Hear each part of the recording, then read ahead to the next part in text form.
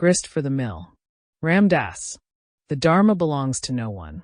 Teachings about the Dharma come now through one person and now through another. What is contained in this book certainly did not originate with me. It is part of a river that flows through me from my guru, teachers, parents, past incarnations, and life experiences.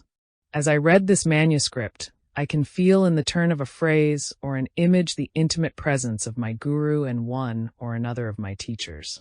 Their very real contributions to this book are warmly and gratefully acknowledged.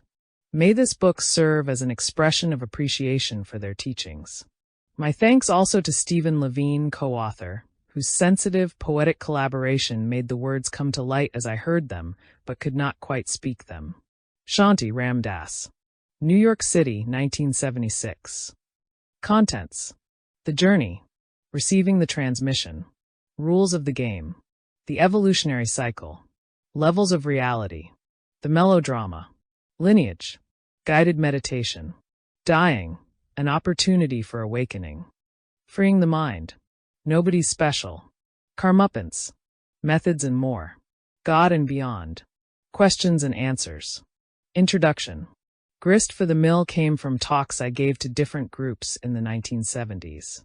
It captures those interchanges, but it's also about living in the moment, which transcends time.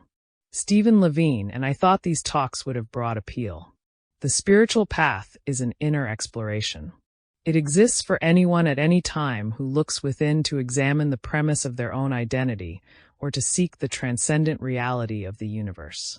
Consciousness is a shared quality of human existence. Except for those rare saintly beings who take birth solely for the benefit of humanity, to teach and inspire, most of us turning on this wheel of birth and death suffer similar afflictions of mind and seductions of the senses. The astonishing diversity of human nature and individual karma means everyone has their own particular spiritual path and methods that work best for them. Grist for the Mill goes from a general map of the terrain of the spiritual path to answering people's specific questions. The primary method we explore uses whatever comes to you in life as food for your spiritual path.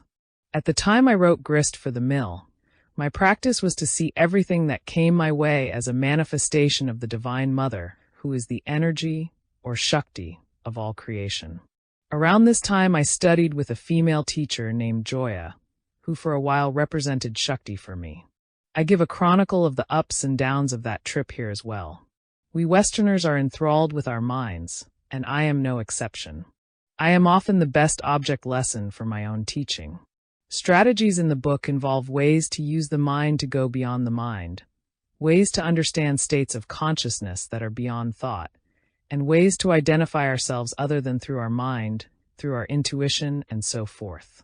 Included are Buddhist ideas about non-self, and how to witness the mind and our attachment to it.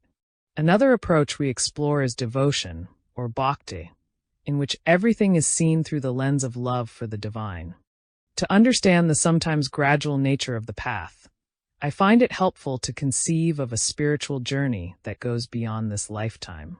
In that view, the time factor for souls is an infinity of multiple incarnations, though paradoxically reality lies in being fully present in each moment.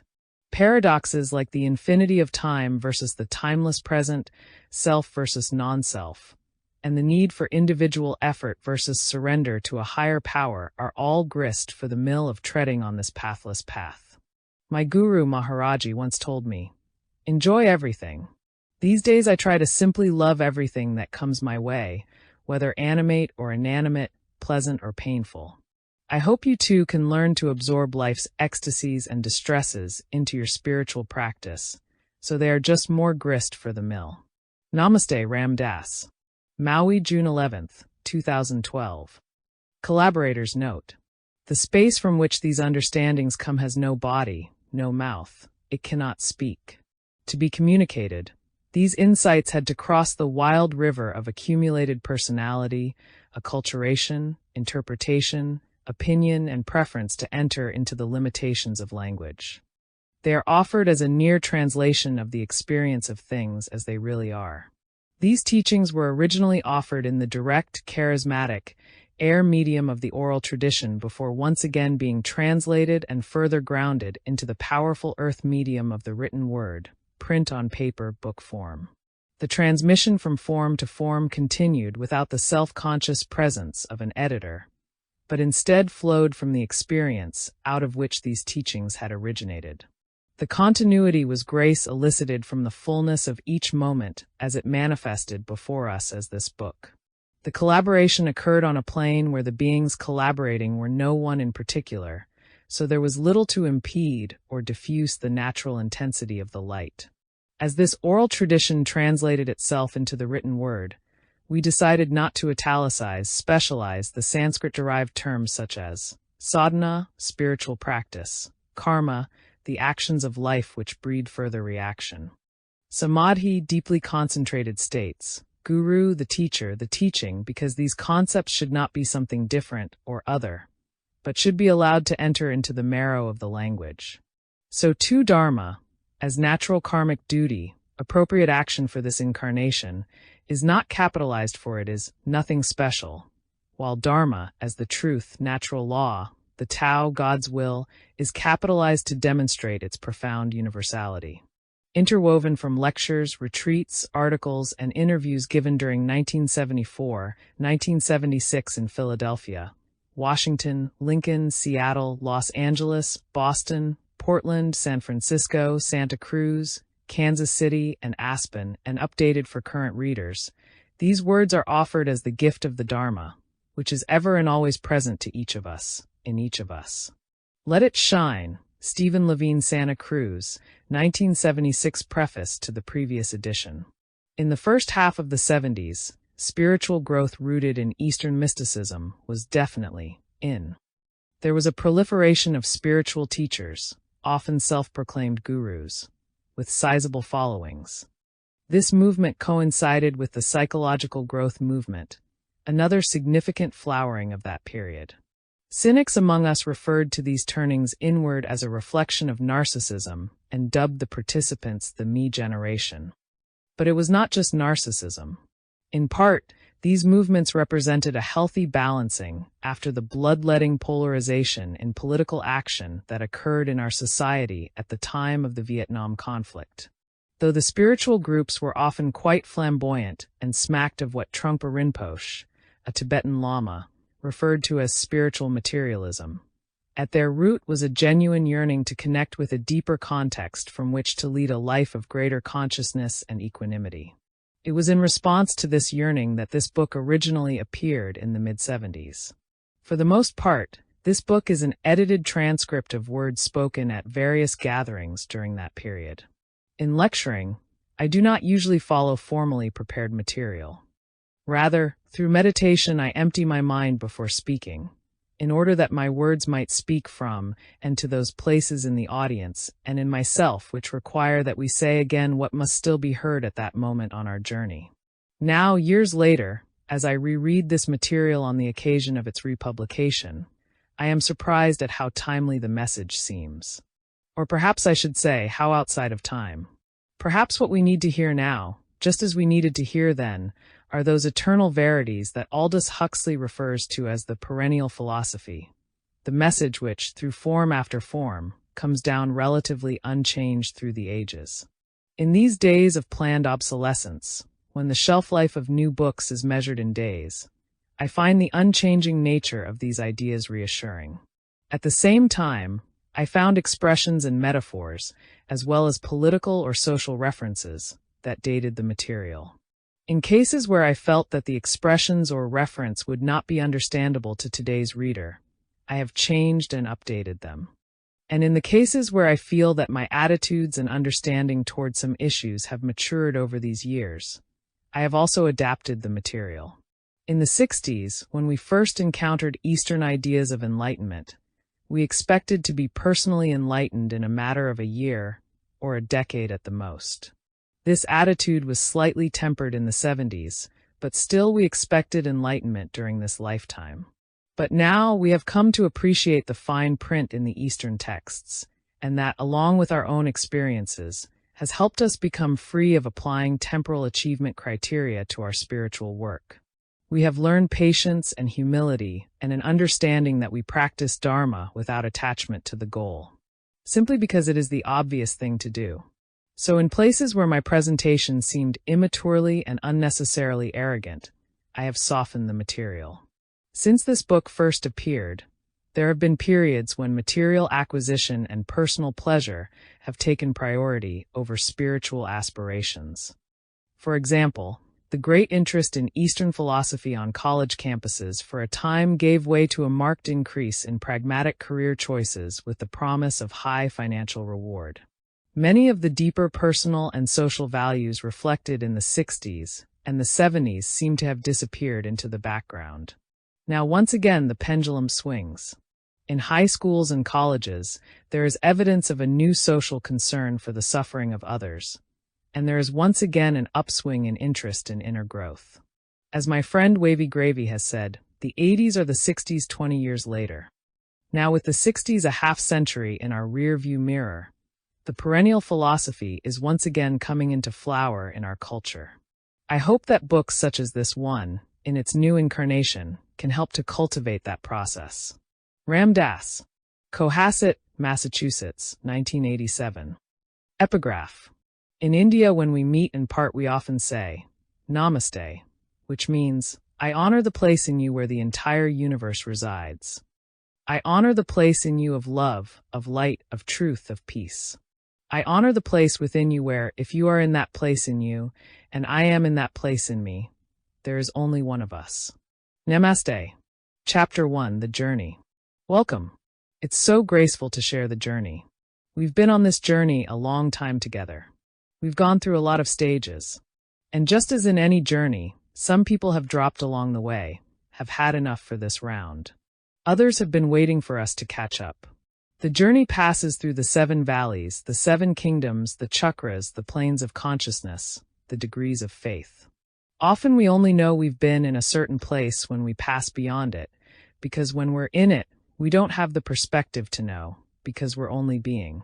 But as the journey progresses, less and less do you need to know. When the faith is strong enough, it is sufficient just to be. It's a journey toward simplicity, toward quietness, toward a kind of joy that is not in time. It's a journey out of time, leaving behind every model we have had of who we think we are. It involves a transformation of our being, so that our thinking mind becomes our servant rather than our master. It's a journey that takes us from primary identification with our body, through identification with our psyche, onto an identification with our soul, then to an identification with God, and ultimately beyond identification. Because many of us have traversed this path without maps, thinking that it was unique to us because of the peculiar way in which we were traveling, often there has been a lot of confusion. We have imagined that the end was reached when it was merely the first mountain peak, which yet hid all of the higher mountains in the distance. Many of us got enamored because these experiences along the way were so intense that we couldn't imagine anything beyond them. Isn't it a wonderful journey that at every stage we can't imagine anything beyond it? Every point we reach is so much beyond anything up until then that our perception is full, and we can't see anything else but the experience itself. For the first few stages, we really think that we plan the trip, pack the provisions, set out ourselves, and are the master of our domain. Only after traversing a few valleys and mountains along the way do we begin to realize that there are silent guides, that what has seemed random and chaotic might actually have a pattern. It's very hard for a being who is totally attached and identified with his intellect to imagine that the universe could be so perfectly designed that every act, every experience is perfectly within the lawful harmony of the universe, including all of the paradoxes. The statement, not a leaf turns but that God is behind it, is just too far out to think about. But eventually we begin to recognize that the journey may be stretching out for a longer span than we thought it was going to. We come out of a philosophical materialistic framework in which we are totally identified with our bodies and the material plane of existence. When you're dead, so get it while it's hot. And more is better and now is best, because we don't know when the curtain will come down and it will all be over. And better not to think about that curtain because it's too frightening. Where along the journey do we begin to suspect that that model of how it is just another model, and that this lifetime is but another part of a long, long journey? In the Buddhist teachings, there is an analogy of how long we've been doing this. The image is that of a solid granite mountain 6 miles long, 6 miles wide, 6 miles high. Every 100 years a bird flies by the mountain with a silk scarf in its beak and runs the scarf over the mountain. In the length of time it takes for the silk scarf to wear away the mountain, that's how long we've been doing it. Round after round after round. It puts a different time perspective on this one life, doesn't it? Not all of those rounds are on this plane. Not all of those rounds are in human form. But all of those rounds are a part of a journey that has direction. Sooner or later the realization comes that nothing we can think of is going to do it. Nothing we experience is it, because our minds think of things, and we and the things are separate, and there is a little veil like a trillionth of a second that exists between us and the thing we're thinking of. And when we sense something or collect an experience, there's the distinction between the experience and the experiencer, and that's a very thin veil. It doesn't matter how thin it is, it's like steel. It always separates us from where it's happening. When at last the despair is deep enough, we cry out. We cry inwardly or outwardly. Get me out of this. I want to get out. I give up. I don't know. I surrender. At that moment, when the despair is genuine enough, the veil separates a bit. I'm not talking about wanting to give up.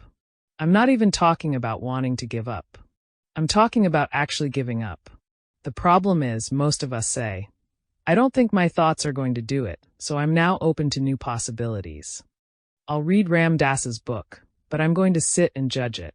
Forget it, because the judge has designed the game so that the judge won't have to change, and says, anything that doesn't fit in with the way I thought it was, I reject. We have categories for that. It's weird, or it's occult, or it's far out, or whatever we want to call it. It's a way of putting it somewhere else, so it doesn't blow our scene up. That's what the judge's function is, so the scene doesn't get blown up.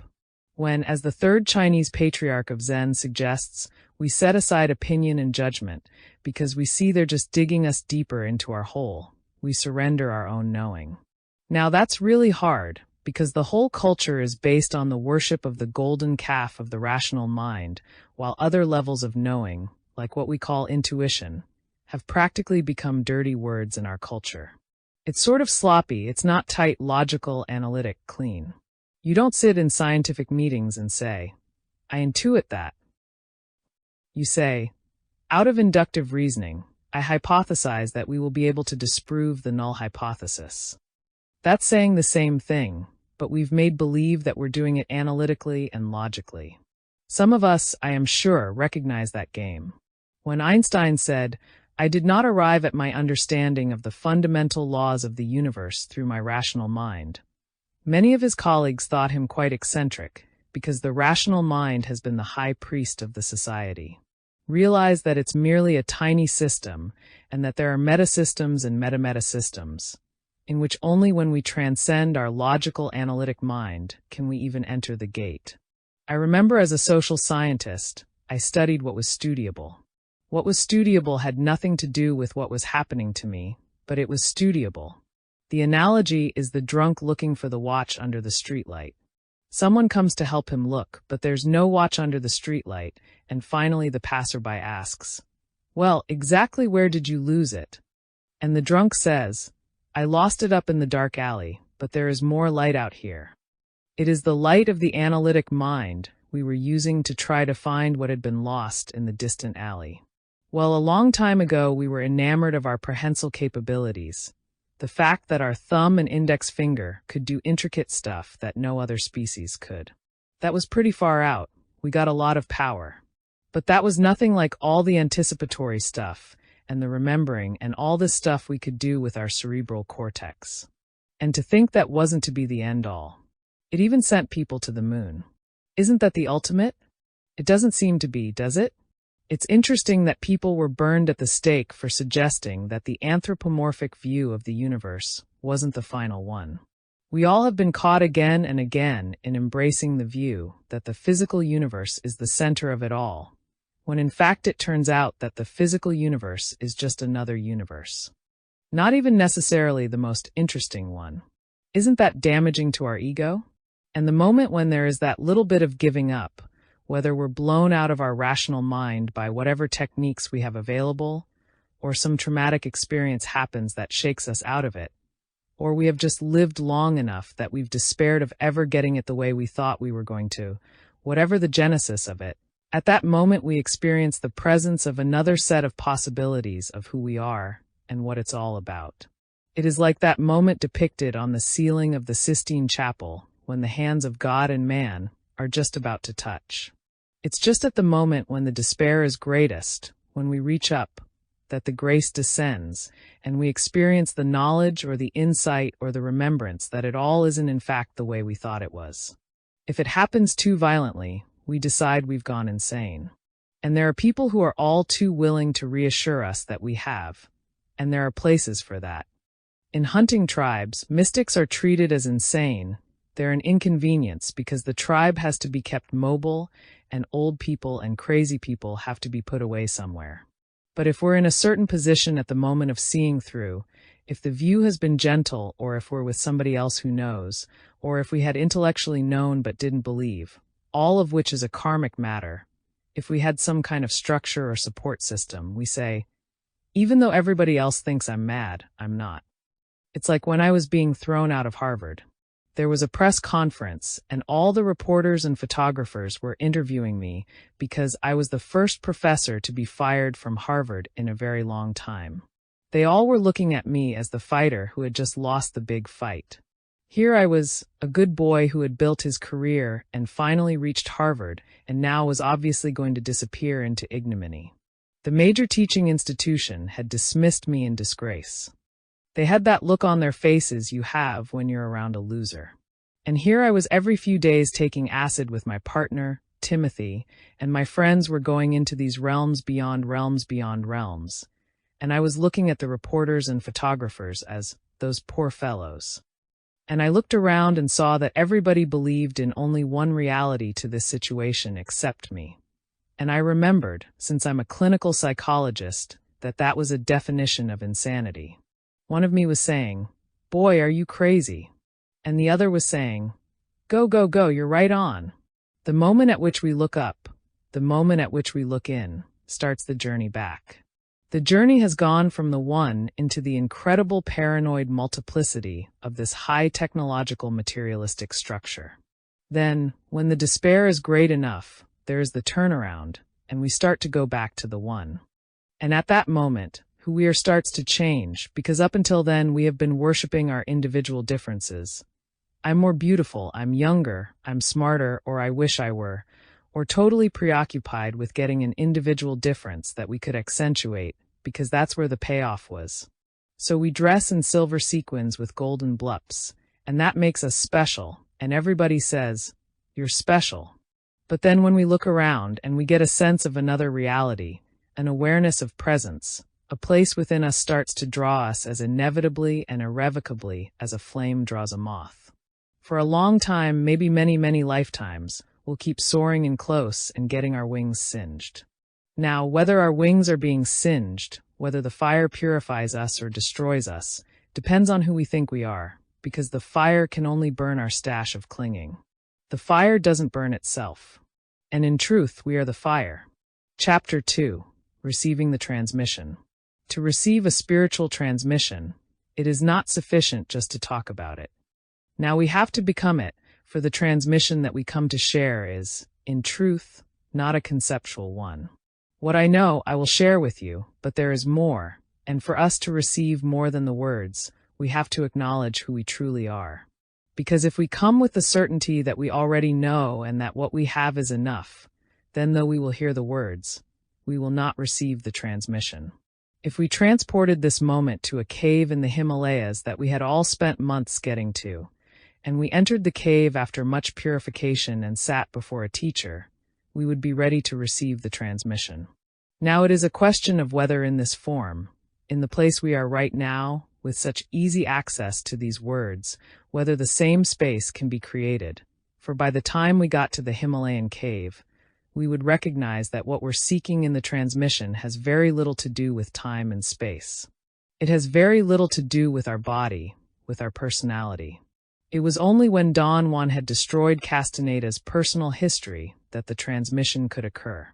When you sit in an auditorium and there is a speaker, or you read a book, you tune in a set of receiving devices, your ears, your eyes, and your conceptual analytic mind. But to receive this transmission requires much more than the mind. It requires a desire in us to use this birth in order to become who, in truth, we are. It requires a desire to become free of the kinds of clinging and attachment that keep distorting and narrowing our vision. It requires that we truly desire to know what we are doing here, what our function is here on earth.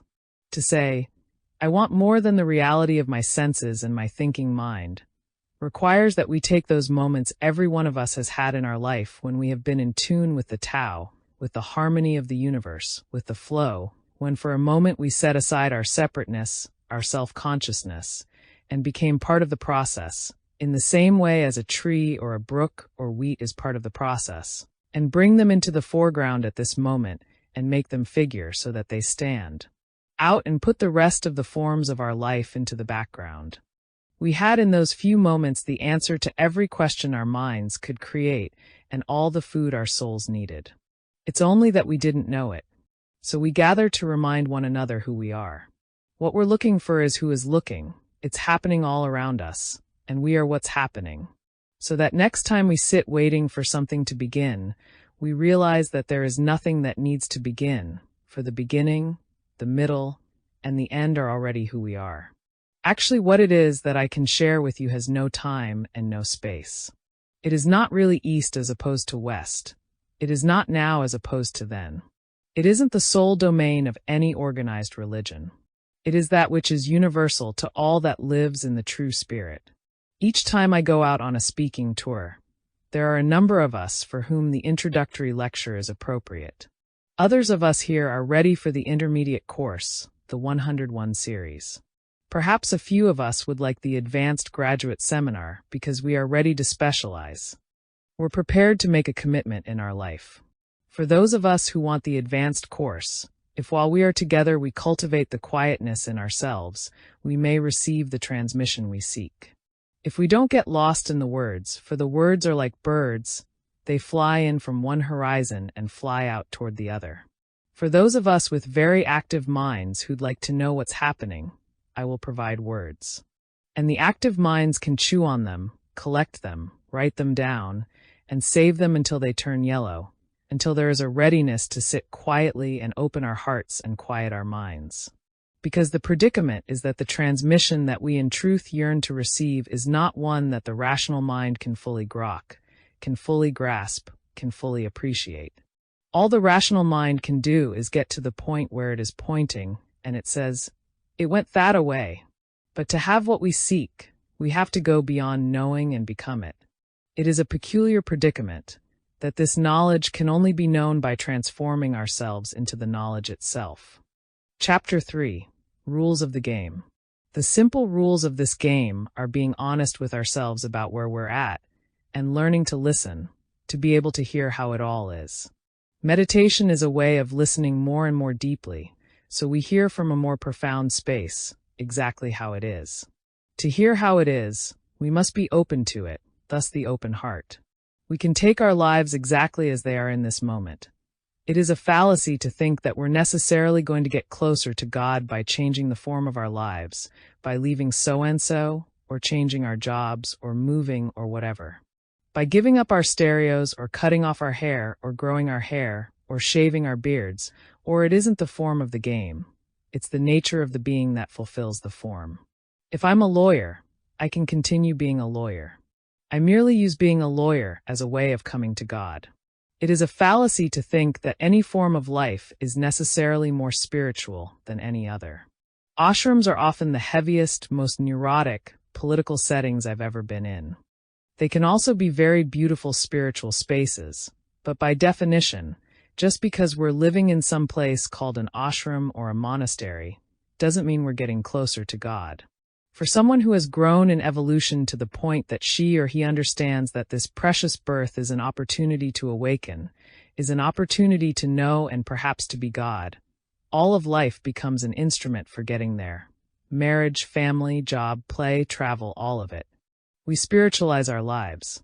When Krishna says in the Bhagavad Gita that you should do what you do, but offer the fruits of your actions to me, he means that we should do it all in relationship to becoming enlightened. So when someone says to us, "Who are you?" the answer is not "I am a lawyer" or "I am a housewife." It's "I am a being going to God. I do law in order to provide right livelihood, to protect this temple and fulfill my responsibilities in order to go to God.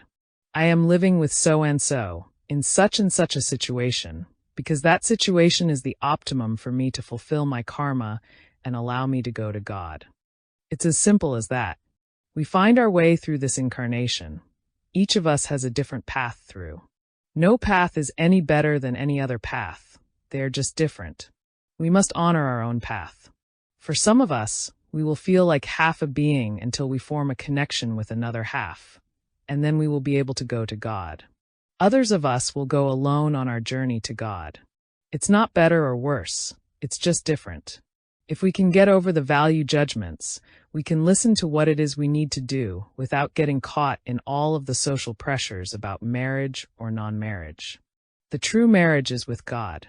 The reason we form a conscious marriage on the physical plane with a partner is to do the work of coming to God together. That is the only reason for marrying when we are conscious.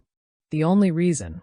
If we marry for economics, if we marry for passion, if we marry for romantic love, if we marry for convenience, if we marry for sexual gratification, it will pass and there is suffering. The only marriage contract that works is what the original contract was. We enter into this contract in order to come to God together. That's what a conscious marriage is about. In fact, that is what everything we're doing is about. When we're ready, we flip the figure and background. What was figure becomes background, and what was background becomes figure. Our personal story becomes a spiritual journey. Our egocentric universe becomes a particle in an infinite field of light. We look around, and we find we have a whole set of existing relationships. Some of them are not based on sharing the journey to God.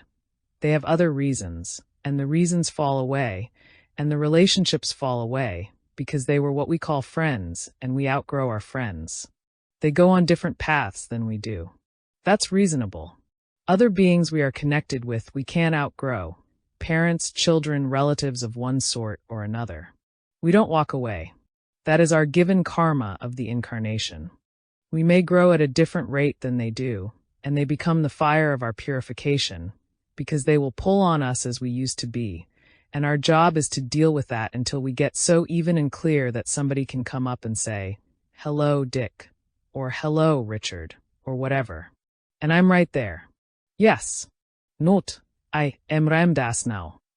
We work with the karma that exists in our life space. Now, marriage is very peculiar in this situation, because originally the marriage contract put our partners in the same relationship as a parent or child. It was not something we could walk away from, like a friendship. It was until death do us part, and it became that kind of karma that we worked on. And even if our husband or our wife turned out to be the worst bastard or bitch in the world, that was our work. And if we really wanted to be with God, it didn't really matter. On the other hand, some of us may have gotten into the present cultural position of seeing marriages as special friendships, or even not so special anymore. People move in and out of them the same way they have friends, outgrow them and drop them. Now, in terms of the karmic situation, if we have married unconsciously, we are faced with an unconscious predicament, and whether we stay with our partner or not is not as gross a karmic matter, as if we had entered into the relationship consciously and then broken it off. That's a different matter. It would be the same thing with abortion. Unconscious people who don't understand get abortions. And the karma is reasonably light because it comes out of the mechanicalness of mind in them. They're not aware of what they're doing. They're functioning totally in terms of lust and greed and fear and personal agendas of the mind and so on. They're just lost. But once a being has awakened and is aware of his or her predicament, then one style of life isn't that different from another. It's all grist for the mill. They don't sit around killing this and keeping that alive in order to make their lives nice. They take it as it comes down the pike and work with it. There is no form that in and of itself is closer to God. All forms are just forms. Not better to stay single than to marry, not better to marry than stay single. Each individual has his or her unique karmic predicament. Each individual must therefore listen very carefully to hear her or his dharma or way or path. For one person it will be as a mother, or for another it will be to be brahmacharya, or celibate. For one it will be to be a householder, for another to be a sadhu, a wandering monk. Not better or worse. To live another's dharma, to try to be Buddha or to be Christ because Christ did it, doesn't get us there. It just makes us mimics. This game is much more subtle. We have to listen to hear what our trip through is, moment by moment, choice by choice. Is this one getting me closer, or isn't it?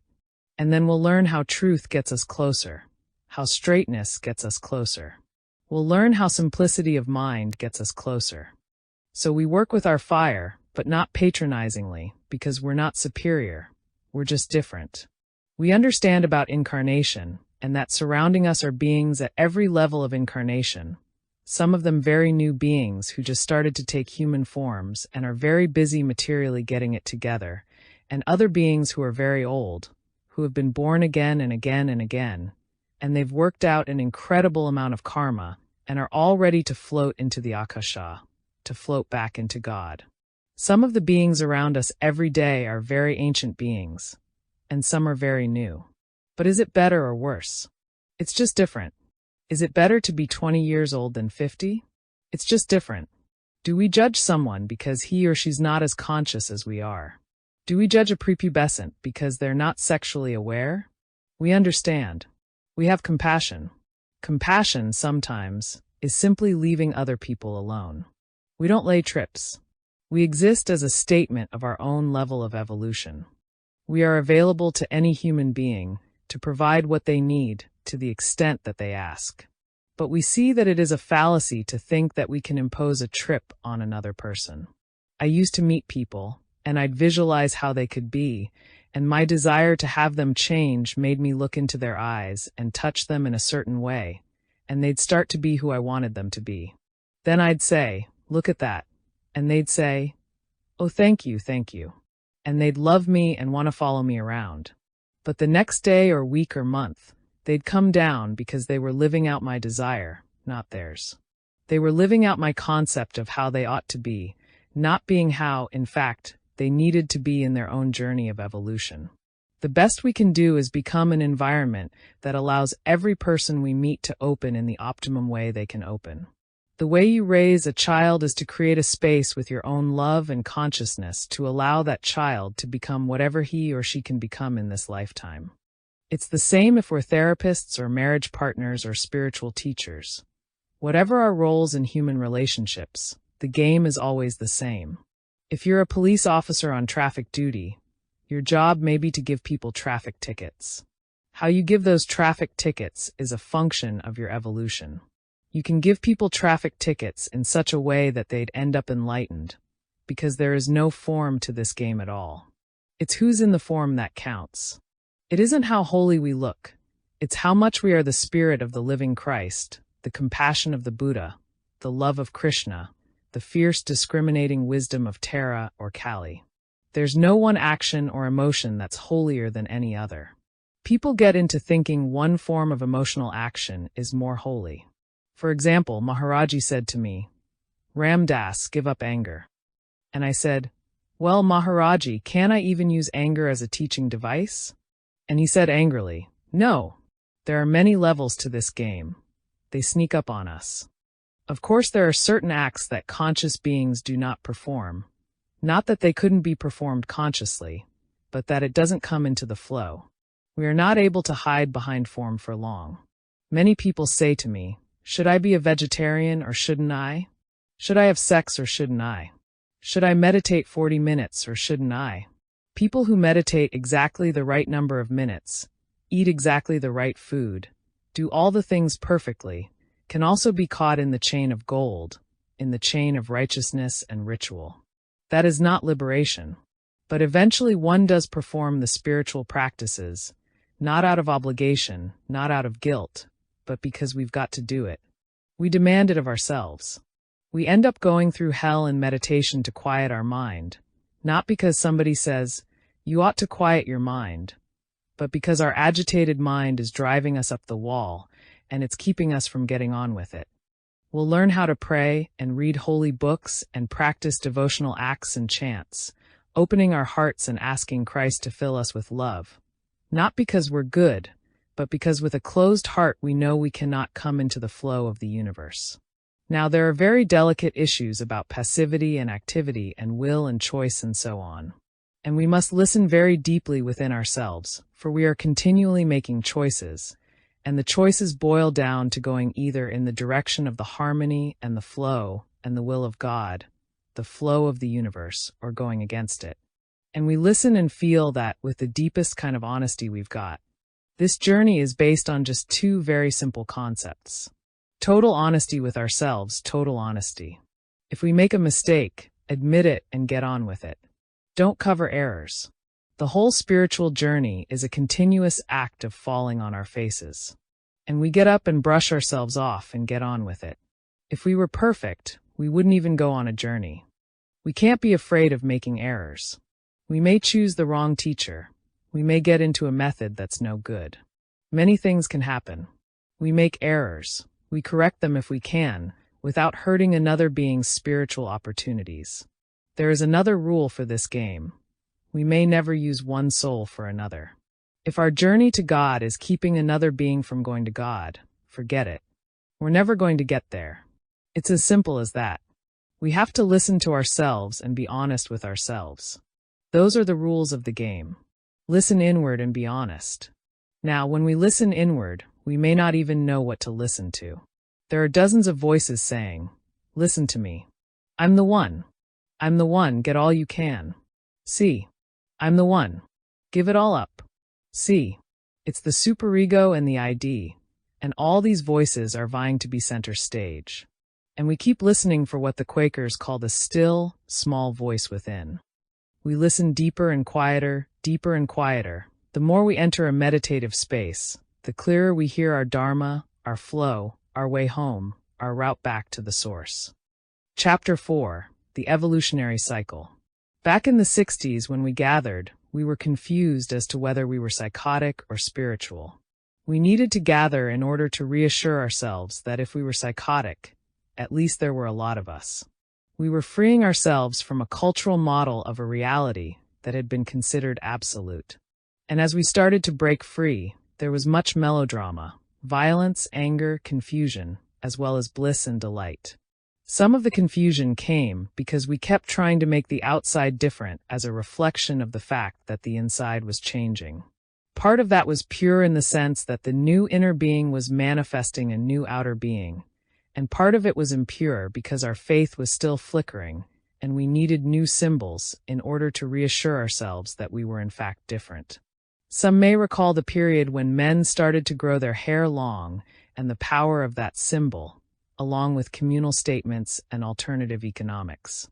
During the 60s, we were confused between internal freedom and external freedom, between revolution and evolution, because we didn't have models in our heads that would allow us to appreciate the grandeur of the change that we were undergoing. So we kept reducing its implications and seeing it as a social, psychological, or political change.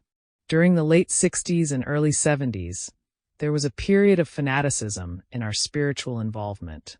We were importing models from the East at a great rate and trying very hard to convert ourselves, but consistent with our tradition of doing things from the outside in. Although we were taking on a lot of the symbols and accoutrements and might have looked like Buddha from outside, on the inside we were just people who were trying to look like Buddha. We were very confused about vows and commitments, the relationship to teachers, the whole concept of guru, and what the journey was about. In the 60s, the word God was still taboo, so we talked about altered states of consciousness. Implicit in all that we were doing was still an attachment to the fact that we could do it, that who we were or who we thought we were could change ourselves and become whatever it was that Buddha was or Christ was. That is, we were living in a culture in which humans ruled nature, within obvious boundaries, and we were so addicted to the rational mind and its power that we assumed we could think our way out of any predicament. We could figure out a new way to be through our thoughts and through our doing. But the predicament is that enlightenment is not an achievement. Enlightenment is a transformation of being. And the achiever goes as well as the achievement. Most of us didn't bargain for the implications of the journey we found ourselves on. We started to understand that it might have something to do with what had been talked about as God or a coming to God, or, if you would rather deal with the unmanifest, the state of nirvana. And we didn't really want them, we wanted to want them. That's a different level of the game. For most of us, it has been quite enough to want God or to want enlightenment. That keeps us cool, safe, secure, with a feeling that we're moving in the right direction. It gets a little scary when you start to disappear into the void. In Be Here Now we referred to it as the crisp trip. Our true strength lies in our honesty with ourselves about our predicament. We have tasted of something. We are drawn to it as a moth toward a flame. We recognize our own fear. There is less melodrama and dramatic histrionics, and we are patiently and consistently doing the purification of being that is necessary for this transformation to occur. We realize that we can't grab it. We tried that, nor can we ignore it. We all tried that. When we try to grab it, up we go and down we come, with nothing but another high to add to our collection of moldering butterflies. We try to push it away and go back to not remembering that there is something else, and we can't do that either. In the middle of our most intense sensual enjoyment, which we would like to get lost back into, there is always the voice that says, "You are now in the middle of your intense sensual enjoyment. We can't get in, we can't get out." And here we are. The melodrama is passing away. We recognize now that we are bringing our external world genuinely and honestly into harmony with our inner perceptions. And we don't need to try so hard to create an external space to prove anything. We're learning not to overkill with our intellect, not to try to think our way into holiness, because it just ends up being another prison, and we get caught pretending we're something we're not. We are developing a deeper philosophical understanding of the predicament we are in as mutants, as evolving beings. We're listening inside to see what it is that is keeping us from that place or space or realization or connection that we have touched, tasted, felt, or somehow known about, and we are starting to find the methods to get on with the work. We have begun to understand that, though we gather as a group and listen to one another, each of us is in a unique predicament, and that we must listen to our own hearts to hear what we need. We can't imitate anybody else's journey.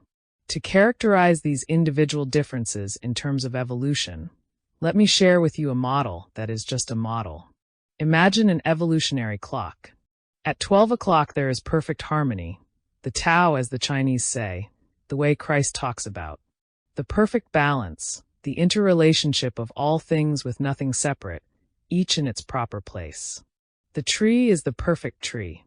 The river is the perfect river. The human being is the perfect human being. All is in its perfection. At 1 minute after 12, something is separate. At 12 it was the Garden of Eden, perfect harmony and balance. Then came a bite of the apple, and suddenly they're wearing fig leaves, and God is asking, "Who told you that you were naked?" Where did shame come from? It came from self-consciousness. And where did self-consciousness come from? It came from identifying with our thinking mind, and thus experiencing ourselves as separate from that which we think about. At 12:01 duality has been created. Subject and object, thinker and that which is thought. Separateness. From 12:01 to 6, there is a continuous attempt to solidify, protect, and increase the power of our position as separate entities, to create security, gratification, power over the world around us, to recreate the feeling of well-being that existed when we weren't, but now we are. Who I am talking about is us. You understand what I'm saying. Let's just imagine that 12 o'clock is a sort of total perfection. Although it's obviously unlabelable, we'll call it God. But since it really is unlabelable, maybe we better just call it God, so we won't get confused. Now God has, within its perfection, the freedom for any entity, such as a human entity, to pit its will against the total will or God's will.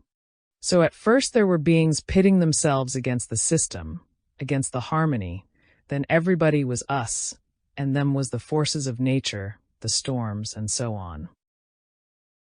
But between 12:01 and 6 o'clock, a bizarre thing happened.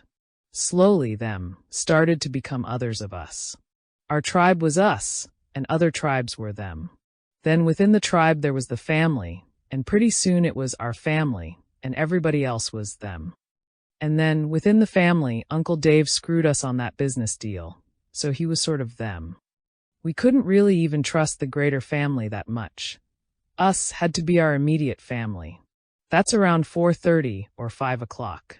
Then there was a generation gap. We can't trust elders or youth, so maybe us is just me and my wife or me and my husband. And then there's a sex difference, so I can't fully consider my spouse as us. So then I'm us, and everything else in the universe is them. I'm very strong. I've got my protection. I know where I am, see? You think it would end there. But that's about 5:45. In the final 15 minutes is what now is called the total alienation of an individual. From whom? From himself. The intellect developed a number of strategies. The most obvious one in our culture is more is better. Most of us have been on that journey, haven't we? On the supersensual astral planes. Have you heard that new record by the Blups? Yeah, but have you heard it when you're in the bathtub with somebody else? Have you heard it when you're in the bathtub with somebody else by candlelight? On a good stereo set? There's an incredible wine. Put it at the side of the tub. Musk oil in the bath, the incense, the candlelight, the wine, the other being, and the bath water is just right and on the stereo. Oh! More is better. The obvious predicament that the intellect has a difficult time with is the sneaking realization that more is never enough. Or more is maybe enough for a moment, but it doesn't last. If we watch the patterns of our desire system and mind, the end of our day goes something like, I think I'll take a nap. Gee, I'd like a cup of tea. How about a cigarette with that? I'm gonna listen to that music. What are we gonna have for dinner? What do you want for dessert? Ice cream. I'm gonna have some coffee. What's on television? No, let's go bowling. Bicycle? Great. Ice cream soda? Let's go home. Okay. Want to go to bed? Okay. Ah, that's great. Got a cigarette? On, and in the middle of the main course, we're already thinking about what we'll have for dessert. The way we deal with this game is by constantly keeping the things going by fast, like a sleight of hand trick. Knowing that none of them will last, we figure that enough of them with small enough spaces in between will keep the rush going. Rush after rush after rush. But it's like building a house on sand, and we can't stop, because it gets a little frightening if we stop. If those spaces in between get too big, there is depression, confusion, disorientation, anger, loneliness, self-pity, unworthiness. Such stuff. Yuck. So keep it coming, Ma. More and more and more. But it turns out that Christ was right when he said, Lay not up your treasures where moth and rust doth corrupt and thieves break in. Buddha was right when he said, The cause of suffering is craving after things that are not permanent, and nothing is permanent. If we cling to anything in form, we're going to suffer. That was Buddha's point. What blue chip can we invest in that we can stop feeling frightened about? Our bodies. Our bodies are decaying this very minute. Even the youngest person here is decaying. 50 or 60 years from now, you know where your body will be, what it will look like. And your intellect? All the knowledge you've collected? Did you ever see a skull and consider what's been eaten away and who ate it? And do you know what that emptiness is? That's everything you think you know. No wonder we're frightened. If we're thinking that we're our thinking mind, or that we're our body, it's panic. From 12 to 6 is the increasing hope that we can get it all together, get it to feel just right. But there's a scariness because we're trying to do it in a dimension that exists in time, where everything changes, where we're going to lose everything. At the very least, we're going to die. As philosophical materialists, not materialists in gold Cadillacs, but those who are attached to the senses and intellect, and what we can think about, we are afraid because when we're dead, we're dead. As we get close to dying, we start to get very frightened, and we start to push pretty hard. We say, "Doctor, you've got new pills, use them. Do anything. Save me. Freeze dry me. Do anything. I don't want to die," and grab and hold the bed sheets and pay more and get more and more hysterical and get into intensive care units and keep alive even if they have to transplant everything. But no matter how hard we try, suddenly we're dead. And then a voice says to us, "Hello." If we're philosophical materialists, this leads us to say, "I guess I didn't die." To which the voice replies, "Oh yes, you did." Just as an example, at one point Buddha with his clear vision looked back and saw his last 99,000 incarnations. And that was only some of them. Birth, death, rebirth, re-death, on and on. It's called the wheel of life and death. Now, in the early period, say between 12 and 3, every time we die, we're so caught in our own attachments to our senses and our mind, we're so deep in the illusion, that when somebody says we're dead, we deny it and stay in total confusion until we get sent into the next round. Which is all, as we will see, perfectly designed. Later, as we get on with this round of births and deaths, we realize our predicament. We are under the veil of illusion of the birth, we don't want to die. Then we're dead and we say, "Far out, there goes another one." At this point we look around, and we see all our old mothers and fathers and friends. "Oh my, you were my wife this time. Last time you were my brother." When we're more conscious, we share in the understanding of where we are situated on the clock, in the round of births and deaths. We begin to see exactly what the next birth has to do from a karmic point of view, what it has to work out.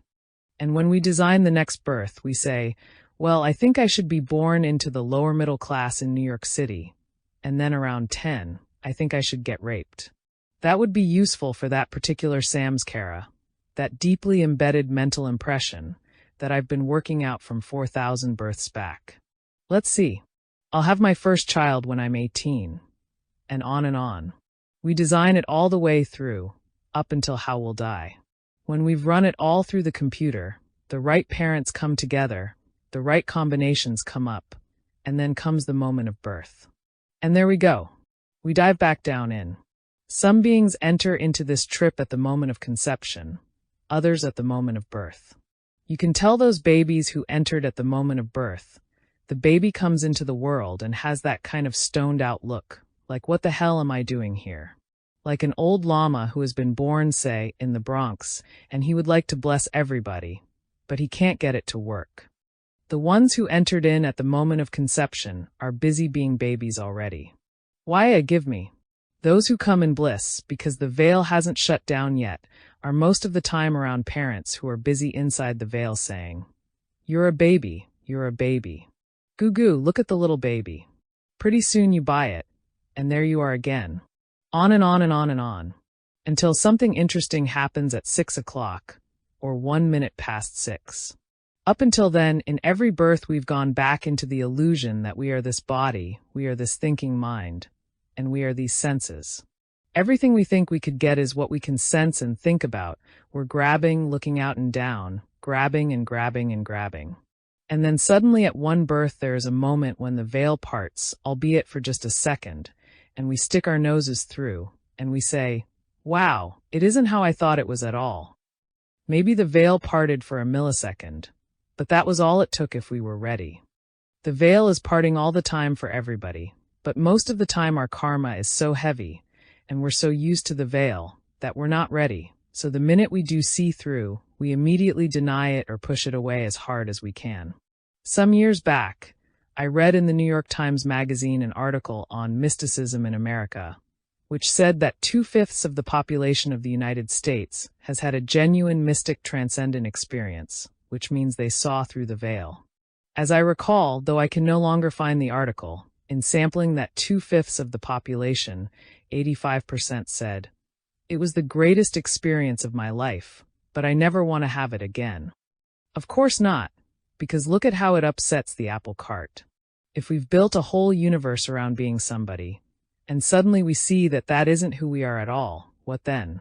But what is the condition necessary, so that the moment comes when we see through the veil in a way that changes everything from then on, so that from a minute past 6 to 12 o'clock our whole journey changes its meaning.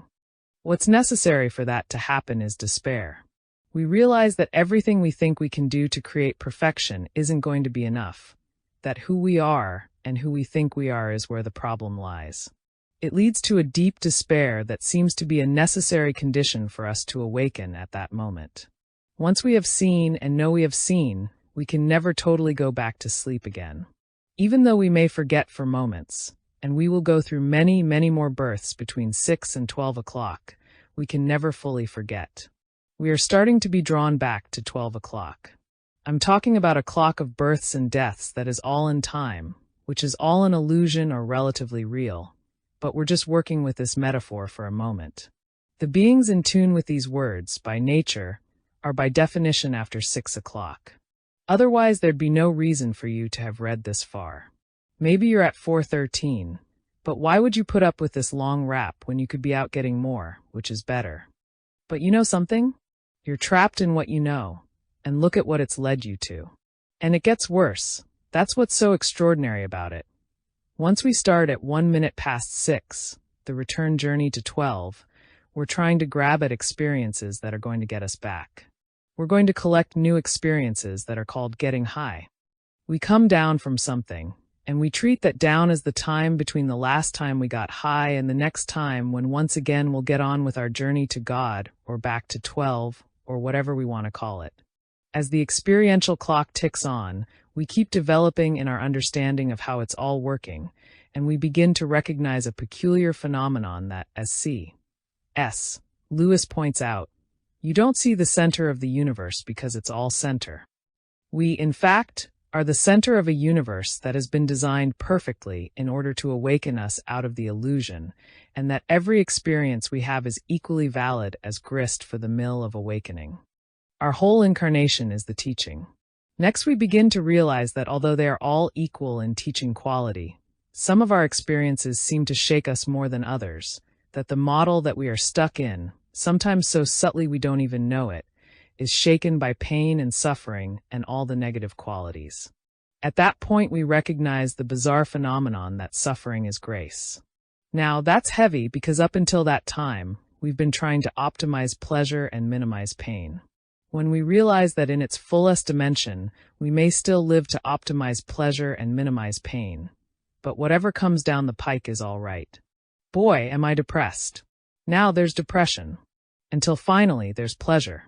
There's pain. I just made $1,000. Wow. Or, oh, I just got robbed. And the wow and the oh and the ah and the all of these alternatives are just more stuff, beautiful, delightful stuff.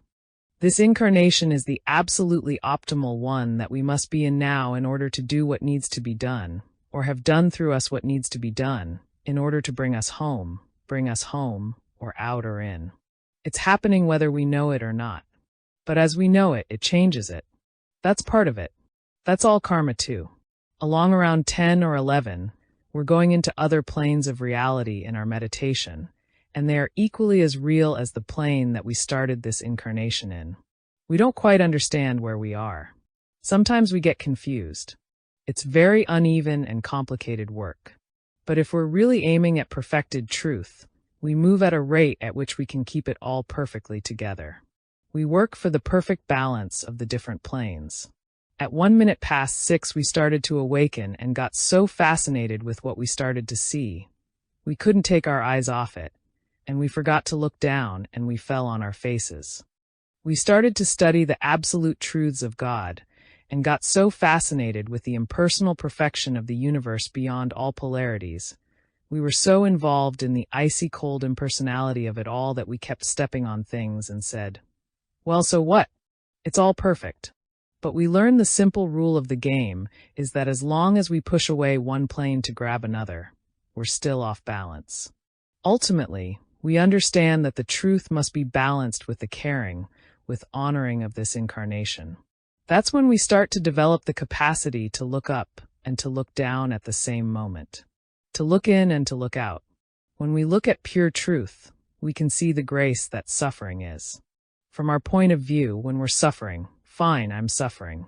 That's interesting. At the same moment, If we are looking down and honoring our incarnation, we're working to alleviate suffering. Let me give you an example. Somebody says, I want to study yoga with you. I want to fast. And you say, all right, fast for 9 days. At the end of the 7th day, she says, I've fasted for 7 days. And you say, wonderful, wonderful. You've got 2 more days to go. Then you walk outside the building and somebody comes up to you and says, hey man, you got a quarter? I haven't eaten in 7 days. You don't say, wonderful, wonderful, you have 2 more days to go. It's not an appropriate response because for that being, suffering isn't grace. Suffering is a drag. When that discipline is developed to allow us to look up and look down simultaneously, we have the absolute clarity of the pure white snow on the Himalayan peaks, the exquisite clarity, the raw truth, the impersonal perfection which includes everything: privation, starvation, persecution in our cities, inequality, violence, as well as all the bliss and love and compassion and kindness, the entire mosaic. In the icy peaks of the Himalayas, we see the perfection of it all in the evolutionary journey of beings. And at the same moment, the caring part of us is like the bleeding heart of Jesus, and we look down and see the blood on the snow. We keep both of those in mind at every moment, so we can help beings who are suffering in the way they need to be helped. If we are really going to help them get out of the illusion, we ourselves must not get lost in the illusion. We must continue to keep our eyes fixed on absolutely clear truth. We love without clinging. We help without identifying ourselves as helpers. We protest without getting lost in our protests. We care for our children, remembering that, behind it all, here we are. The truth, the caring. We honor our bodies. We honor our society. We honor our whole game. We change it in the way it needs to be changed. We listen to hear what our particular karmic predicaments are in this round. And we find our dharma, the way to live this life in perfect harmony with the forces inside and outside of us in order to bring us home. If we get greedy and try to push or pull, we're going to fall on our faces. If we go up to sit in a cave, we'll become so holy that light will be pouring out of our heads. Everybody will be falling at our feet, and we'll have great powers. But when we try coming into New York City, we will see that there are little seeds inside of us, as Ramakrishna talks about, that never quite got cooked. It's an interesting point of view when we say, hey, I can't stand to live in the city. I've got to live out in the country. What we're really saying is, I can't stand those things in myself that the city fans. Believe me, if there's nothing that we want, the city is the same as the Himalayan peak. All the city is showing us is stuff in ourselves that we wish we didn't have. As we get farther along in this journey, the pull of 12 o'clock gets so fierce, and we want to get done so badly that we can taste it, and, at that point, we say, give me the fire. I want a hot fire. Make it hotter, hotter. Come on, give it to me. Then, when somebody gets us furious, we know that the only reason we got angry was because we had a secret hidden model of how we think it ought to be that we were holding on to. We realize that the person who got us angry is a teaching, and in our minds we thank him. We get so eager to root out the stuff in us that's keeping us from getting on, from awakening, that we start to look for situations to force us to do it. Once I spent 9 days in a session, a Zen Buddhist retreat. At the time I thought it was without doubt a miserable, horrible, cruel, sadistic experience. I got sick. I was paranoid. They sucked me in, seduced my ego by making me feel like I could do it. Then I got there and they didn't even give me a reward of saying, Ram DASS, welcome. A guy met me with a clipboard and said, DASS Ram, you'll be in the upper bunk in cabin 3. Here is your robe. Report to the Zendo in 5 minutes. There was a fellow with a stick, and unless you sat in perfect form, which was really uncomfortable, you got beaten. And I was paying money for this. If you tilted, this really fierce character would come up and he'd bow to you. Then you'd bow to him. And then you'd lean over to the side and he'd beat you on one shoulder. And then you'd lean over the other way and he'd beat you on the other shoulder. And you'd thank him and he'd thank you. 5 times a day, you'd go in to see the Rashi, a tough Japanese fellow, bald-headed. He had a bell and a stick, and he'd ask you ridiculous questions like, How do you know your Buddha nature from the sound of clapping hands? And you'd answer something or other that you'd been thinking about the whole time you were sitting there, knowing you had 4 more times to go yet today. And he'd say, "Oh, doctor, you're not doing it right at all. Maybe we should give you your money back, you leave. I had great hopes for you. You're very important, people know you, and you're very famous, but you don't seem to understand this. I think you'd better forget it." Then he rings his bell, and you leave and you're crushed. Not only are you crushed, but you also have to run back to the place and sit up straight so as not to get beaten. This goes on from 2 in the morning until 10 at night. There's no edge. I spent 4 days plotting how to be called away on an emergency, some face-saving device. I even tried to hide in the bathroom, but they checked the bathroom. There was simply no place to hide. Finally, by the 5th day, I didn't give a damn about the Rashi or the whole scene. I went in kind of slouching, thinking, the hell with it. Let them throw me out, and he said, "Doctor, how do you know your Buddha nature through clapping hands?" And I said, "Good morning, Rashi." He said, "AH." He was delighted and smiled, and then, lest it go to my head, he said, "Now you are becoming a beginning student of Zen." Well, it was interesting because just before that, just as I was walking up the path and saying, "Screw it," fire started to pour out of all the bushes and the whole sky became radiant, and I went into this other state. It was like I had been released from this incredible sickness and tension, and I went in and I was having a Satori experience. And he kept asking me koan after koan, and the answers kept coming right out. I was right in the moment, and there were no models in my mind. And we just went higher and higher together, and we were both just spinning out. From then on, the rest of the 9 days was ecstasy. The sittings were beautiful, and I was just floating. Suddenly, the perfection of the emptiness of the forms and the impersonality became my freedom. If I had come to the session and they had said, "Oh, Ram Dass, we're so happy to see you," and I had known who everybody was, it would have occupied my mind in a whole other way. I was freed by the total impersonality of the whole scene. It's just like any meditation when it's not all bliss and light, and we're uncomfortable, and it's hot, and we're bored and our butts hurt and all that. It's all the same as that session. But we do it because there's something we want bad enough to go through it, to struggle against the forces in us that just want more. That's what the Bhagavad Gita is about, the battle inside between those two forces. Right until the very end, it's hell. It doesn't get any better. It gets worse because the fire gets hotter and hotter. You see, once we decide that we really want to go for broke for perfected truth, once we're being pulled that way in our gut, and we finally say, "I don't want anything else. I just want to go," which is usually a lie, but we're still saying it. That pull, that reaching, draws down upon us all kinds of forces that help that thing happen. That's called grace. There are many beings, both on this plane and on other planes, that are available to guide us and help us, but they don't come unless we want them. Our reaching elicits their help. The teaching gets fiercer. The fire gets hotter. We start to do it to ourselves because the pull of God is deeper and deeper. At that point, just before 12 on our evolutionary clock, the entire universe is within us, and we experience all of the suffering that is connected with form on any plane of existence. We are one with it. By that time, we have worked out all our personal karma or clinging. Now we're aware of the collective nature of the karma. Right at that moment, the pull to 12 o'clock is incredible. To go into 12 o'clock means that we merge back in, that we as consciously separate entities cease. Everything that went on from 1 minute past 12 until 11:59 was designed for this moment of choice.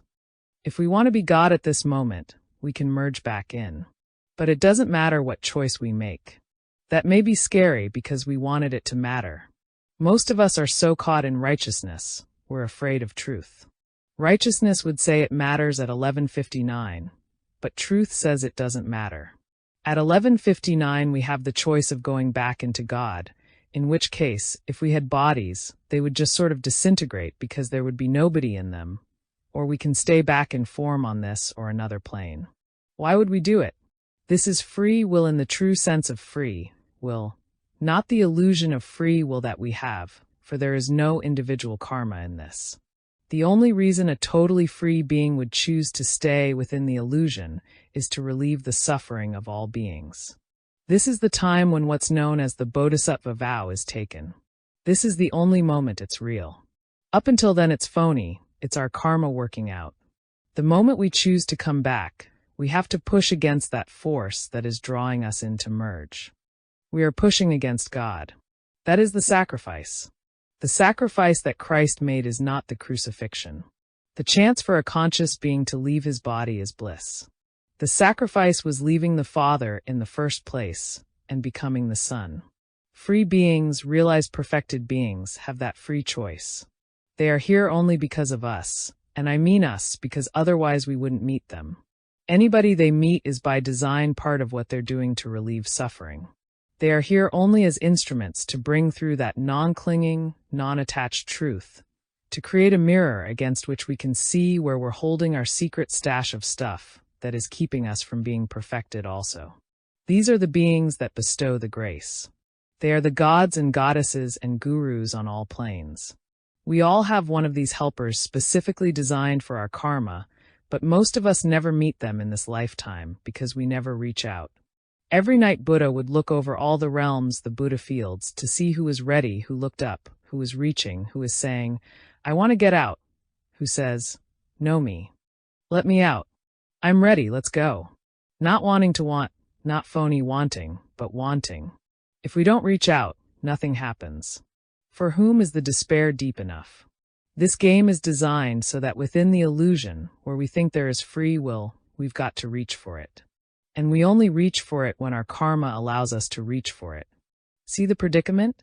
The only real free will there was in the whole clock was at 12 o'clock to 1 minute past 12. The free will to go against the system, and at 11:59 to go back into the system. Otherwise all of it was determined by law. Keep in mind the entire clock is in the realm of metaphor, or relative reality. At 12 o'clock we never were, nothing has happened, nobody is. To answer the question of why did it all begin, one of the answers is it never did. It's just a play of mind, just a play of mind. People who have come this far in this transmission are everywhere between 1 minute past 6 and 11:59, and because of the nature of our attachments, we can see only what we can see. We might be sitting next to an 11:59 air, and we wouldn't know it, because he doesn't have a sign on him, and the ones that do have signs on them usually aren't real, because they wrote them themselves. It might turn out that your Aunt Thelma was Buddha. She was cooking chicken soup, and you went to India and Tibet for 40 years looking for somebody who looked like Buddha. You totally despaired, and in the despair, you gave up all your hope and all your models. You come home, and you walk in and there she is. You look, and you fall on your face before this brilliant light, and she says, have some soup. The pure Buddha, the mind that is clear of attachment, exists anywhere in perfect harmony with all the forces around it. And to complete this clock image, I might add that for some of us, it has become time to awaken, and for others, it's later than we think. Chapter 5, Levels of Reality.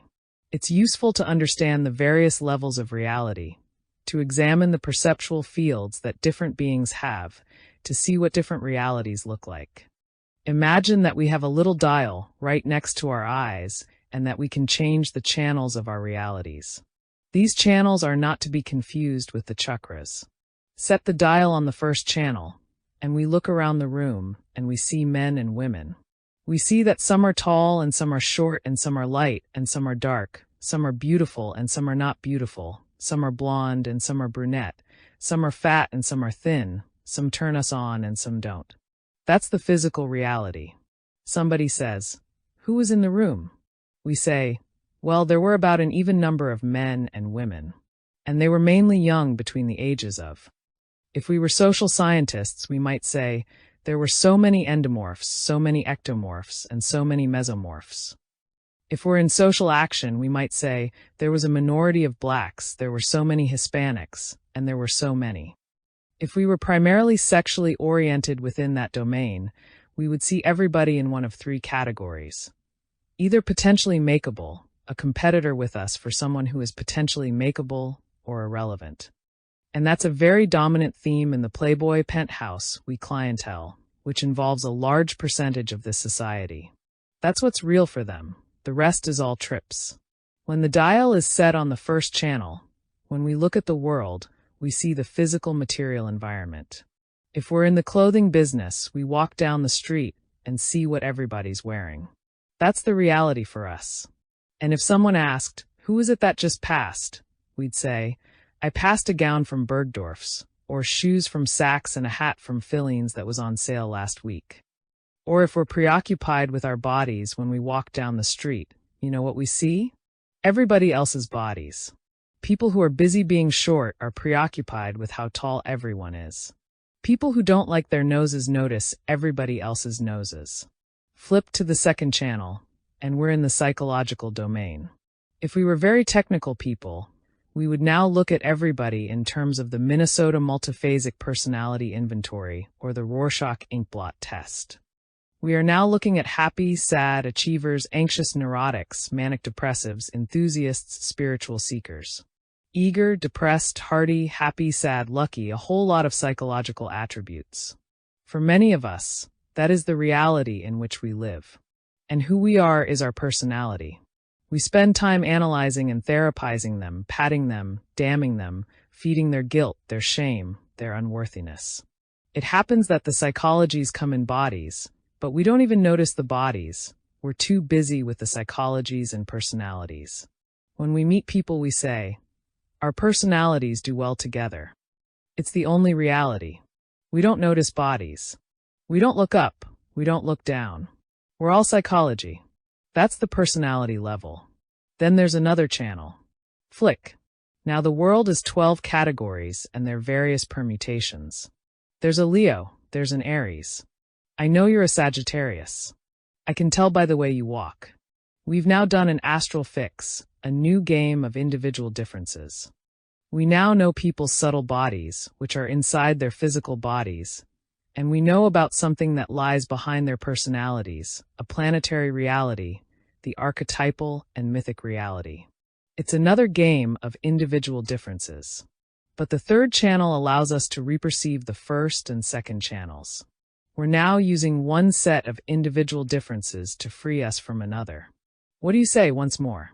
Flick, fourth channel. Now when we look into another person's eyes, what we see is another person looking back at us. Are you in there? I'm in here. Far out. How did you get into that one? Now we see another being who is just like us, another entity trapped inside the illusion of all these packages of individual differences, body, personality, astrology. And the eyes, the windows of the soul, meet and we say, "What's it like being in there?" You'll notice that when we meet other people, we're meeting them at all these different levels. If, for instance, you're a girl and you're on the personality level of reality, but you happen to have a very beautiful body from a cultural point of view, and everybody you meet sees only your body, you might say, "Why doesn't anybody want me for my personality?" That's because you're such a strong stimulus on the first channel that nobody can get to channel 2. Or you're sitting on the fourth channel, which is just a soul inside all this stuff, but most people are busy responding to you as a personality, a body, an astrology, though every now and then you'll walk down the street and look into somebody's eyes, and there's somebody else who's looking back at you. They're not coming on, they're not trying to seduce you, change you, buy you, collect you, proselytize you, reject you, judge you, or anything. They're just there. You're here, I'm here. Far out place to meet, isn't it? It's just beings meeting inside these packages of individual differences. And no longer are these individual differences the reality that is so solid. They're just like shirts and jackets and sweaters. That's a pretty personality you're wearing. Where did you get that one? I bought it in Gestalt therapy. It's primal scream. But it's still separate. We're still separate from each other. Once more. One more channel. Now what do we see when we look at another person? It's as if we have two mirrors facing each other with nothing in between. It's itself, looking at itself, looking at itself. In that reality, there is only one of us here in drag. One is appearing to be the many in order to play out this game. We are all the ancient one. We are the one. And the one becomes the many, for the play, for the sport, for the dance, and we can get lost in the many in realities 1, 2, 3, or 4.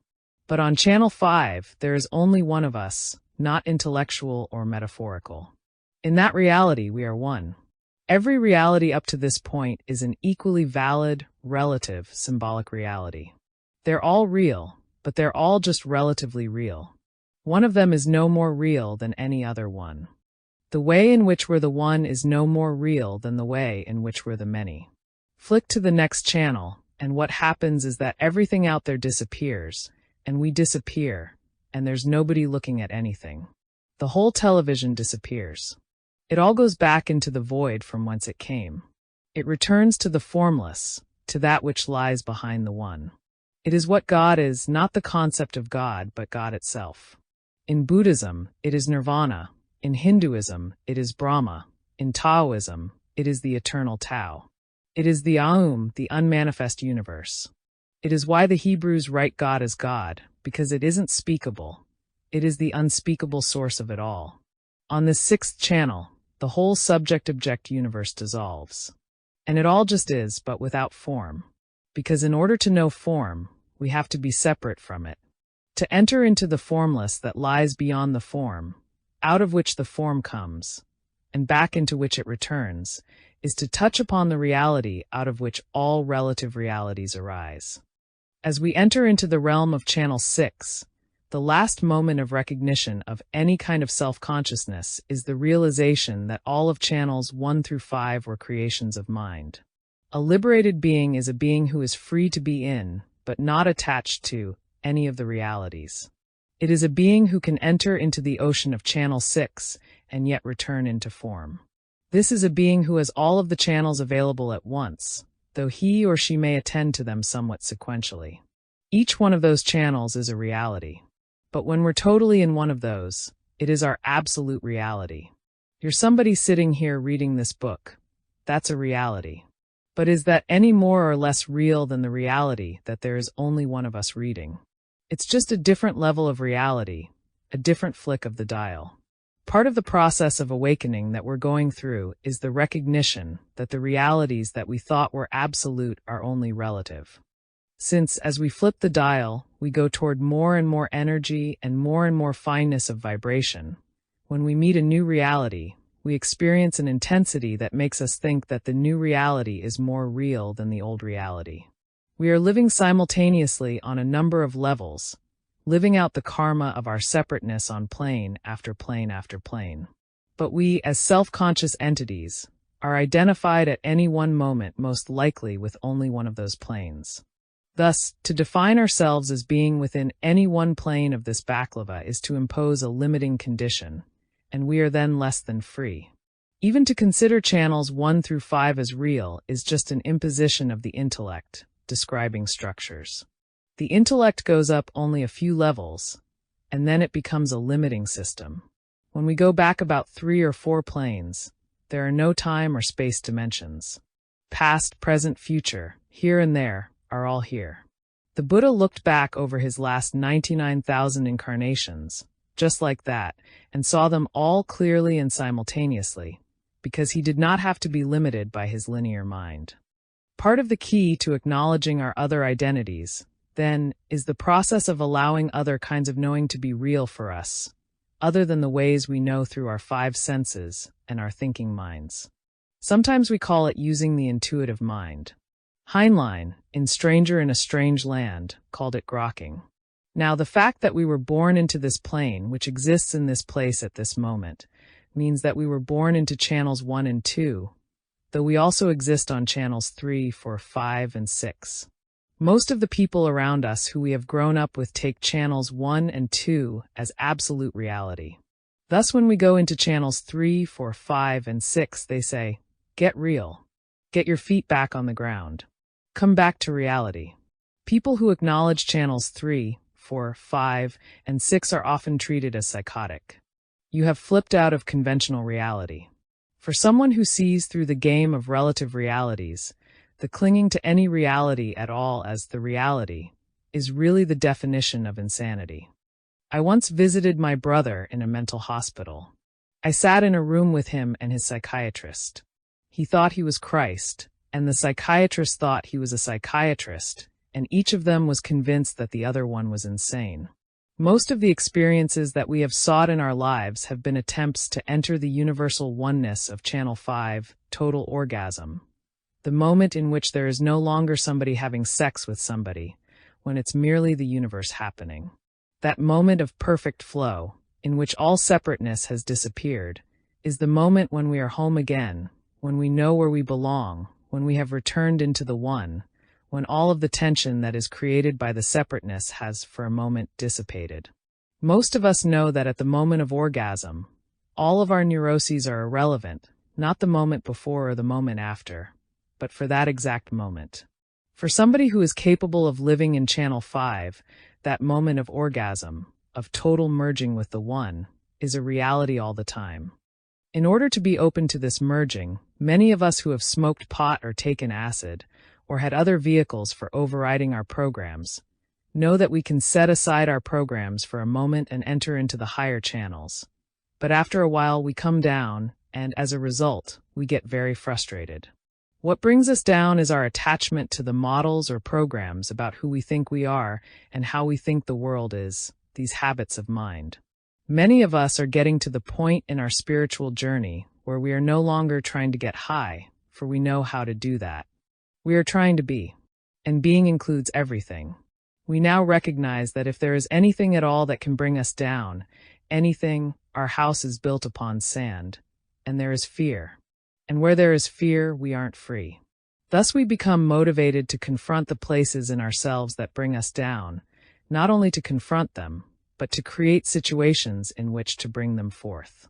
That's quite a turnaround from a mentality that says, I just want to get high. This new mentality says, I want to get done. I want to be liberated in this very birth. I've seen how it could be.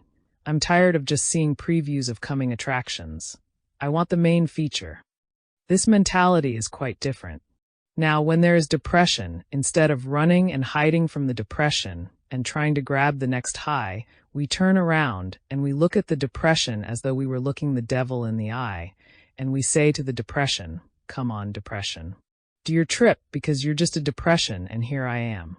We can do this because we are just a little bit connected to Channel 4, which lies beyond Channel 2, and the psychological channel is where depressions are.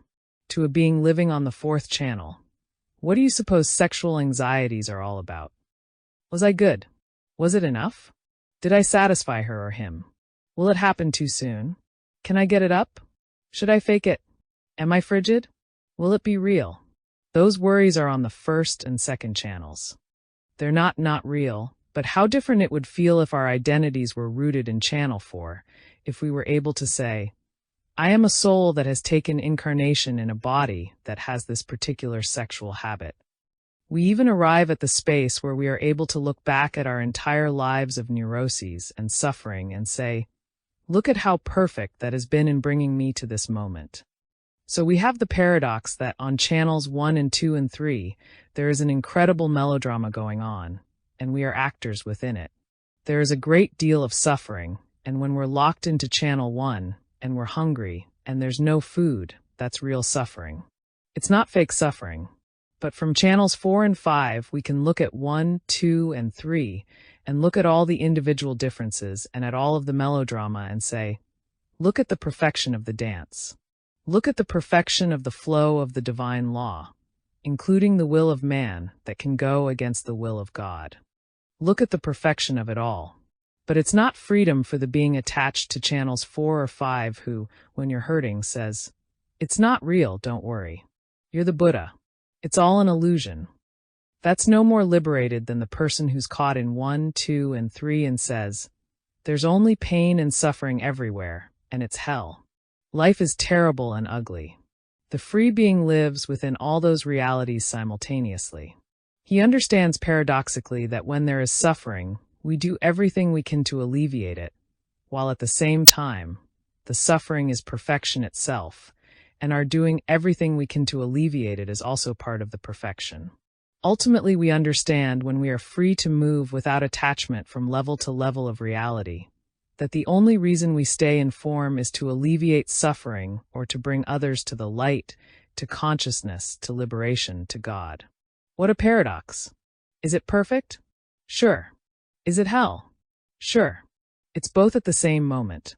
For many of us, our spiritual model was the good life. Good men, a life consciously lived, simple, righteous, not ripping off people or the environment, socially conscious, keeping our scene straight, and being a person of peace, not lost in our frustrations, in violence, in anger, in lust. That's pretty good. To have found that level in this society puts us already in the tiny part of 1%. But even when we get all of that together, there's something in us that's yearning, because no matter how subtly beautiful our models are, they still define us within worldly concepts. But in truth, though we live in this world, we are not solely of this world.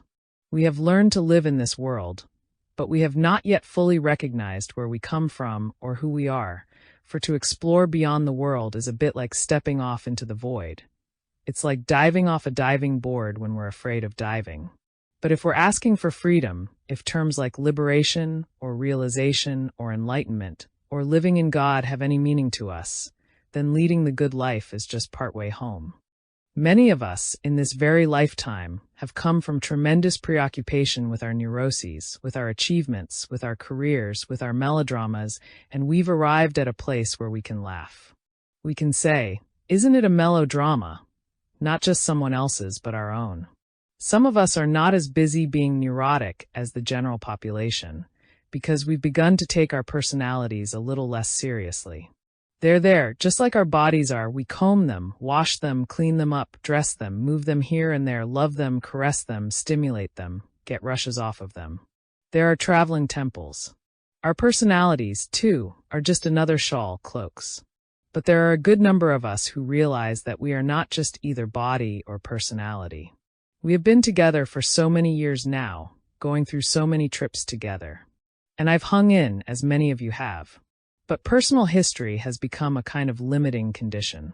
Now I'd rather just talk about how it is when you are free to play with God for the rest of your life. But still some things need to be said. I'd like to just play out his story a little bit. In 1970, I had been back from India about 3 years. Be Here Now was just about to come out, and I was pretty freaked by how much I was lost in the world.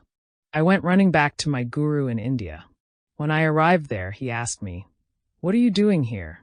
And I said, "Well, I'm not pure enough to do whatever it is I am supposed to be doing. I don't even know what it is, but I'm not pure enough to do it."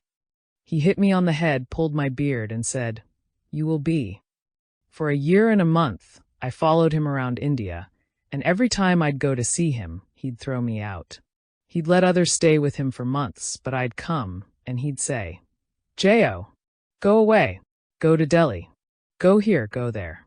I had many adventures, and each time I'd come back and I'd say, "Maharaji, you promised you'd make me pure enough." And he'd just laugh or say, "You will be." Finally, I was being thrown out of India by the Indian government because of visa problems. Let me explain that when I got to India that time, Maharaji said, "How long do you want to stay?" I said, "I don't know. I want to stay forever." Which wasn't true. You can only take so much dysentery. But I thought I should say it. And he said, "How about March?" This was February. I said, "You mean a month?" Maharaji said, "All right, a year from March."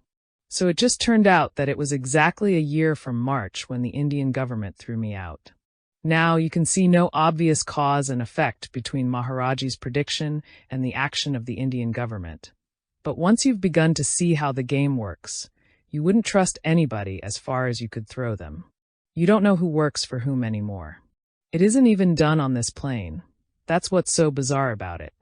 As the Indian government was about to throw me out, I said, "Maharaji, you promised." I assumed that when I was pure enough, I would feel pure. I didn't know what it was going to feel like, but I knew it would feel different than the way I was feeling. So he said, "Here, eat this mango." Well, I've read a lot of holy books, so I figured, this is the mango. I took it into the bathroom, so I wouldn't have to share it with anybody. I didn't know whether to plant the seed so that I could have more, or whether this would be enough. I ate the mango, and nothing happened. It was just a good mango. Then I was leaving for America, and he said, I would never let Ram Dass do anything wrong in America. I figured, okay, I'll hold him to it. So I came back to America and started to do my thing some more. And slowly the pulls of the world started to get at me. It had been easy to be very focused on God sitting in a temple in India, particularly that year. There had been a fire ceremony. At the end of the 9-day ceremony, you take whatever you want to get rid of, put it in a coconut, and throw it into the fire. I wanted to get rid of my lust. After all, I was 40 years old at that point. Enough already. It had been my total preoccupation for 30 years. If I hadn't had enough by then, there obviously wasn't enough, so I decided to give it up. So I gave it to the fire. The next day was the Ram Lila. They were going to burn a huge straw effigy of Ravana. Ravana's the bad guy in the Ramayana. He was a huge ego and had 10 heads, all filled with desire. You could throw into the effigy whatever within you was Ravana-like.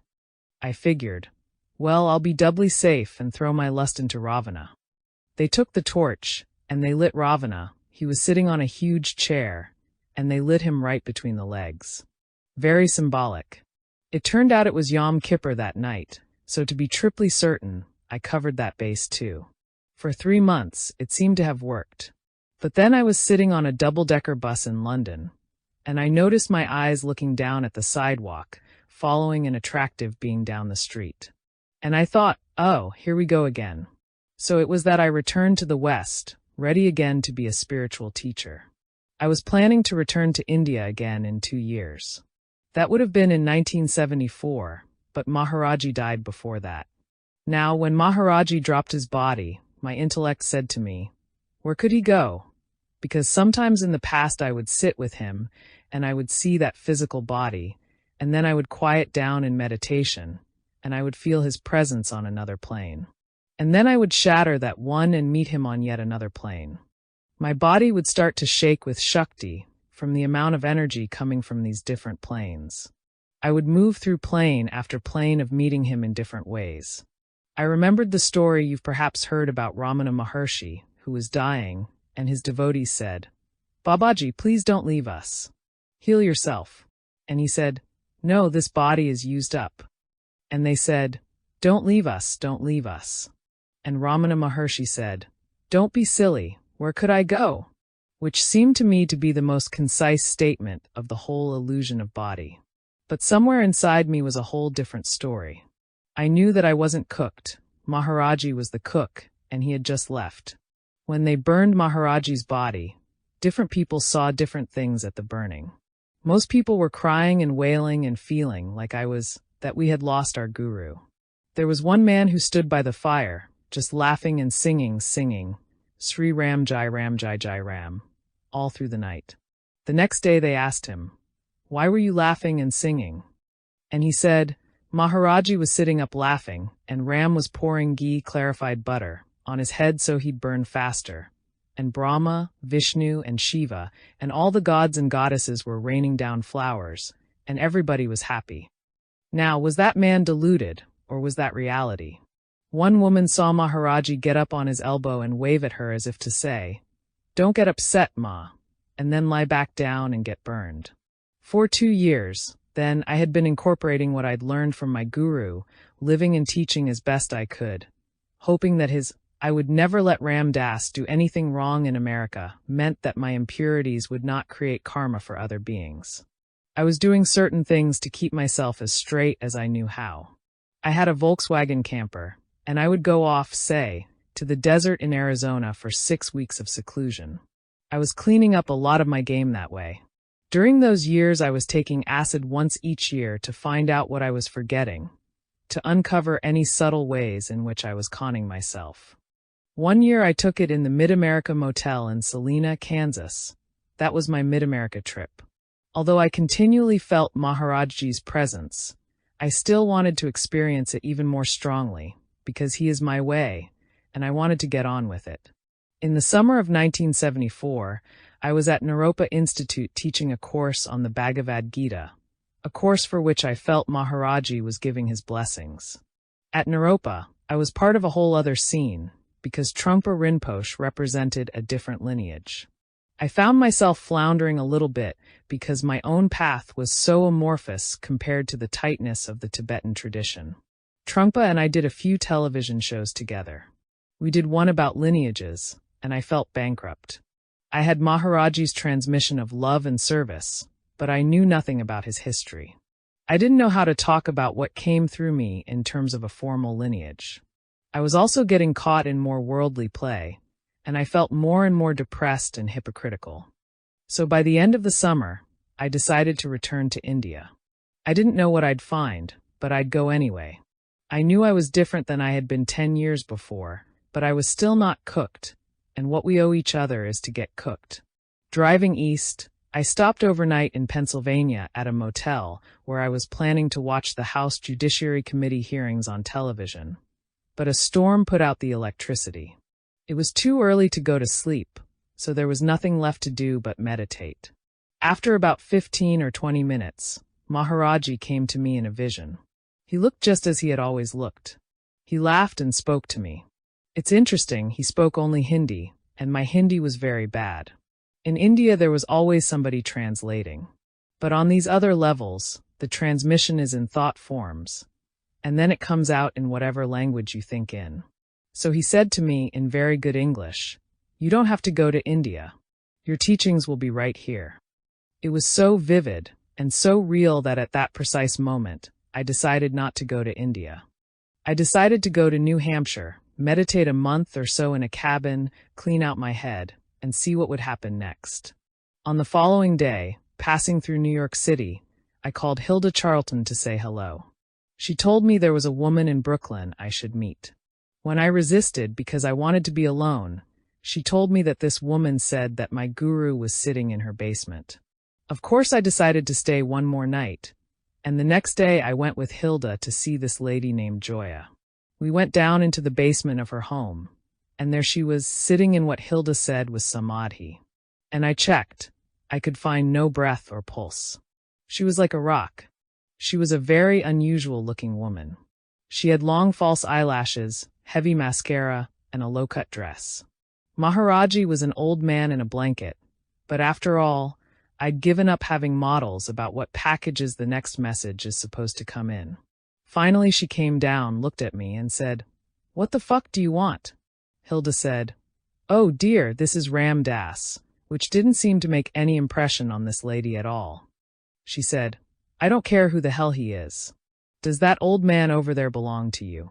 I looked, and there was a blanket with nothing on it. So I said, "I don't know." She said, "He's bugging me.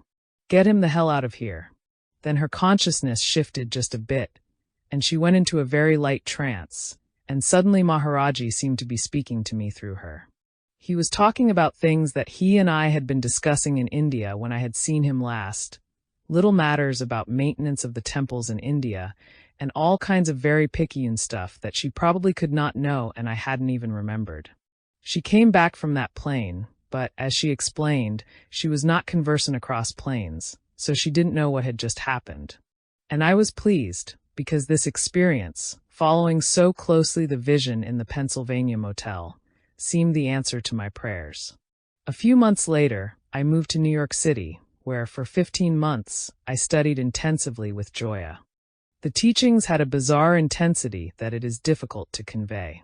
From 5 a.m. until 1 or 2 a.m. each day, it was like being caught in a tornado or tossed in a giant clothes dryer. One had to either get out or give up. Surrender was ordained an absolute necessity to experience the higher teachings of this quite unusual teacher. Surrender and devotion were methods I had opened my heart to through the teachings of my guru. So this process was just a deeper letting go, a letting go of even my resistance to much of what seemed to go against common sense. At this time, I also received ghastly reports from various of Joya's closest followers that my resistance was causing Joya bleeding and intense psychic pain. There was no alternative but to suspend all judgment and surrender into these teachings, to simply allow the teaching to come through and burn away all my preconceptions of what a teacher should be or how a teaching should be conveyed. And I let go into what I deeply believed to be a pure transmission. And as I surrendered ever more deeply to those teachings, I stated publicly that, as Joya had professed, she was an enlightened being, a statement that I came to regret. The intensity of the confrontation, often 20 hours a day, forced my subtle ego defenses to the surface. And Joya, in a Kali-esque way, pounced on these impurities and magnified them until I had to let go or get out. I let go of these impurities as fast as I could, and I hung in as best I was able. This was just the fire of purification that my chronic case of unworthiness was seeking.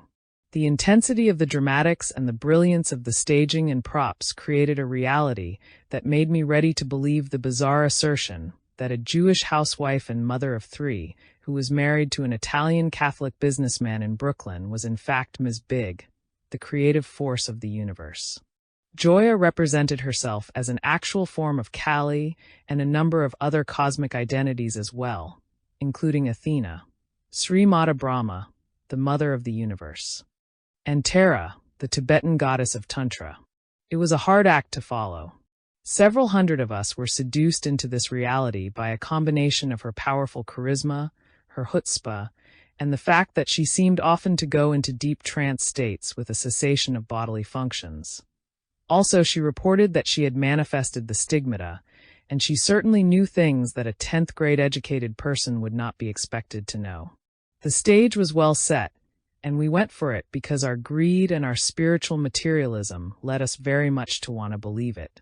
In the beginning, Joya spent much time in trance states, in which she apparently functioned as a medium.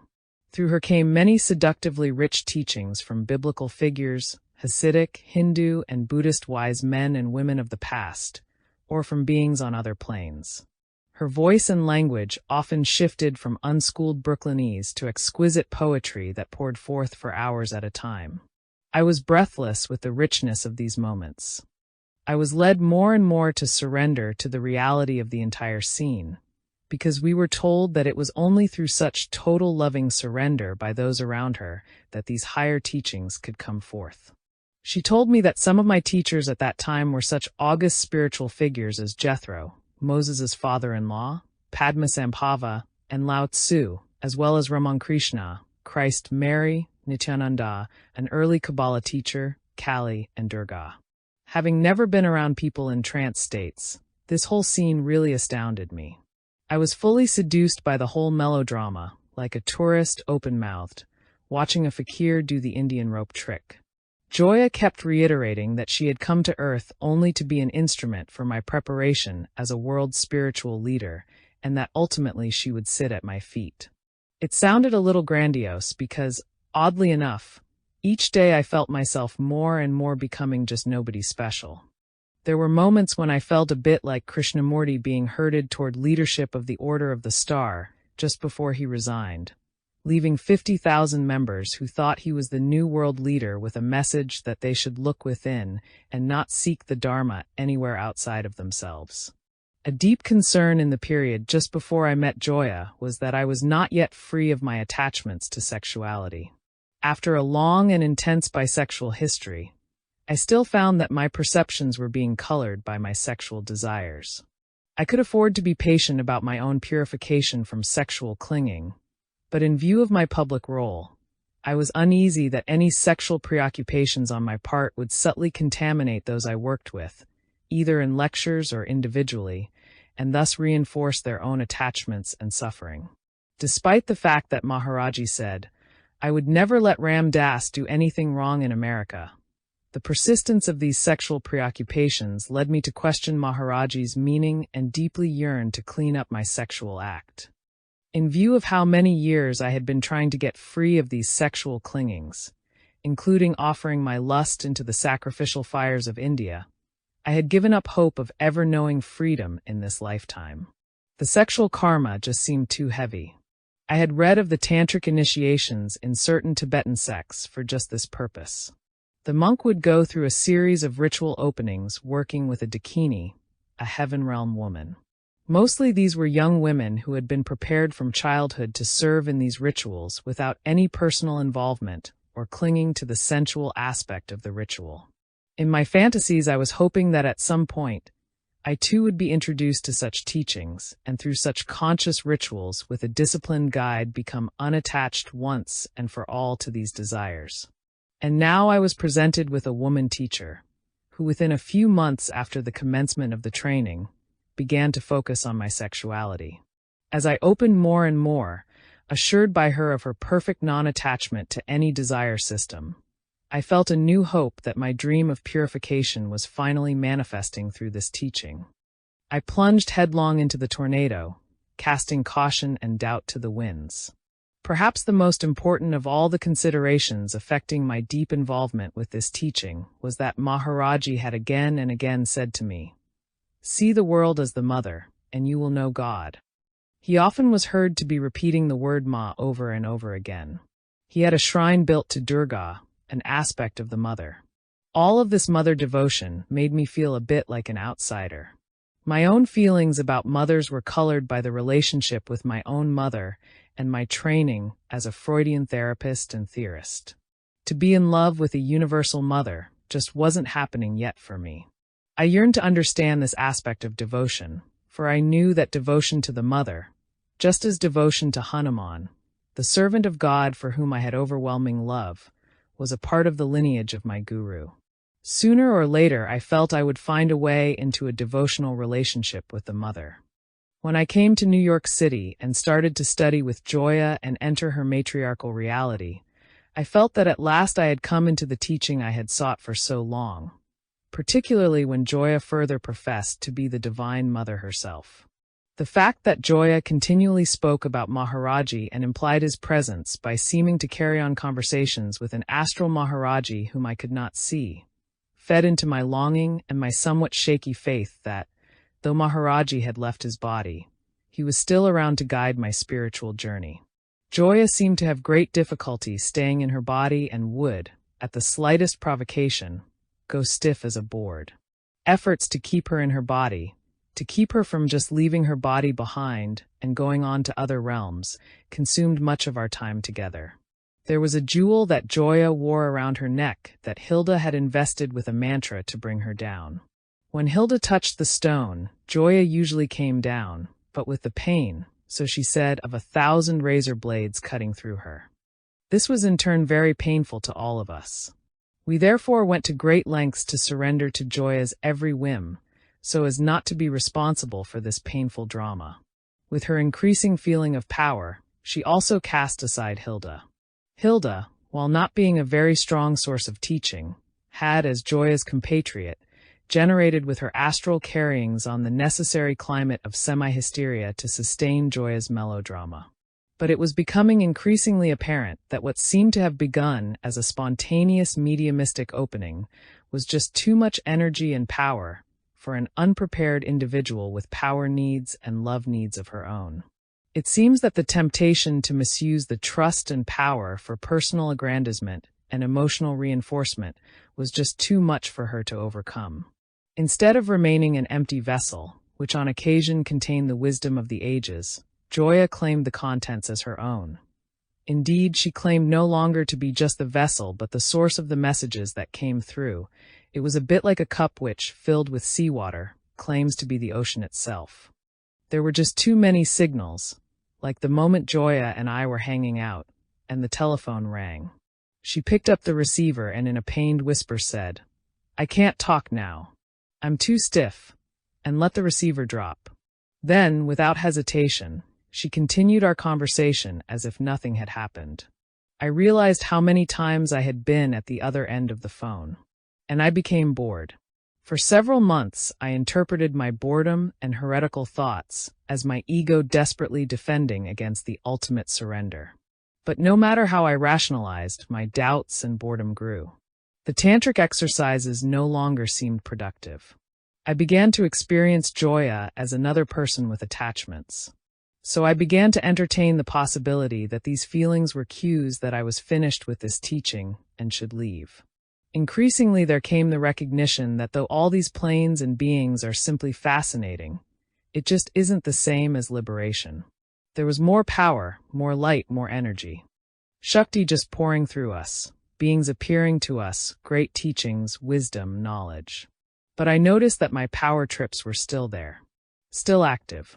I watched myself think, boy, I waited a long time for this. And then there's another plane and another. But it's just another space, and attachment to that space is just more suffering. As the sixth Zen patriarch reiterates, develop a mind which clings to naught. All these planes are listed in the Yoga Sutras. But they're all just stuff. They are interesting and useful to loosen our hold on this plane, and to transmute, and to burn out stuff. But ultimately it's just more stuff, because experiences in meditation and Shakti experiences, just like experiences on acid, ultimately must be let go of. If we can give it all up, then we just finish with the karma. Then we can go beyond polarity, beyond pleasure and pain, and awaken out of the illusion of our separateness. And we begin to understand that we have taken birth in order to go through a series of experiences until we transcend the dualism of experiencer and experience. We reside in being, not becoming, until we can be, rather than just know the teachings so that we are the teachings. By the end of this period, I felt I had finished my work with Joya and many of the beings who taught through her. It just wasn't what I needed anymore. It was like trying to find out how many angels can fit on the head of a pin. Finally, the only thing you can do is become an angel and see how many of your friends can hang out on the pin with you. My doubts grew faster than I could consume them. Joya had changed a great deal in the year. She came to resent having beings speak through her and refused to serve as a medium. Thus, while she still had great Shakti and charisma, her lectures became merely the reflections of the culture in which she had grown up, sprinkled with spiritual homilies. As the reality crumbled, I began to see the painful backstage life of the actors, and I attempted to bow out as gracefully and as lovingly as possible. Maharaji had warned us that no matter what we did, we should never put another person out of our heart. I waited until my love was strong, but when I tried to leave, it was very difficult, and it became apparent that I was involved in a system that had no escape clause. I had to push against the system, though there was very little support for such action. And I began to see the similarity between what I was experiencing and the stories I had heard about other movements, such as the Rev Moons group, the so-called Jesus freaks, and the Krishna consciousness scene. Each seemed a total reality that turned involvement into a commitment that disallowed change. My leaving Joya was part of a large exodus of disillusioned followers, including some who had served in her home. As the refugees who left the front lines exchanged stories, a tapestry of falsehood and misuse of the truth started to unravel. It seemed that her incredible energies came not solely from spiritual sources, but were also enhanced by energizing pills. Her closest confidants now confessed many times they were ordered to call me to report terrible crises they knew to be untrue. They complied because Joya had convinced them that it was for my own good. Such stories of deception came thick and fast. I had been had. Some of what I had said in lectures or articles about Joya's teachings were just not true. I came away with egg on my beard. But of more significance than my embarrassment was the issue of truth. In a sense, I found myself in a position not unlike that of Mahatma Gandhi when, having initiated a large protest march in which many thousands were involved, called his lieutenants after the first day's march and canceled the protest. They objected strongly, saying that after all this work and effort, he couldn't do this. He answered, "My commitment is to truth, not consistency." I was confronted with the dilemma of how to communicate to the many who had put their deepest trust in me, in much the same manner I had put my deep trust in Joya, and how not to let them down in the same manner that I had been so disappointed. These teachings had their positive side. Many people underwent incredibly deep experiences regarding who they really were during an intense sadhana, which they may not have undertaken without that illusion to draw out the energy and commitment needed to do the work that each must do for himself. Through these teachings and the leaving of them, many of us gained more strength and compassion, greater openness, and a deeper ability to allow the moment to be as it is. For all of this, I am deeply grateful. However, while I and others profited from these teachings, not everybody did. Some seem to have been hurt and came away from her teaching with despair, cynicism, and paranoia. The question arises whether there is reason to fear taking teachings, because a teacher might not be coming from the purest place. I think we need not fear this, for often students can progress very far. Indeed, their purification may be greater than their teachers, because their intention is purer. I got my comeuppance because of my own spiritual materialism. If our longing for God is pure, that will be our strength. Then, though we may get lost for a time, eventually our inner heart will hear what to do, and all the impurities in our world will just become grist for the mill. Chapter 7, Lineage. I struggled for a number of years to be a pure eclectic, that is, to be true to each tradition as I was studying it, and yet to be strong enough to be able to hold them all within myself, to contain them all. But what I had to do, which most of you have had to do, was to compartmentalize myself into a series of conceptual groupings, so that when you are with the Buddhists, you are Buddha-like. When you are with the Sufis, you are Sufi-like. When you're with the Hindus, you're Hindu-like. When you're with the Christians, you're Christian-like. When you're with the Hasids, you're Hasid-like. Years ago, we had a retreat at a Benedictine monastery, and there was a gathering of the big boys. There was Swami Satchidananda, Alan Watts, Sasaki Roshi, Brother David, Pir Vilayat Khan, and on and on and on. We each got a chance to do our specialty, and everybody participated. At 4 a.m., I was sitting next to Swami Satchidananda, and we were doing zazen. We were working on a koan. How do you know your Buddha nature through the sound of a cricket? Then we were to go in properly with the 3 bows and the kneeling and the whole ritual to see the Rashi. He sat there with a bell and a stick. It was the first time I had done this. So all the time we were sitting there being empty, I was, of course, planning my answer, because I didn't want to make a fool of myself. This was a heavy league to be playing in, you know. So, how do you know your Buddha nature through the sound of a cricket? I thought and thought and thought, and finally hit on one that I thought would be perfectly appropriate. I came in and Sasaki Roshi said, "Ah, doctor, how do you know your Buddha nature through the sound of a cricket?" I cupped my hand to my ear like Milarepa listening to the sounds of the universe. I figured I'm a Jewish Hindu in a Catholic monastery, so I'll give him a Tibetan answer to a Japanese koan. I was really just delighted with my own cuteness. And he looked at me and rang his bell and said, 60%. And at that moment, he absolutely had me. He caught me perfectly in my middle-class achievement-oriented identity. We both laughed. Those moments of connectedness, such as with Sasaki Roshi, on more than one plane simultaneously are very precious. When we meet another human being both in form and out of form, when we are dancing with them, and yet we are free of attachment to the roles in the dance. I had a moment like that with Swami Muktananda when he gave me a mantra, and in an inner room of his temple, the mantra took me up to an astral plane, where I met him again. I looked into his eyes, and when I did, I started to go up and to fly. As I was flying, I started to lose my balance and went to straighten myself out, and was immediately brought back to the cave in his temple in which I was meditating. I came staggering out of the cave, just having returned to earth, and met him out in the hallway, and he said to me through his interpreter, "How did you like flying?" He looked at me with a twinkle, which was the twinkle of, "You and I just met there. And yet we're here, and we're together at all of these places simultaneously." There was that the delight of that moment. Alan Watts was a person very much into that space of sharing 2 planes simultaneously, of that kind of delight, as was Carl Jung, it seemed, who would go up and out into these other realms, these other planes of reality. But when he returned, he said something like, "I was always so happy to get back to my family and to Earth, to my home from these other states." But that's not total freedom, for to be enlightened means you don't cling anywhere, not to this or to that. With most of the beings with whom I've had this moment, we could have only a moment.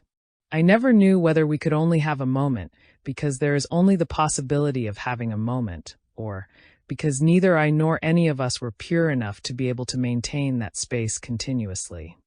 The only person who was always there, though I have never been consistently able to locate him in a time-space fix, was Maharaji, because no matter where I looked, he was and he wasn't. No matter how high I went, he was always sitting there. No matter where I go, I feel him always present. Now, that could be an opening of my heart specifically to him. Or it could be something else, something about him and his own freedom. At the beginning of the journey, we are very eclectic. That's what Be Here Now is. It's very eclectic. A little of this and a little of that, a Buddhist meditation to quiet the mind, some Sufi dancing to open the body and heart, some Tai Chi when the body's not balanced, some massage to loosen it all up, a mantra as a centering device, many methods to choose from the spiritual smorgasbord. But there comes a point where the inner pull starts to draw us in the direction of one lineage or another. These could also be called ways or aspects of God. They all go to God, but they all come through slightly different routes. There are dharmic paths. So for one, the route that would be optimal in this life is to marry and have children and be a householder, coming to God through service in that domain. For another person, that is an adharmic path, it would take them away from God. We cannot conclude that there is any route that is in and of itself the perfect route for each of us. There is a route, however, and part of the process of tuning is listening to hear how it all is for us. And what we tune to ultimately is the vehicle through which we can sufficiently surrender. An example of a particular lineage is worship of the Mother. You can see the entire universe of forms, all form, as the Mother. We are all part of the Mother. The Mother has many faces, the Virgin Mary, Durga, Lakshmi, Kali. Some are wrathful, some are tender. Some of us are involved in seeing nature as the Mother, that is Mother Nature. But if we expand it outward, all forms become the Mother, and we end up with the interesting choice of either seeing the world as the Mother or covering the Mother with the world. That is, we get caught in her illusion or Maya, and we don't see the divinity that underlies the stuff of life. If we cover the Mother with the world, we get lost in the world, and a car is just a car. A television set is a television set, anger is anger, doubt is doubt, and a mother and a father are a mother and a father. If we see behind the world to the Mother, every experience that we have in this lifetime is another aspect or face or quality or tone or movement of the Mother. And in this reality, we as seekers are relating to the universe as the Mother, constantly learning to love, feed from, interact with, and finally merge with the Mother. Kali is an aspect of the Divine Mother. But what a mother to have. She's really gruesome. She scares the hell out of most of us. You know why she scares us? Because we want to hold on to who we think we are. She's the fire of purification. She's going to take every single solitary bit of our stash, and what will be left are just pure souls floating up into the One. The minute we're no longer attached to our separateness, to our individual differences, to having the universe the way we think it ought to be, suddenly we don't see the form of Kali. We look right through that One and we see Durga, the golden goddess. Now, Kali will come after you if you ask her to. If you don't ask her, she won't bother you at all. But if you ask her, she'll confront you with all the uglies, and then consume your reactions. But if you try to hold on to your reactions, then you're in for it. That's phony holy. If you, in truth, want to give them up, then say, "Here, Kali Ma, you take it." And how do we make an offering to Kali? The things that don't liberate us, we give up. What do we give up? Unworthiness. We don't need to analyze it. We just give it up. We give up guilt. Guilt isn't going to get us to God. We give up anger. It's not going to free us. Preoccupation with our own melodrama, we give up. Do we want to hold on to it, or do we want to get on with it? God waits patiently. We're the ones in a rush. We want to get on with it, so we give up what we cling to. It's very simple. That's when Maharaji said to me, "Ram Dass, you're angry?" And I answered simply, "Yes." I was very righteously angry. And he said, "Give it up." I hesitated, saying, "But..." And he said again, "Just give it up." He looked at me, and I saw who I would be when I had given it up. And it was beautiful. At first, when we have just started the spiritual journey, every time we are confronted with all the things we're afraid of, disasters or accidents, or we get mugged, or we get raped, or we lose our job, or something awful happens, we say, "Oh, get away from me. I want happiness. I want pleasure." I didn't know this was part of the bargain. But later on, as we become more conscious of where the journey is going, we say, "If this is what is coming down the pike, I'll work with it." That's the moment when we recognize that suffering can be seen as grace. And at that moment we become invulnerable, because what's anybody to do to us, the real us, anyway? We discover the way in which suffering is the fire of purification, that only when we are lost in our ego do we damn our suffering. When we are souls yearning to be free, we use our suffering, and we use our pleasure. We use it all to get to God, to get liberated. And we begin to notice that our suffering awakens us more than our pleasure. If we seek out pain, we are called masochists. So we don't seek it out because that wouldn't be honest on the psychological level of reality. But when it comes along, we work with it. Cancer. As a being in a body, the temple of my soul for this incarnation, I will do my best to heal it, but I will work with the cancer whether I am healed or not, as a vehicle for awakening. A conscious being uses everything. Nothing goes down the disposal, including the moment of death, which can be the most profound moment of the incarnation for growth and awakening when we are ready to use it that way. When we don't get so lost in our melodramas, we stop creating more karma for ourselves. Letting go is the act of purification. So all the stuff Buddhists call the 5 hindrances or the 10 fetters, anger, sloth and torpor, agitation, ill will, greed, lust, all those obvious ones, and all those subtle ones like attachment to fine material plane things like astral entities, we finally get so greedy to get done that we just want to get rid of the stuff. Instead of spending years analyzing it or therapizing it, like playing with our feces, we just want to get done, we just want to give it all up. My own lineage is reflected in the name Ram Dass, which means servant of God. It's a path of devotion to God Guru, and the expression of that devotion is through service to all beings. Mother Teresa reflected this lineage when she spoke of serving the lepers in the streets of Calcutta as serving Christ in all his distressing disguises. The figure in Hinduism most closely associated with this lineage is Hanuman, the monkey god, who is totally one-pointed in his devotional service to Ram God. Hanuman has great powers through his love of Ram, and in the Ramayana, we learn how he uses these powers to help others regain their health, their faith, their rightful place in the harmony of things, and their connection to God. This spiritual path that Hanuman represents is also called karma yoga and has much subtlety to it. For example, when Ram asks Hanuman, "Who are you, Hanuman?" Hanuman answers, "When I don't know who I am, I serve you. When I know who I am you." For me, my guru, Neem Karoli Baba Maharaji, is Hanuman and is Ram. Ramana Maharshi said that God, Guru, and the true self are one and the same. I experienced that through my ever-deepening intimacy and love for Maharaji. Despite the fact that he left his physical body in 1973, I increasingly experience his grace, which seems to be freeing me from fear. I have described him and my relationship to him in over 1,000 stories in the book Miracle of Love. It continues to amaze and delight me how hundreds of readers who never met him when he was in his body have experienced, after reading that book, dreams and visions of him, and they feel such a strong sense of his presence that their spiritual journey is being guided by him. Since 1967, when I first asked Maharaji how to become enlightened, he has said at various times, "Love everyone, feed everyone, and serve everyone." These words have served as a guiding prescription for action in my life.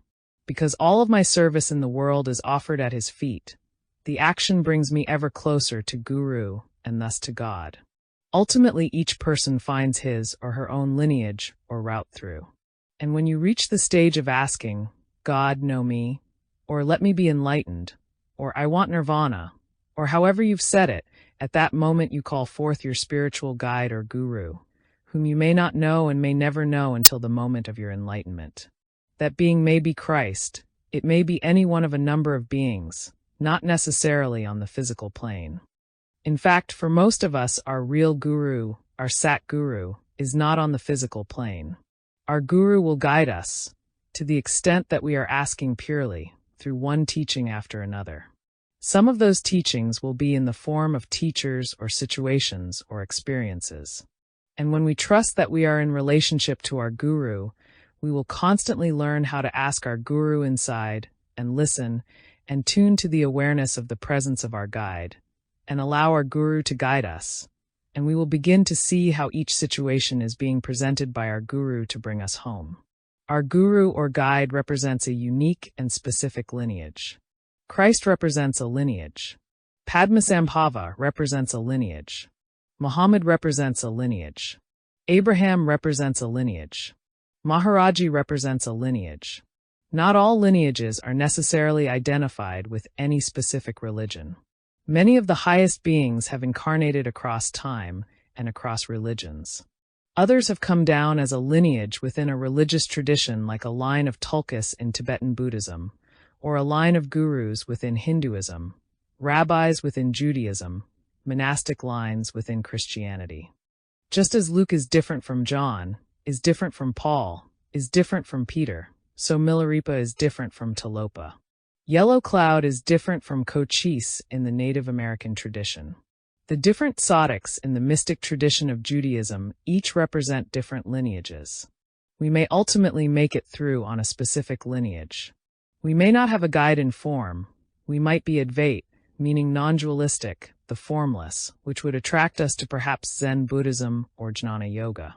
Ultimately, we start to fall into a lineage, not because it's the hip thing to do, not because our intellect tells us it's interesting, not because it's a nice community and we like the way they dress, but because that way pulls us and it's our way through.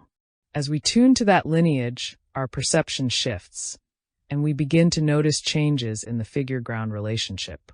We notice teachers we never noticed before. We notice people to be with we never noticed before. The whole process starts to narrow in perceptually, and we start to go directly on what the Theosophists call a ray coming from God. Even working devotionally with the concept of God is a ray, because merging into God takes you beyond the concept of God. But to know that all ways lead to the end does not nullify the requirement that, sooner or later, we will have to make some sort of commitment or other. A process of surrender is required, and we go through the lineage. A lineage that is pure is one that catapults us ultimately out the other end. It isn't designed to make us followers of the lineage. It is designed to take us through itself and free us at the other end. A less pure teaching of a lineage traps us in the lineage, makes us a Buddhist or a Christian or a Hindu, not a free being, because when the people who lead do not have the full connection, they cling to the vehicle rather than to the truth toward which the vehicle is directed, and vehicles, institutions, corrode unless they are constantly fed by the living spirit. And the living spirit comes only through beings who are it. We can become organizational groupies as part of our path, but if we know it's not enough, we must have the honesty to let it go. Ultimately, we will come out of a lineage at the other end and acknowledge that through the Sufi, through the Hebrew, through the Christian, through the Buddhist, through the Hindu, through the Zoroastrian, through lineage after lineage, have come beings who are the living spirit. Then, like Ramakrishna, we may put on each of the hats, not out of need, but out of acknowledgement, to appreciate the universality of ways. A perfected being is someone who is a statement of the culmination of all ways, even though the form in which he or she manifests may be a vehicle for the transmission of a certain lineage. Ramakrishna followed the path of devotion to the mother. But when he had completed his work, though he remained in the path of devotion to the mother, he was totally in the Advait, non-dual state. So at the beginning is eclecticism, at the end is universality, and in the middle is the lineage. Chapter 8, Guided Meditation. To be read aloud to a spiritual friend as a guided meditation. Sit straight so your head, neck, and chest are in a straight line. Start by focusing in your heart area, in the middle of your chest where the hridium, the spiritual heart, is located. With your mouth closed, breathe in and out of your chest, focusing on your heart as if you were breathing in and out through your heart. Breathe deeply. Imagine a substance, a golden mist that fills the air. With every breath, imagine you are pulling into yourself this golden substance. Fill with it. Let it pour through your entire body. Breathe in the energy of the universe. Breathe in the breath of God. Let it fill your whole body. Each time you breathe out all of the things in you that keep you from knowing your true self. Breathe out all of the separateness, all of the feelings of unworthiness, all the self-pity, all the attachment to your pain, whether it's physical or psychological. Breathe out anger and doubt and greed and lust and confusion. Breathe in God's breath, and breathe out all of the impediments that keep you from knowing God. Let the breath be the transformation. Now let the golden mist that has poured into your being focus in the middle of your chest. Let it take form as a tiny being, the size of a thumb, sitting on a lotus flower right in the middle of your heart. Notice its equanimity, the radiance that makes it bright with a light that comes from within. Use your imagination. And as you look upon this being, become aware that it is radiating light. See the light pouring out of its every pore. As you meditate upon it, experience the deep peace that is emanating from this being. Feel, as you look upon this being, that it is a being of great wisdom. It's sitting quietly, silently, perfectly poised. Feel its compassion and its love. Let yourself be filled with its love. Now slowly let that tiny being grow in size until it has filled your body so its head just fills the space of your head. Its torso, your torso. Its arms, your arms. Its legs, your legs. So that now in the skin of your body sits this being, a being of infinite wisdom, a being of the deepest compassion, a being who is bathed in bliss, self-effulgent bliss, a being of light, of perfect tranquility. Let this being in your skin begin to grow in size. Experience yourself growing until your head reaches the top of the ceiling and you are sitting beneath the floor, and all of the beings gathered within this room are within your body. All of the sounds, even the sound of my voice, are coming from inside you. Feel your vastness, your peace, your equanimity. Continue to grow. Your head goes up into the sky, blueness all about, until all of your town, your environment, is within you. Look inside and experience the human condition. See the loneliness, the joy, the caring, the violence, the paranoia, the love of a mother for her child, sickness, fear of death. See it all. Realize that it is all within you. Look upon it with compassion, with caring. At the same moment with equanimity, feel the light pouring through your being, inward and outward. Now grow still larger. Feel your vastness increasing until your head is among the planets, and you are sitting in the middle of this galaxy, the earth lying deep within your belly. All of humankind lies within you. Feel the turmoil and the longing. Feel the beauty. Sit in this universe, silent, huge, peaceful, compassionate, loving. Let all of the creations of human beings' minds be within you. Look upon them with compassion. Continue to grow until not only this galaxy but every galaxy is within you, until everything you can conceive of is within you. All of it inside you. You are the only one. Feel your aloneness, your silence, your peace. No other beings here. All of the planes of consciousness are within you. You are the Ancient One. Everything that ever was, is, or will be is part of the dance of your being. You are all of the universe, and so you have infinite wisdom. You appreciate all of the feelings of the universe, so you have infinite compassion. Let the boundaries of your being disintegrate now and merge yourself into that which is beyond form, and sit for a moment in the formless, beyond time and space, beyond compassion, beyond love, beyond God. Let it all be perfectly. Now very gently, very slowly, let the form of the boundaries of your vast being, the One, be reestablished. You are vast, you are silent, and all is within you. Come back from beyond the One and slowly come down in size, come down through the universes into this universe, until your head is once again among the planets and the earth is within you, until your head is once again in the heavens and the cities are within you. Come down in size until your head is at the top of this room. Stop here for a moment. From this place, look down into the room and find the being who you thought you were when you began this meditation. Look at that being, bringing to bear all of your love and compassion. See the journey of that being as it is living out this incarnation. See its plight, its fears, its doubts, its connection. See all the things it clings to that keep it from being free. See how close it is to knowing who it is. Look within that being and see the purity of its soul. At this moment, reach down from your vast height and very gently, very delicately, with your mind, place your hand very gently on the head of this being and bestow upon it your blessing, a blessing that in this very life, it may fully know itself. At this moment, you are that which blesses and that which is being blessed. Experience both simultaneously. Come down in size now until you are back into the body which you thought you were when you began. You are still flesh surrounding a being of radiance, of wisdom that comes from being that vast one, of the compassion that comes from being in tune with the truth, and of a love for all things. Feel the love and peace pouring out of you. Use the light that is coming through you now for transmitting that energy, that blessing, to all beings everywhere. Become a lighthouse and send peace and love to all those who suffer. Think of all the people for whom you have felt less than love. Look to their souls and surround them with light, with love and peace at this moment. Let go of the anger and the judgment, and then send the light of love and peace out to people who are ill, who are lonely, who are afraid, who have lost their way. Share your blessings, because only when you give can you continue to receive. And you will find that no matter how much you give, you will receive tenfold. As you go on this spiritual journey, you must accept the responsibility to share what you receive, for that is part of the harmony of God, that you become an instrument for the manifestation of the will of God.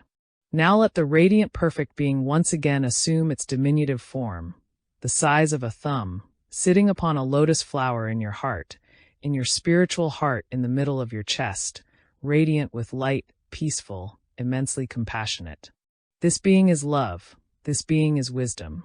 This is the inner guru. This is the being within you who always knows. This is the being whom you meet through your deeper and deeper intuition when you've gone beyond your mind. This is the being who is the flow of the universe, the tiny form of the entire universe that exists within you.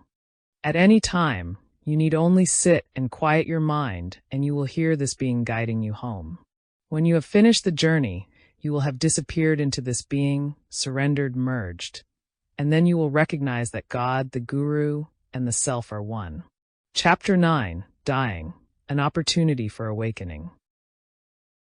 Some years ago, as my mother who was dying of cancer got closer to death, I spent quite a bit of time with her. Because I was starting to be into meditation and using psychedelics, I found that I was not particularly anxious about this death, even though my love was very strong. As I would sit in the hospital, often high on one chemical or another, I would watch the parade of people coming into my mother's room, the doctors, the nurses, my relatives, my father, all with a total bravado.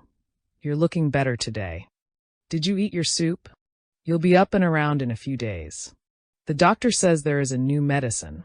Then they would go out in the hall and say, she won't last a week. I saw that she was surrounded by a ring of complete, well-meaning hypocrisy. But all I would do was sit next to her very quietly, and sometimes just hold her hand for long periods. One day in the darkening room about a week before she died, she said to me, I know I'm going to die. I wish I had jumped out a window when I had the strength to do it. Then she said, there's nobody else I can talk to about it but you. Until then, she and I had never had a conversation about any of this. She said, what do you think death is? I said, well, I don't know, but when I look at you, it's like I see somebody I love, a very dear friend, inside a building that's burning. I see the building being destroyed, but somehow, as you and I talk, you and I are still here. And I have the suspicion that even though the body is being consumed by this illness, not much is going to happen. We stayed there in the silence together, just holding hands, for many hours. It may be relevant to relate two things about the funeral. For 44 years, my mother and father on their anniversary had exchanged, along with gifts, one red rose that was a token of their love for one another. At the temple, the casket was covered with a blanket of roses. As the casket was wheeled out of the temple, it came by the first pew. In the first pew were seated my father, who at the time was a mid-60s, Boston Republican lawyer, ex-president of a railroad, and very conservative. My oldest brother, a stockbroker lawyer. My middle brother, also a lawyer, but one who was having spiritual experiences, me, and my sisters-in-law. As the coffin went by the first pew, one rose from the blanket of roses fell at the feet of my father. All of us in the pew looked at the rose. We all knew the story about the exchange of one rose, but of course nobody said anything. As we left the pew, my father picked up the rose and was holding it as we sat in the limousine. Finally, my brother said, she sent you a last message, and everybody in the car at that moment agreed. Everybody said, Yes, the emotions of the moment sanctioned an acceptance of a reality totally alien to at least 3 members of the group. Of course, then the question was, how would we preserve the rose? It turned out that my uncle knew someone who had a process where you could put a flower in a liquid and encase it in glass, and it would last forever. So the rose was put in this container and placed on the mantelpiece as the final material hold on my mother. A few years later, after a proper period of mourning, my father took a new wife, a very lovely woman. The process of preservation of the rose, however, hadn't been quite perfected, and the color had gone out of the rose into the water. So now it was a ball full of brackish water in which there was a dead flower. There was my mother's message sitting there. It was put in the back of the garage in a cabinet for memorabilia that we can't bear to part with. I'm sure you all have a place like that. The other part was that I took LSD to go to the funeral, and it was quite interesting because I experienced Mother and me hanging out watching the whole scene. She didn't seem particularly upset, nor was I. The family was seated on one side and the rest of the people on the other, so that they could watch the family mourn. I was at the end of the row. It was a sunny day, and there was golden light coming out of the casket. Mother and I were hanging out watching all the people who were thinking beautiful thoughts about her. I wanted to smile, but I realized that would be the final straw. Of course, he takes drugs. He smiles at his own mother's funeral. A smile is not currently an acceptable social response at the time of somebody's death. A few years later, prior to meeting Maharaji, I visited the city of Benares, also called Varanasi or Kashi. It is a very sacred city in India. At the time, I knew nothing about Hindu religion or mythology. On the streets in Benares were beings who were just at the point of death. Many were lepers. They would sit in long lines with their begging bowls around the burning ghat. The burning ghat is a platform that goes out into the Ganges River, where all day and all night, one entire caste of people just keeps the fires going in which bodies are cremated. When a person dies in the vicinity, the body is brought through the streets on a stretcher wrapped in cloth, either carried by chanting men or put in a bicycle rickshaw. When the body is taken from the home, it is taken with the head toward the home and the feet toward the Ganges. The recitation on the way is, Ram Nam Satya Hai, Satya Bol, Satya Hai. God's name is truth. Halfway to the ghat, a ceremony is performed, and the body is turned around so that the head is toward the Ganges, because its home is now beyond form. Each of the nearly dead beggars on the streets had attached to his loincloth a little bag, which I learned contained enough money for the wood needed for his funeral pyre. At that time the poverty in India deeply frightened me. Their predicament seemed so horrendous to me that I could hardly bear it. 5 months following, when I returned to Benares after having lived in a temple and having begun to understand what Benares was about, I walked through the streets and saw an entirely different scene. Because, as it turns out, Benares is one of the most sacred cities in India, and to die in Benares is the highest desire of the truly spiritual Hindu. It assures liberation. It's a way in which you consciously go toward your death. When you are on your funeral pyre being burned, Shiva, one of the forms of God, whispers the name of Ram, another form of God, in your ear, and you are liberated. So these beings who before had looked so pathetic to me were the ones who had made it. Out of all the millions of people in India, these were the ones who had gotten to Benares, who were going to die in Benares and be liberated. When I looked at them with this knowledge, what I saw on their faces as they looked at me was pity. They were looking at me with pity because I was this foreigner who would probably never die in Benares. I was just caught on the wheel of illusion and suffering, going on, while they had made it.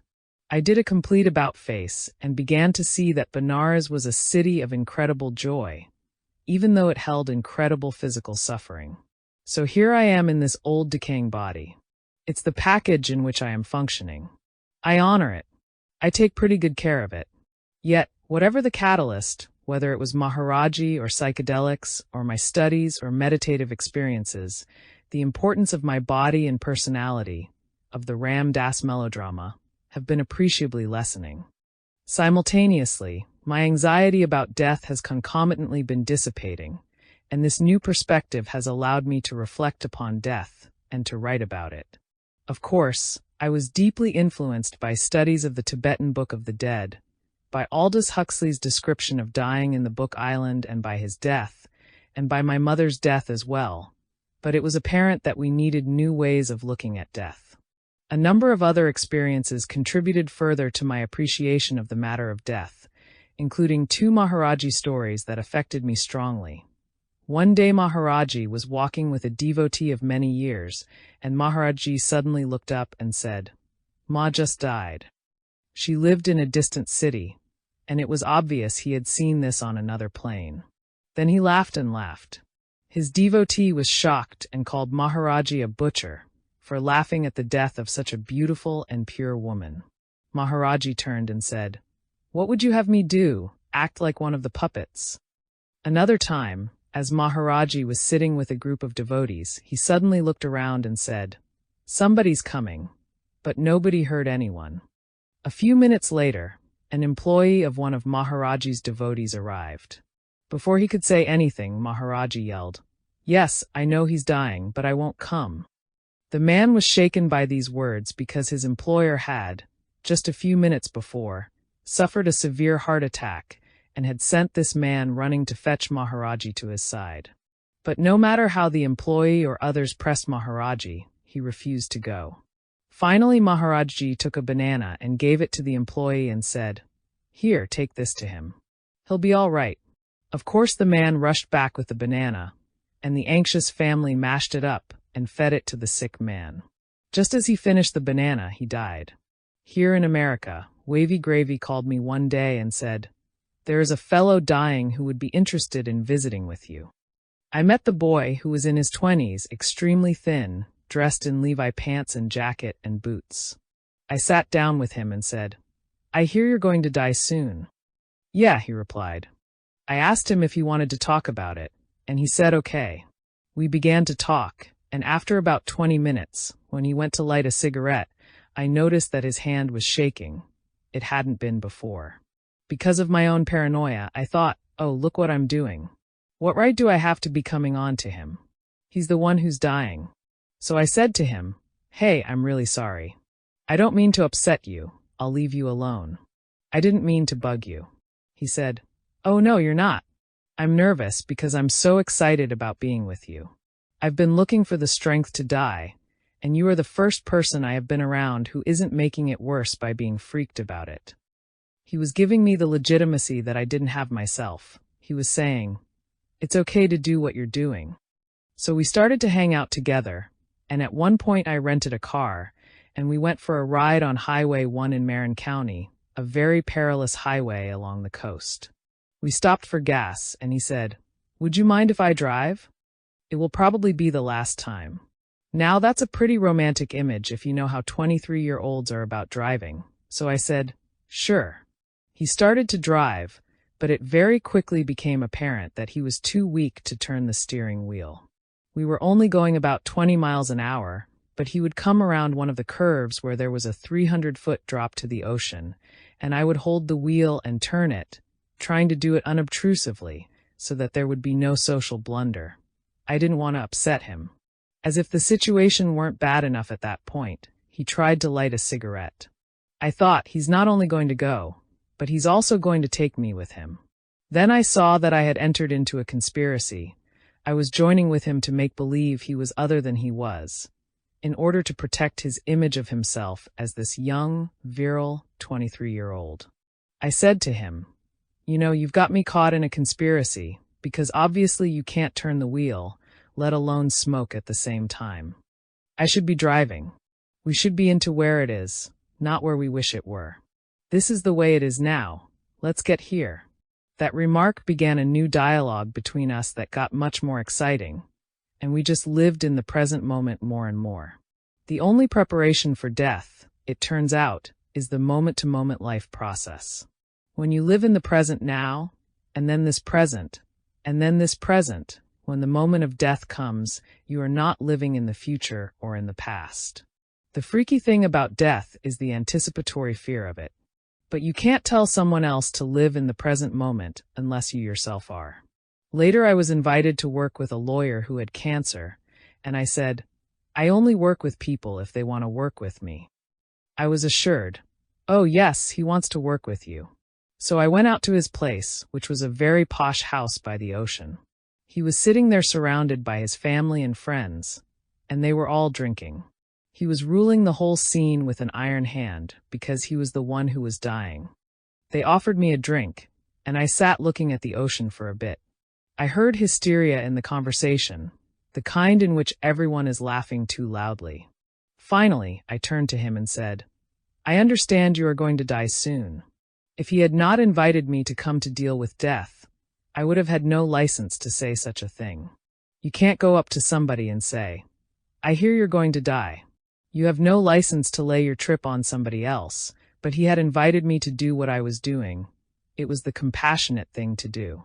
The whole place freaked. I had said the thing that nobody ever says, and it entirely changed the space. Then the family and friends, and he and I all got into a discussion of death, sitting by the ocean that beautiful day. We meditated on the ocean, and the whole thing started to take on the power of the immediacy and exquisiteness of the oceanic dying process. Somewhat later, a very dear friend was dying in Los Angeles, and I went to visit her. She was a very subtle, intellectual, liberal, sensitive person. The first time I saw her, she was at the stage where she was interested in death and wanted to talk about it. As I talked, I could hear that intellectual place in her that had not had any experience with reincarnation saying, I'll listen to it, but it's hogwash. I saw my words were just not doing it. The next time I went to visit her, she was so weak that all I could do was sit by her bedside. She was dying of cancer of the nervous system, and the pain was very severe in her lower abdomen and groin. While I was sitting there, she was literally writhing in pain, turning her head and rubbing her hands over her body. Her expression was one of intense pain. I was sitting next to her doing the Buddhist meditation on the decaying body. This is a formal meditation that one does on the stages of decay of the human body. I was just sitting there wide open, not closing my eyes and going off to some other place, just staying with it, noticing the pain, noticing the whole thing, letting my emotions flow but not clinging, not holding or getting into a judgment about it, just noticing the laws of the universe unfold, which is not easy to do with death because of our emotional attachment, especially with someone we personally love. As I sat there watching the pain and suffering, I started to experience a great, deep calm. The room became luminous. And at that moment, right in the midst of her writhing, she turned to me and whispered, I feel so peaceful. Though her body was writhing with pain, in this meditative environment, she had been able to move beyond the pain and experience deep peace. We, had created this vibrational space that we could be in together. She and I wouldn't have preferred to be in any other place in the universe at that moment. It was bliss. At a seminar on death and dying guided by Elizabeth Kubler-Ross, a 28-year-old nurse and mother of 4 was dying of cancer. She had been through 11 operations, and she asked those of us in attendance, how would you feel if you came into a hospital room to visit a 28-year-old mother dying of cancer? The answers called out from the audience included anger, frustration, pity, sadness, horror, and confusion. Then she asked us, how would you feel if you were that 28-year-old mother and everyone who came to visit felt those feelings? Suddenly it was apparent to all of us how we surround such a being with our reactions to death and forget that there is a being just like us in that body who needs to make straight contact with someone. It is not unlike the previous point made about the beautiful girl who nobody can relate to other than as a body. Eric Cast, who did work with LSD in terminal cancer patients, reported on a nurse who was dying of cancer. She took LSD, and it was reported in the World Medical News that she said, I know that I'm dying of this disease, but look at the beauty of the universe. Even though she was busy dying, she also, for a moment, transcended the dying to come into this other place. Some years ago, Deborah Matheson died in Mount Sinai Hospital in New York. Debbie was affiliated with the Zen Center in New York, and when she was dying, the brother monks and students decided that instead of meditating at the Zendo, they would come to her hospital room to meditate every night. The first night, the doctors arrived on their rounds and pushed open the door with their jovial, "How you doin' tonight?" There were all these beings in black sitting deep in meditation, and the doctors were taken aback. As the nights passed, the doctors would come into the room as if coming into a temple, which indeed it was, right in the middle of Mount Sinai Hospital. In the midst of the hospital, the temple of life, there it was, a temple to that which is beyond life and death. In Japan, when a person is dying, a screen is placed at the foot of the bed showing the pure land of the Buddha. He can focus on that screen, so that as death occurs, the last thoughts are about reaching out. It's like a railway ticket. It's the ticket that is going to take you through, and you can go out on it if you wish. These various experiences led me more and more to the idea of a center for dying. This was not original to me, but came from Aldous Huxley. It would be a place where people could come to die consciously, surrounded by other beings who were not freaked by death. I thought it should be near the mountains or the ocean, which obviously have eternality connected with them. Perhaps it would have bungalows, and a person could die there in whatever metaphor he or she wanted, as a Christian or a Jew or a Hindu or an atheist. Those coming to die consciously could die with as much or as little medical aid as they wanted. That would be up to them. While they couldn't ask the doctor to kill them, they needn't have their lives prolonged. What would be added, in addition to the priest and medical staff, would be a guide to help the individual remain conscious and in the present.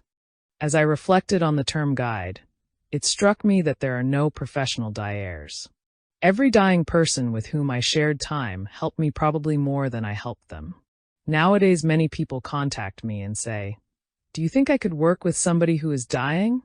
And I see that from each individual's point of view, in terms of his or her own growth, one of the most profound experiences any of us can have is to work with the dying process, whether our own or someone else's. It confronts us with a number of issues in ourselves that are important in our own spiritual growth and awakening. Thus, I conceive of the guide role as a training role. For, in truth, the guide and the dying person come together to use one another for their own work on themselves. It is a truly collaborative dance between two people. The abstract point of this is that we don't do anything to anybody else, anyway. Actually, people do things to themselves, and we are merely the environment in which they do it when they are ready. Thus, the guides must be at a certain stage of their own evolution in order to be environments for awakening through death. They must have a connection with planes of consciousness beyond time and space that lead them to have a philosophical foundation that allows them to be balanced and without panic in the face of death. They must view death not as an end point, but as a process of transformation. At the level where there is only one of us, it can get scary, because that's where we are confronted with the cessation of ourselves as separate entities. Spiritual practices such as meditation slowly help us to extricate ourselves from attachment to the levels of illusion of our separateness. Until we are free of that illusion and can merge into the ocean of existence without fear, everything we do subtly perpetuates the illusion of separateness. As long as we're attached to our separateness, we can't help but perpetuate fear, because there is a subtle fear in us of losing our separate identity. Because most of us have not fully realized our unity with the cosmos, we must continue to work on ourselves and also continue to serve our fellow sentient beings to relieve suffering. Yet how can we remove suffering when we ourselves still fear? It is a matter of degree. We do what we can for others and yet never stop working on ourselves, for we keep in mind that it is our consciousness that may help to liberate another. At one point, as I was about to seek funding for a center for dying, Stuart Brand of the Whole Earth Software Catalog and Coevolution Quarterly, who is also interested in this field, asked, "Why do you need a center? Why don't you just start with a telephone? Sort of dial-a-death. This would allow people to call and ask for help in dealing with their own death. Guides and other assistance would be provided them in their own homes or at hospitals or wherever. We want to bring death out of the hospital environment, as has happened with birth. Or at least, help to create hospital environments that enable you to die consciously." It was at this point that Stephen Levine, whom I had known as editor of The Oracle and a poet in the Haight-Ashbury during the mid-60s, reappeared in my life. We shared a commitment to meditation and an interest in working with dying. So Stephen and I began to teach together, and soon the Dying Project came into existence with Stephen at the helm. With his wife, Andrea, he tended a dying hotline in their home and started to lead retreats focused on working consciously and meditatively with death. Out of this work came a remarkable book, Who Dies?, followed soon after by Meetings at the Edge. In the early 80s, Dale Borglum joined the project and created the Dying Center in Santa Fe, New Mexico. Here, in a modest way, it was finally possible to explore the concrete manifestation of this dream of a group attempting to live consciously together around the process of dying. This particular experiment lasted about 5 years. Dale continues to run a much expanded program, the Living Dying Project in Marin County. As we bring death out from under wraps, as we are doing with birth, we become stronger people for our ability to live with the truth of nature. But compassionate use of truth requires discretion. In dealing with death, we must be prepared to speak the truth when someone asks us for truth. By the same token, we must remain silent when somebody is trying to deny his or her impending death. Before my father died, he spent a great deal of time worrying about death because he had gone beyond the actuarial chart point, although he was still quite healthy. In the early 1970s, when I gave seminars about dying out on the lawn of his home with a couple hundred people in attendance, he'd come out and listen for a few minutes and then go back in and watch the ball game. When I went in later, he'd say, "Had a big crowd today." He was just not going to hear it. I would have liked to be able to say to him, "Let me share with you something that will relieve your anxiety, because you're my father and I love you." But, in another sense, we were just two beings who happened to be in an incarnation this time around where he was my father and I was his son, and our approaches to life were very different. I used to bother him about it, but then I stopped. My compassion had ripened a bit, and I could just love him as he was, in his perfection.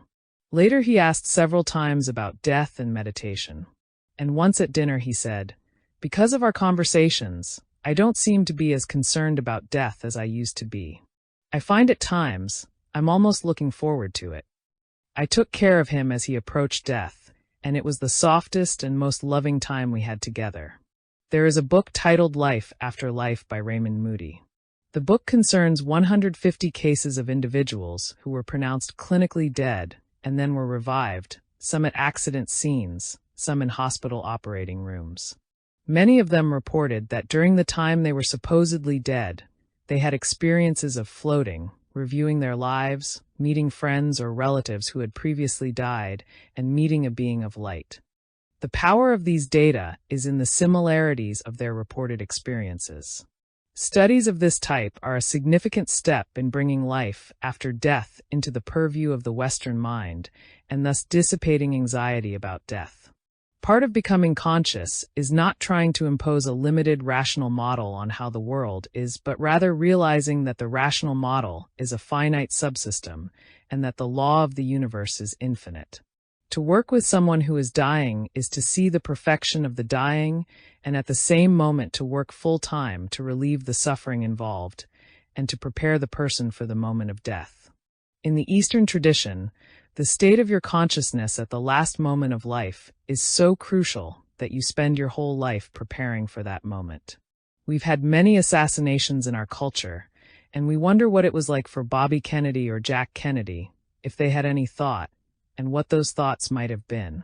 "Oh, I've been shot," or "he did it," or "goodbye," or "get him," or "forgive him." Mahatma Gandhi walked out into a garden to give a press conference when a gunman shot him 3 or 4 times. But as he was falling, the only thing that came out of his mouth was Ram, the name of God. He was ready. At the moment of death, if we let go lightly, we go out into the light, toward the one, toward God. The only thing that died, after all, was another set of thoughts of who we were this time around. Chapter 10, Freeing the Mind.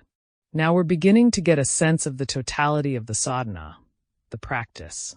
We are working with the heart to open a flow with forms in the universe, including thoughts and emotions.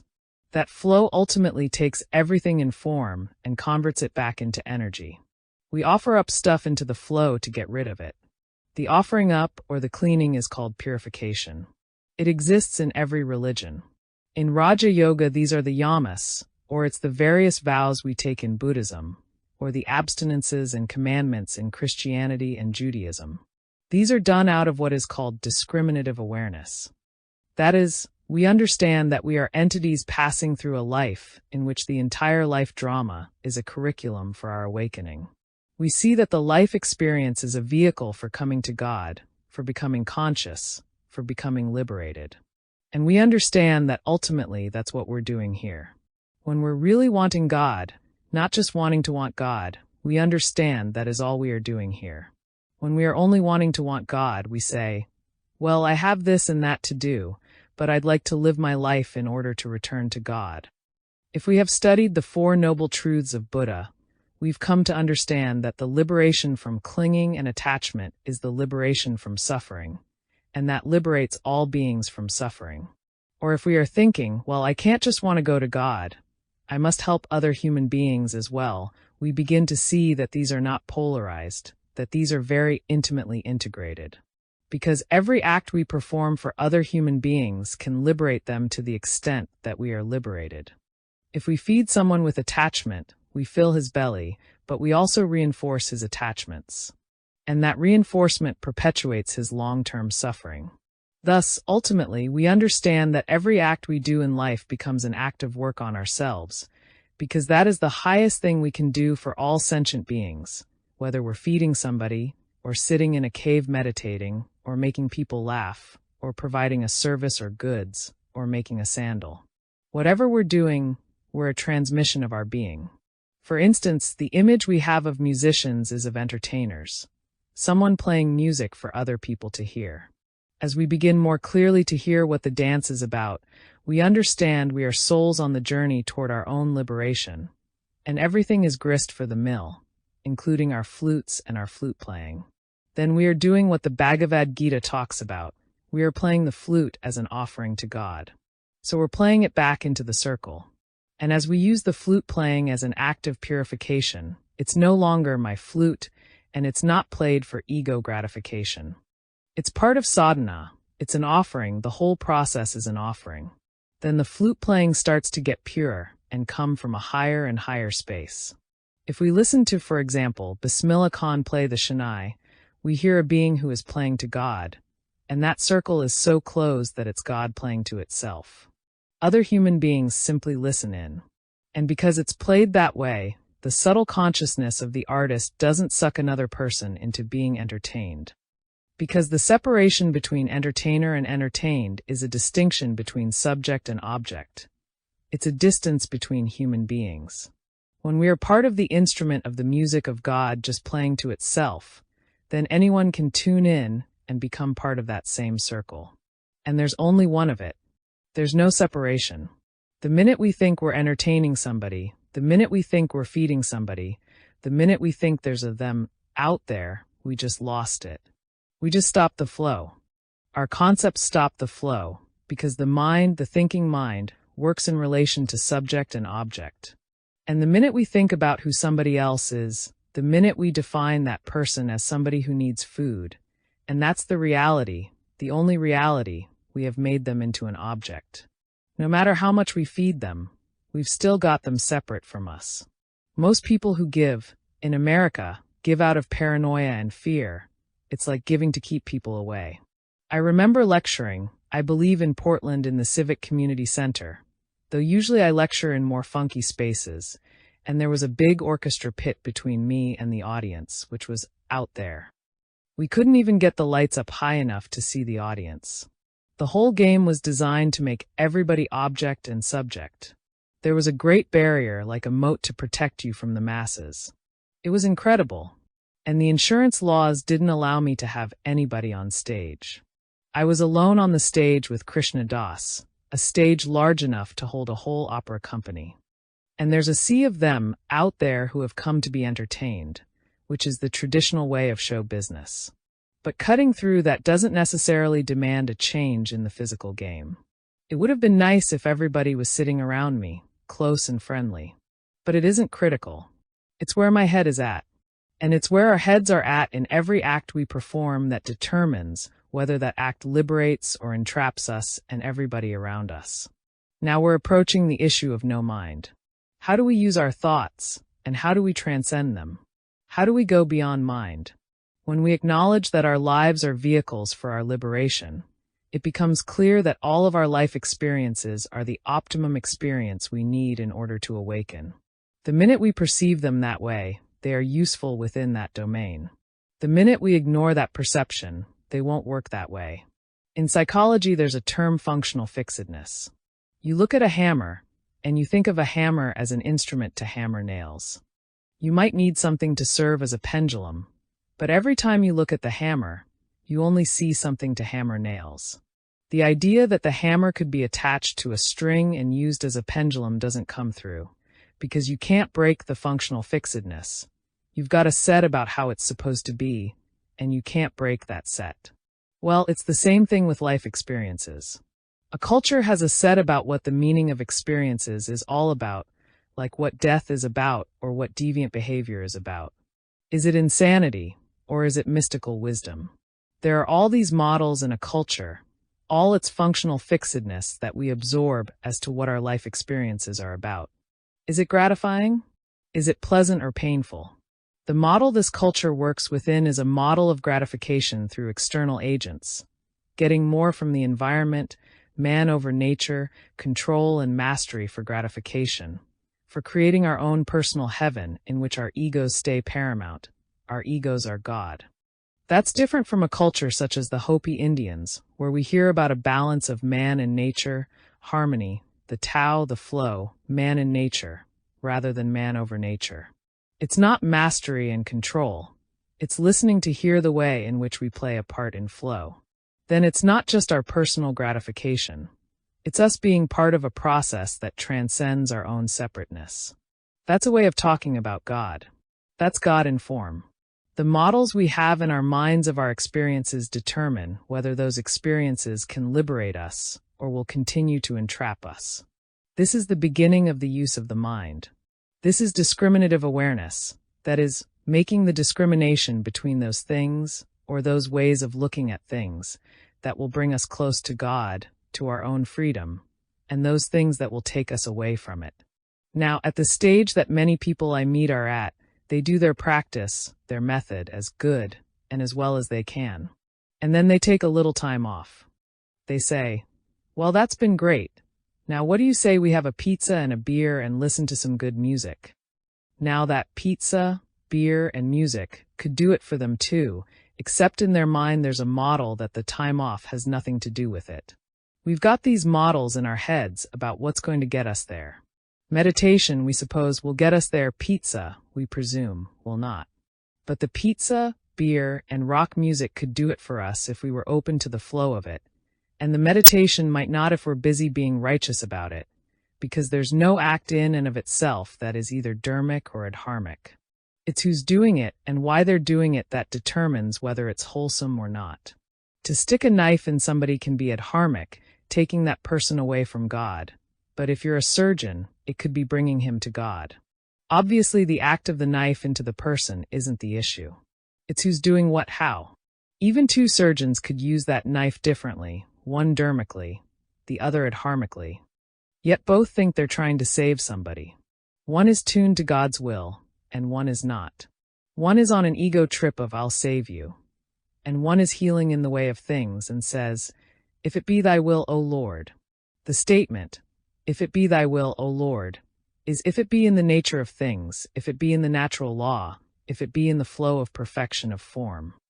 God, or the natural law, or the divine law, does not have to be judged by us. It has to be understood by us and heard by us and felt by us and heeded by us. So we ask ourselves, how do I use my every moment to get there? Not heavy tight. I've got to be careful. I might make a mistake. Light, dancing, trusting, quieting, flowing. It's got to be done with the flow of love and the quietness of mind. It's like the women in India who go to the well and come back with jugs full of water on their heads. They're talking and gossiping as they walk, but they never forget the jugs of water on their heads.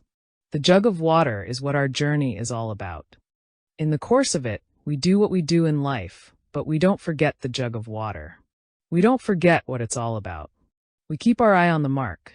At first we have to prime the pump a little bit to do it, and we keep forgetting and remembering and forgetting and remembering. That's what the illusion is. The illusion keeps pulling us back into forgetting. Lost in our melodrama. My love life, my child, my livelihood, my gratification. Somebody ripped off my stereo. I don't have a thing to wear. Am I getting enough sex? Just more and more stuff. And we keep forgetting into it. And every now and then we remember. We sit down and meditate, or we read Ramakrishna or Ramana Maharshi, and suddenly, oh yeah, right, phew. That's what it was about. And we remember again. And then a moment later, we forget. But what happens is the balance shifts. If we can imagine a wheel whose rim is the cycle of births and deaths, all of the stuff of life, condition, reality, and whose center is perfect flow, formless, no mind, the source, we've got 1 foot with most of our weight on the circumference of the wheel and 1 foot tentatively on the center. That's the beginning of awakening. And we come in, and we sit down and meditate, and suddenly there's a moment when we feel the perfection of our being and our connection. And even beyond that, we just are. We're just like a tree or a stream. There's only a second or two of it there at the hub. Then our weight goes back on the outside of the wheel. Over and over and over, this happens. Slowly the weight shifts. Then the weight shifts just enough so that there is a slight predominance on the center of the wheel, and we find that we naturally just want to sit down and be quiet, that we don't have to say, I've got to meditate now, or I've got to read a holy book, or I've got to turn off the television set, or I've got to do anything. It doesn't become that kind of a discipline anymore. The balance has shifted, and we keep allowing our lives to become more and more simple, more and more harmonious. And less are we grabbing at this and pushing that away. We are listening to hear how it is rather than imposing a structure, because we see that if we keep imposing structures, it doesn't get us freer. And we begin to forget our own romantic storyline. Who am I becoming? What will I be when I grow up? All of these models just fall away. We just start to sit simply, live simply, be where we are, be with whom we're with when we're with them. We hear our dharma. If it's making shoes, we make shoes. And we're making the shoe with our consciousness in the present, simple and easy, not having a fantasy of surfing in Hawaii. We're just making a shoe. And because of the consciousness that we're bringing into that making of a shoe, the no-mind quality of it, it becomes the perfect statement of shoeness that can come through us with our skills at that moment. When we can just make a shoe, while we make a shoe, we are the meditation. There's nothing to do. Our whole life is a meditative act. There's no time we leave meditation. It's not just sitting on our meditation pillows, our zafus. All of life is a big zafu, no matter whether we're driving or making love. Whatever we're doing, it's all meditation. It becomes interesting to reflect on our life as to which acts can be done from the zafu and which can't. Which acts would fall away were they done from the space of just clear, quiet presence. It's just a natural shedding that occurs as part of the process that we're all in. Which brings us to an interesting space, dealing with free will and determinism. In truth, I cannot yet fathom this issue fully and clearly. But I will share with you what I thus far can understand. Within the perfection of this divine plan is included the freedom of an individual to choose to be harmonious with, or to go against, the law. The way that was depicted in the Bible was Adam and Eve's choice to eat the apple. God, we can say, is the word that describes, that symbolically represents, that divine law that says, live here in the perfection of the flow, but refrain from eating the apple. But the choice whether we want to eat the apple or not exists within the Garden of Eden, as well as everywhere else. The apple represents the separation of the individual from the flow in his own mind, the subject-object, self-conscious reality. That is knowing it rather than being it. Chomp. The eating of the apple. Separation. As was said before, after the separation, God looks at Adam and Eve, and they're wearing fig leaves over their genitals, and he says, "Who told you that you were naked?" Because if we were one with the flow, why would we have shame or separateness or any of those things? We've all experienced the innocence in which nakedness is just pure flow and beauty. We have all experienced shame. We've been with babies, and we've seen the freedom in that flow. And we all have yearned to have that flow back again. Being the flow is that innocence. Though the choice is available all along, until the lifetime in which we begin to awaken, we don't identify with anything other than that which is totally determined. Until then, we identify with our thoughts, but our thoughts are all lawfully determined. They are all within the laws of cause and effect. But who we really are is not our thoughts. The we that we thought we were turns out to be a conditioned, mechanical process of body and thought, and the we who we really are goes back into the void, the flow, the Dharma itself. The optimum strategy is to act as if we have free choice and to choose always that which we feel is most in harmony with the way of things. One way of saying it is that before we awaken, we are determined. It is totally God's will. Once we awaken, we are free to choose between man's will and God's will, free to choose to look up or not to look up. That is one way of saying it. For example, we think that we picked up a book out of some kind of free choice. But our interests and economics and intellectual capabilities are all products of certain previous conditions. In fact, there are beings with the ability to get outside of time who can see that this is the choice we would have made, because they can see the way in which the laws work and out of what stuff that choice came. In that sense, that was not totally free choice. And yet it's not fatalistic. The issues of determinism and free will, fatalism, karma, dependent origination, all weave an incredibly complex pattern that I think would be somewhat beyond the scope of this work to explore. So I'm saying that we act as if we are free agents and choose to awaken. In other words, we have real discriminative awareness to use. A skillful use of the intellect is contemplation. For example, every morning work with a thought. Take a holy book. Don't read pages, don't collect it. Take one thought and just sit with it for about 10 or 15 minutes. You could contemplate on the qualities of Christ. Charity. Suffering. Every day you contemplate on the stuff you're becoming. Sri Ramakrishna said, "If you meditate on your ideal, you will acquire its nature. If you think of God day and night, you will acquire the nature of God." So we fill our minds with things that are going to get us there. Our minds don't have to be filled only with the daily news to prove that we're good citizens. We don't have to be at the mercy of all this, the constant onslaught of media. We could fill our minds instead with the stuff that liberates us, ultimately becoming aware of that which gets us to God and that which doesn't, to help us let go of that which doesn't. We begin to develop the power of our minds through concentration, through one-pointedness. Following the breath, following the mantra, whatever is our dharmic choice, we develop the capacity to put the mind on one thought and keep it there, and let everything else flow by. We don't stop our minds. We let them flow, but we bring one thought constantly to the surface. We keep coming back to one thought all the time. Breathing in, breathing out. Breathing in, breathing out. Rising, falling. We note breathing in, breathing out, or we use our mantra, ram, ram, ram, ram, ram, ram, ram, ram, ram, ram. Eating, sleeping, making love. Ram, ram. We ramize it. We convert it all by maintaining a frame of reference that has the dual capacity of centering us and increasing the power of one-pointedness. A one-pointed mind is free of the intellect. It is a supple, useful mind. You see, we can use our intellects to judge the universe or to clean up our own games. If we judge the universe, we are using our intellect to take us away from God.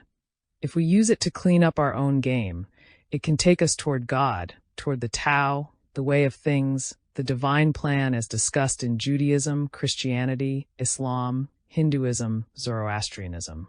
We could call it the mind of God. We could call it the natural law.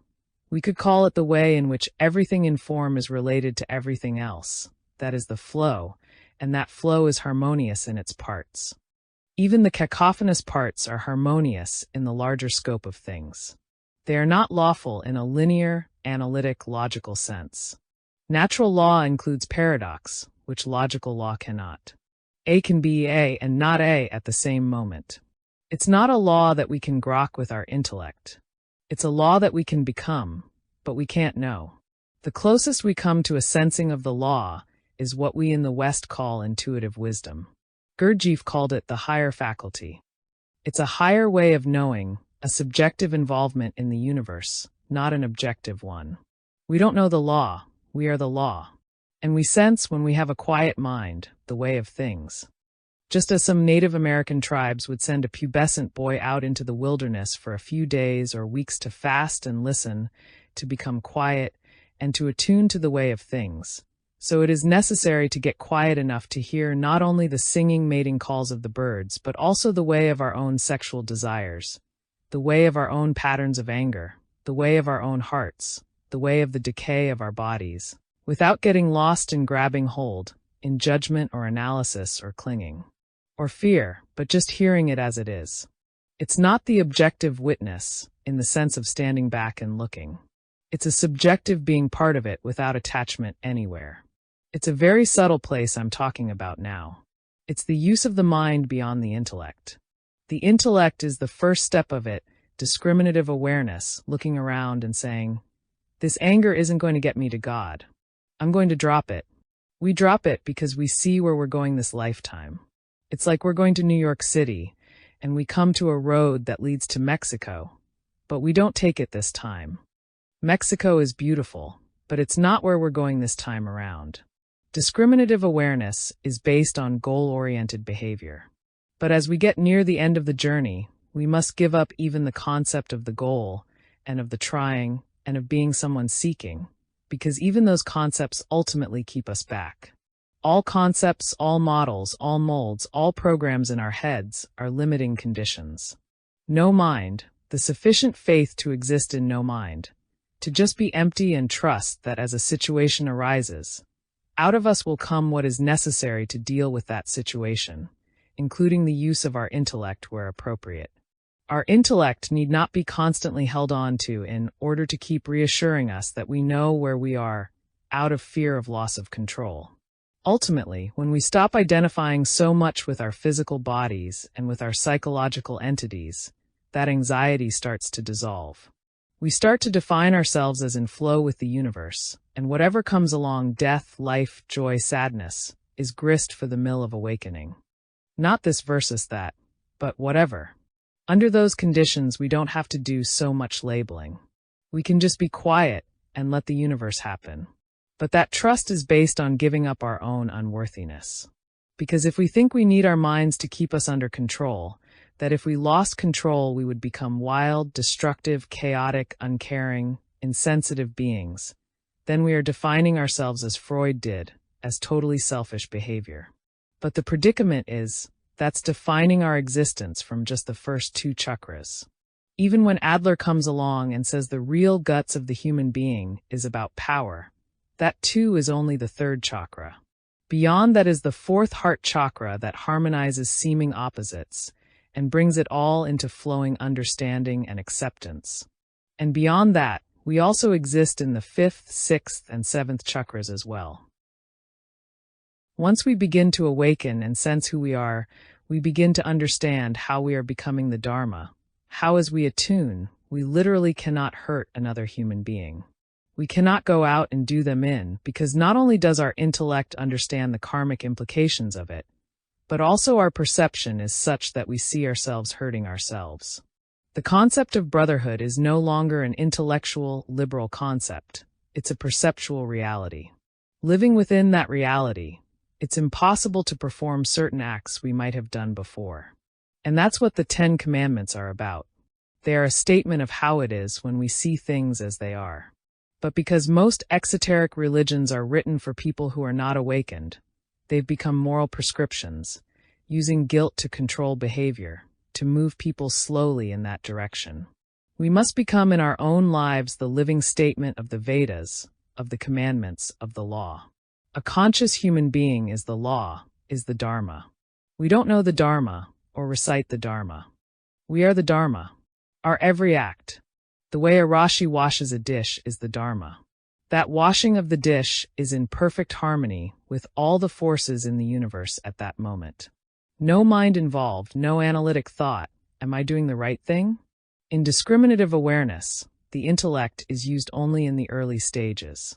Later, there is no mind. The intellect is useful as a servant, but not as a master. It is available to do analytic work when we need it. It's as beautiful and powerful an instrument as our prehensile skill, as our ability to oppose thumb and index finger, an ability we're delighted we have. If we didn't have that prehensile ability, it would change our lives considerably. But we don't have to go around all day picking up things just to keep showing we can do it. I mean, the offer it diminishes after a while. It's a power, a city, that we have because of our simian nature. Apes have it too. So too our cerebral cortex is a power because of our Homo sapien nature. We can sit around and flex it in the New York Times or wherever we wish, to the delight of everybody. Fascinated with our own power. Going to the moon is a projection of our human intellect. Man over nature. Though we worship the human intellect as an exquisite power, it is very trivial in the greater design of the natural law of things. The question is, are we going to play big league, or do we want to play sandlot ball? That's really what it boils down to. In big league, the intellect is available. I'm no more stupid than I ever was. My mind is perfectly good, as good as it was when I worshipped it as a professor at Harvard. But it's sure not a very big part of my life. And even at this moment, as all this stuff is coming out, I'm enjoying it as much as you are. It's coming out of a place of emptiness in me. I couldn't care less. It's coming out because this situation is eliciting it, because our collective mind is eliciting this kind of clarification of our predicament at this moment. It's dermically appropriate for this moment. I have no ego investment in this stuff, because it isn't mine. If we don't deviate the flow or color it with our own trips, it comes through purely in whatever form it is our dharma to express, and the mind is freed. Chapter 11, Nobody Special. We are in training to be nobody special. And it is in that nobody specialness that we can be anybody. The fatigue, the neurosis, the anxiety, the fear, all come from identifying with somebodyness. But we have to start somewhere. It does seem that we have to be somebody before we can become nobody. If we started out being nobody at the beginning of this incarnation, we probably wouldn't have made it this far. Blue babies are examples of nobody special. They just don't have the will to breathe or eat or live. For it's that force of somebodyness that develops the social and physical survival mechanisms. It's only now, having evolved to this point, that we learn to put that somebodyness, that whole survival kit, which is called the ego, into perspective. When I was a Harvard professor, I would spend all my time thinking. I was paid for that.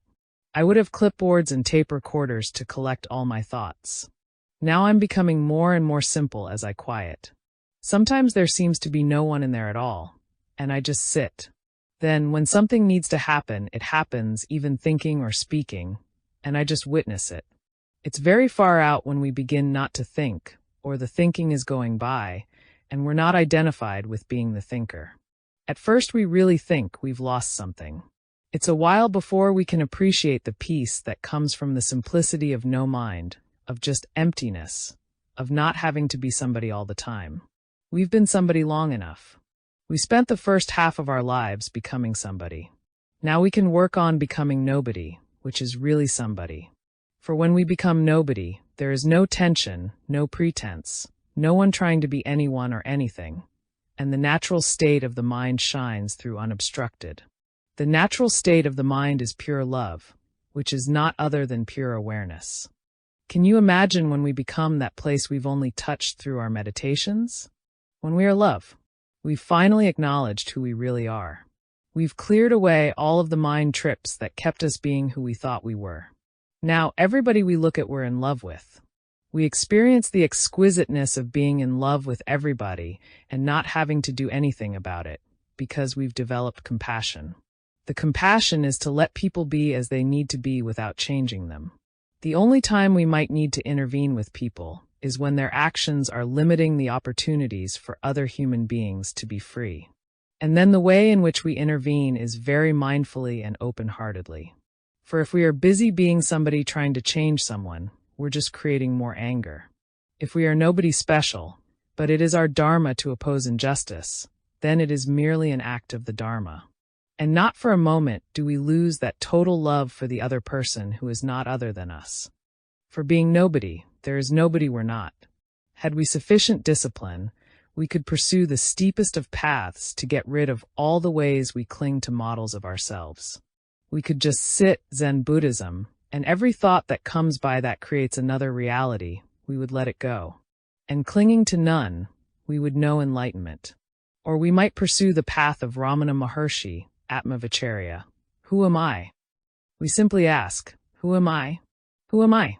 And slowly we watch ourselves be other than all the ways in which we identify ourselves as a body, organs, emotions, social roles. We see it all. We keep dissociating from it until we are left with the thought of I.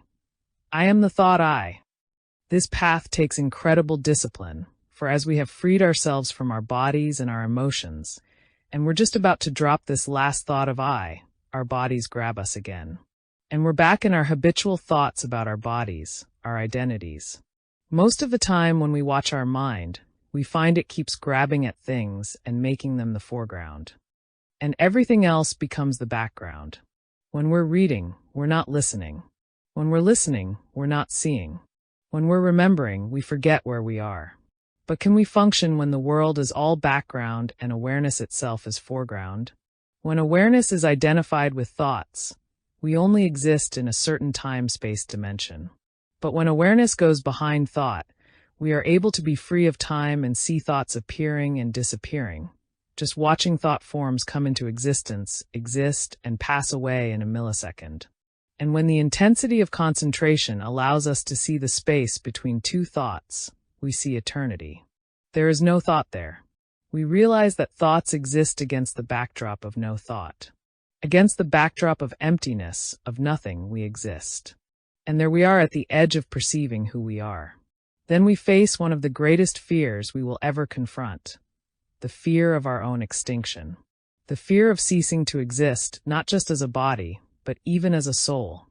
It is similar to the statement made by Huang Pu about people approaching this point, that they become fearful to enter into what they consider the void, distressed that once they let go into it, they will drop unendingly, that there will be nothing to stay their fall, not realizing the void is the Dharma itself.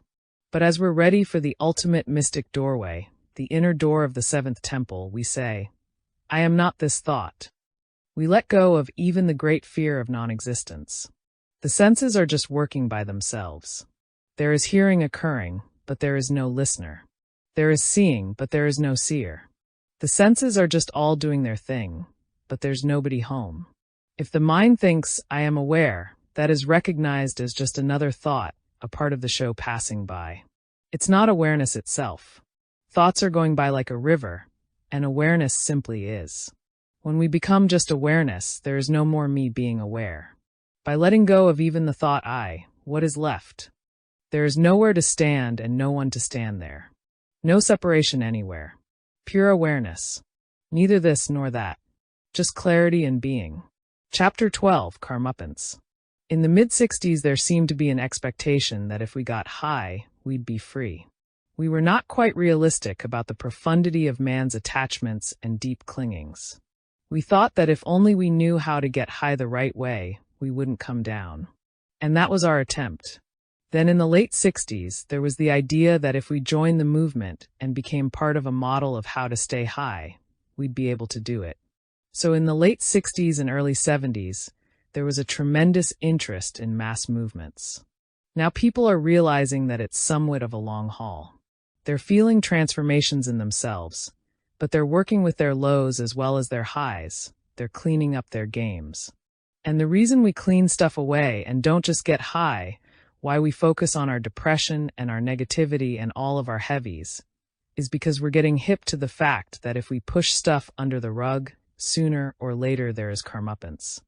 I was invited to visit death row in San Quentin. To be honest, I sat outside the prison before I went in my rented car, looking at San Quentin thinking I'll be happy to go in. And I'll be happy to come out, because there is a certain kind of paranoia in the searching procedures and the authority structure that I have to keep dealing with in myself. I went in and was met by all the yogis who teach there and the acting warden, who was a very nice guy. and we were immediately whisked up to death row. There are actually 2 rows because there are so many of these fellows. They are in separate cells, segregated in 2 long rows separated by a wall.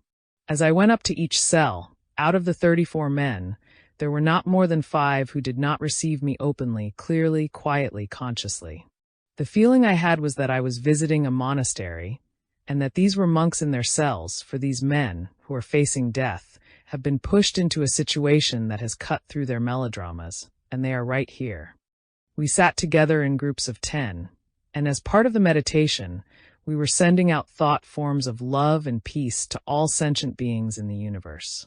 I became so affected by the vibration of the space that it was very hard for me to move on to the next group. There was light pouring out of these beings' eyes. And we got so open that I was able to say, without any of us freaking, I can't tell whether what's happened to you is a blessing or a curse, for there is very little chance that we would be sharing this highest space, or even would have met, were you not in this situation. To prove my point, I'll tell you that I spent half an hour on one of the other segregated mainline cell blocks. And of these beings, the percentage of those open was just what you'd expect in our society. Maybe 1 out of 100 was right there with me. From the rest, you could feel the cynicism, the doubt, the put-down, the sarcasm. Now, the bizarre humor of all this is that if Supreme Court rulings were to stop the death penalty, these men would all become lifers, and almost all of them would lose this consciousness. Yet if they die, they will have this consciousness right up to the moment of execution, which does not mean that all the karma accrued to them, because in most cases, they have been involved in killing another human being, is over, because one can go into death with Ram on his lips, with Christ in his heart, high and clear. But whatever stuff is covered over by his situational high at the time of dying, as his ego structure starts to lose its control, the stuff that's left will bubble up again, and he is going to have his karmupance. He will once again renew his karmic run-through. There is a story about an old Zen monk who was dying, who had finished everything and was about to get off the wheel. He was just floating away, free and in his pure Buddha mind, when a thought passed by of a beautiful deer he had once seen in a field. And he held on to that thought for just a second because of its beauty, and immediately he took birth again as a deer. It's as subtle as that. We can't cheat the game by getting high, that's the point. The situation these fellows are in is forcing their openness and awareness, but it's not totally burning out their karma. It will help. One moment in which they feel compassion for the person they may have murdered will do much for their karma, but it's not going to purify all of it. It's like when we begin to see the work that is to be done, and we go to an ashram or a monastery, or we hang out with satsang. We surround ourselves with a community of beings who think the way we think. And then none of the stuff, the really hairy stuff inside ourselves, comes up. It all gets pushed underground. We can sit in a temple or a cave in India and get so holy, so clear and radiant, the light is pouring out of us. But when we come out of that cave, when we leave that supportive structure that worked with our strengths but seldom confronted us with our weaknesses, our old habit patterns tend to reappear, and we come back into the same old games, the games we were sure we had finished with. Because there were uncooked seeds, seeds of desires that sprout again the minute they are stimulated. We can stay in very holy places, and the seeds sit there dormant and uncooked. But there is fear in such individuals, because they know they're still vulnerable. Nothing goes under the rug. We can't hide in our highness any more than we've hidden in our unworthiness. If we have finally decided we want God, we've got to give it all up. The process is one of keeping the ground as we go up, so we always have ground, so that we're high and low at the same moment. That's a tough game to learn, but it's a very important one. So at the same moment that if I could, I would like to take us all up higher and higher, we see that the game isn't to get high, the game is to get balanced and liberated. Most of us find that the veils of the illusion, of the clinging, are very thick, and we want to do things to burn up these veils, to purify ourselves and get on with it. And even though the whole model of getting on with it, and going from here to there is itself a trap, we still can skillfully use that trap to clear away other obstacles that are hindering us. Then, ultimately, we can give up the trap of attachment to the method itself. We are coming out of a cultural tradition in which, once you saw where you wanted to go, you took the most direct and aggressive path to get there. And impatience is part of the quality of our tradition. It's what made our country great. But the predicament we face is that the beginning of this awakening often comes long before we are really ready to let go of all the ways in which we cling. Some of these methods just become very powerful means of up-leveling old games, of reinforcing heavy ego trips. I know people who've meditated for years who wear their methods like merit badges. I've done 6 Vipassana courses, 3 sessions, and a double dervish. I get up at 4 every morning. I can sit without moving for hours. My mind goes absolutely blank. They're professional meditators. They have, to some degree, mastered their method, but they have not loosened the hold of grasping and greed. Their method has just become another form of worldliness. Nothing much is happening, because it's such an ego trip. There are, for instance, people who can go into samadhi and stay there for long periods, but when they come back, they're no wiser than when they entered that state. It's like the story of the king who promised a yogi the best horse in the kingdom if he could go into deep samadhi and be buried alive for a year. So they buried the yogi, but in the course of the year, the kingdom was overthrown and nobody remembered to dig up the yogi. About 10 years later, someone came across the yogi still in his deep trance and whispered, "Om," in his ear, and he was roused. And the first thing he said was, "Where's my horse?" Spiritual work can be like gambling on a game of roulette.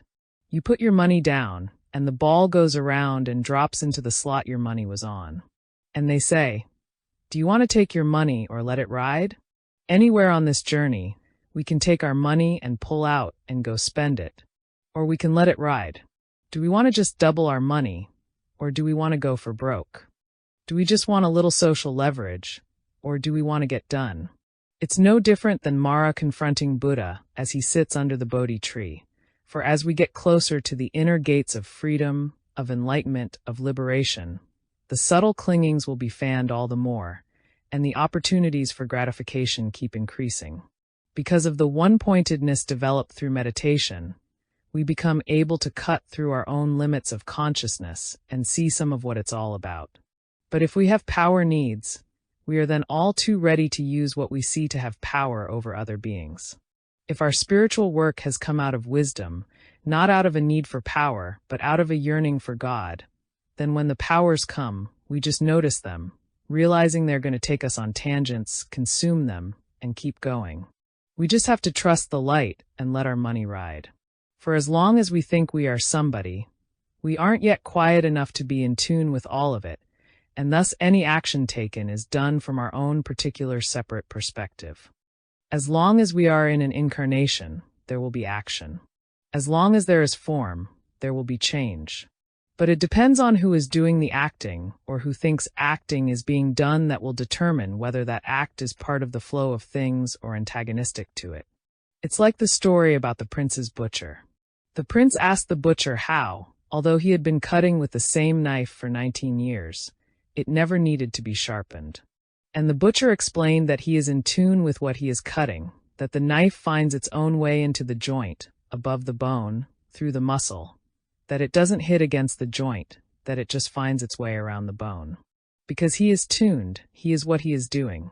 He isn't busy being a butcher cutting a piece of meat, he is awareness, and that awareness includes the meat and the butcher and the knife.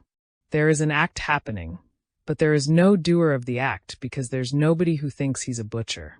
When we are in harmony with the way everything proceeds from everything else, we cannot act wrongly. For not only are we in tune with the particular act we are doing in terms of time, but with all of the ways in which that act is interrelated with everything in the universe. It is a level of awareness from which actions are manifested that have no clinging, not even clinging to the effects of the act. We are not holding on anywhere. We're right here, always in the new existential moment. Moment to moment, it's a new mind. No personal history. We just keep giving up our storylines. Each person gets his karmapins. If we focus on God, we get God. If we want power, we get power. If we want more of something, we get it. The horror is that we get everything we want sooner or later, If not in this incarnation, then another. And often when we finally get it, we don't want it. The process of karmic fruition speeds up, because as we get closer, we see ourselves living out old karma, old desires. As our life gets freer and freer of attachments, we create less and less karma, for karma is created by an act done with attachment. When we're not clinging to senses or to thoughts, we are not creating more karma. There is no one intending anything to happen in any way. There is no one separate to act in a separate way. When there is no attachment or identification with thoughts and feelings, there is no reactive push into action creating more doing, more karma. Not identifying, not being separate, cooks these seeds and consumes the grasping for more. We get to the point where our acts are not done out of attachment, but instead are just done as they're done, and no new stuff is being created. There is just old stuff running off, but nobody being affected by it because there is nothing in us that clings to a model of who we are or aren't. It all becomes just passing show. There is no investment in its representing us as individuals. It is just the outcome of previous input, just old conditioning clicking along, just more grist for the mill. Chapter 13, Methods and More. We come together, representatives of many forms, many methods. All the way from Krishnamurti, who says there is no method, to Krishna consciousness or fundamental Christianity, which say, our way is the only way, with defined forms. Where we meet is in what is common to all these forms. And what is common to all of our forms is not another form. What is common to all of our forms is choiceless awareness, is pure love, is flow and harmony in the universe, the absence of clinging spaciousness. We can call this Buddha mind. We can call it the heart of Allah. We could call it Christ consciousness. We could call it Yahweh, or God. I have involved myself with many forms. Methods of vipassana meditation, to make me more mindful, to quiet my mind and to bring it to one-pointedness. Devotional practices, worshipping the feet of my guru, and singing Hare Krishna and Sri Ram Jai Ram. Zen meditation, confronting a koan, or just sitting. Study of the Bhagavad Gita, of the Tibetan Book of the Great Liberation, of Chuang Tzu and Lao Tzu, of the I Ching and the Tao Te Ching, of the New Testament and the Old Testament, and on and on. How does it all come together? There is no form that represents the amalgam of all those things. If we follow all these methods to the apex, we are pushed beyond form. We are pushed into the moment. The merging with God is right here. Be right here, aware of sitting here, aware of the self-definition that you're creating in your own mind. Aware of your ears listening. Aware of me speaking. Aware of the traffic outside. Aware of the feelings in your body. Aware of your mind grabbing at this and that. Just sit with me in this awareness. There is nothing we have to do. Just come into this moment. Don't collect it. Don't judge it. Just bring in more awareness. Watch your mind. Listen to yourself. Feel your heart. Is it flowing? Breathe in and out of the middle of your chest, as if there were a flow moving in and out of your heart with every breath. Flowing. Present. Here. More here. More. Let go of your expectations a little more. Of your definitions of who you are, of what God is. Of where you're going, of where you've come from. Of your emotions, sadness, happiness. Don't push them away. Notice them. Acknowledge them. Give them space. They're all part of the flow. Your senses, your memories, your plans, your models, all of it. Passing show.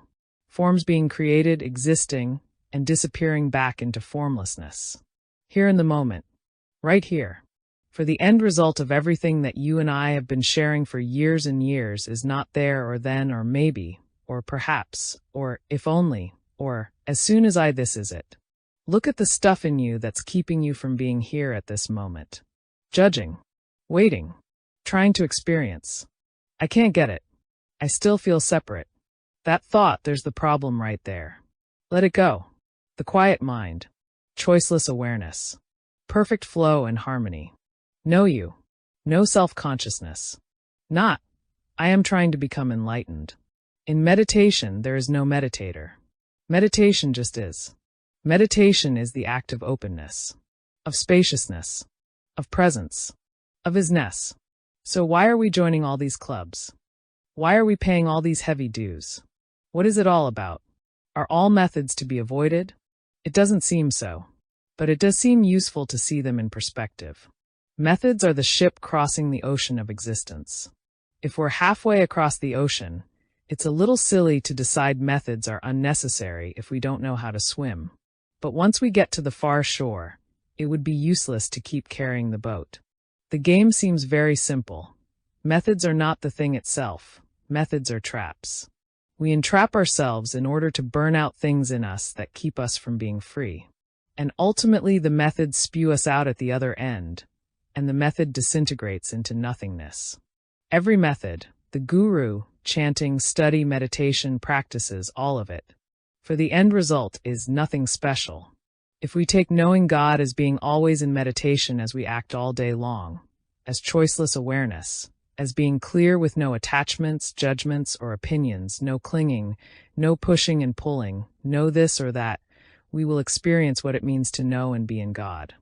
But if there are any experiences that we crave other than being free of the separation between experiencer and experience, that's what we need to concern ourselves with, not with fear about our cravings, but bringing to them consciousness and truth and quietness. For every teacher, every life experience, everything we notice in the universe is a reflection of our attachments. That's just the way it works. If there is nothing we want, there is nothing that clings. We go through life free, collecting nothing. When we collect a sight, or collect a picture, or a record, or a relationship, or a teacher, or methods, it's just more clinging. Use them all, be with them, enjoy them, live fully in life, but don't cling. Flow through it, be with it, let it go. As we quiet and listen to hear how it all is, then we will relate to all of it in a harmonious way, in a way in which there is no exploitation. Harmonious in the way we relate to the floor we're sitting on, to the person next to us, to the night air, to the world we have to live in. If I can hear it, right where I am, whatever space I might be in at that moment, when there is no clinging, when I am neither attached to emptiness nor form, I am free.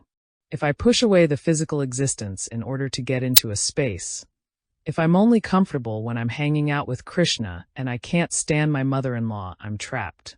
No clinging anywhere. And then the moment gets so rich, it's all right here.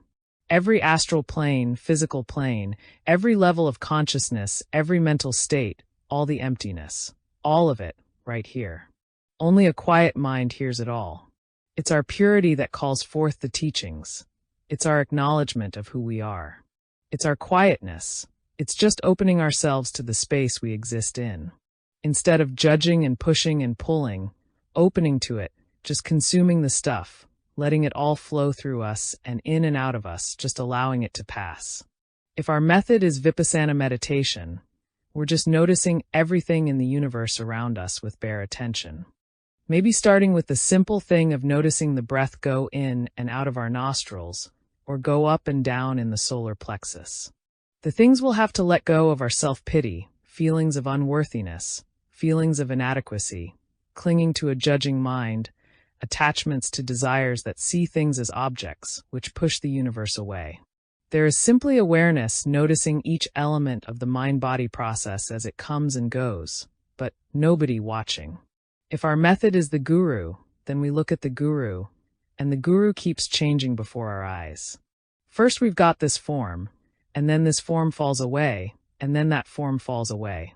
It's like Chinese puzzle boxes.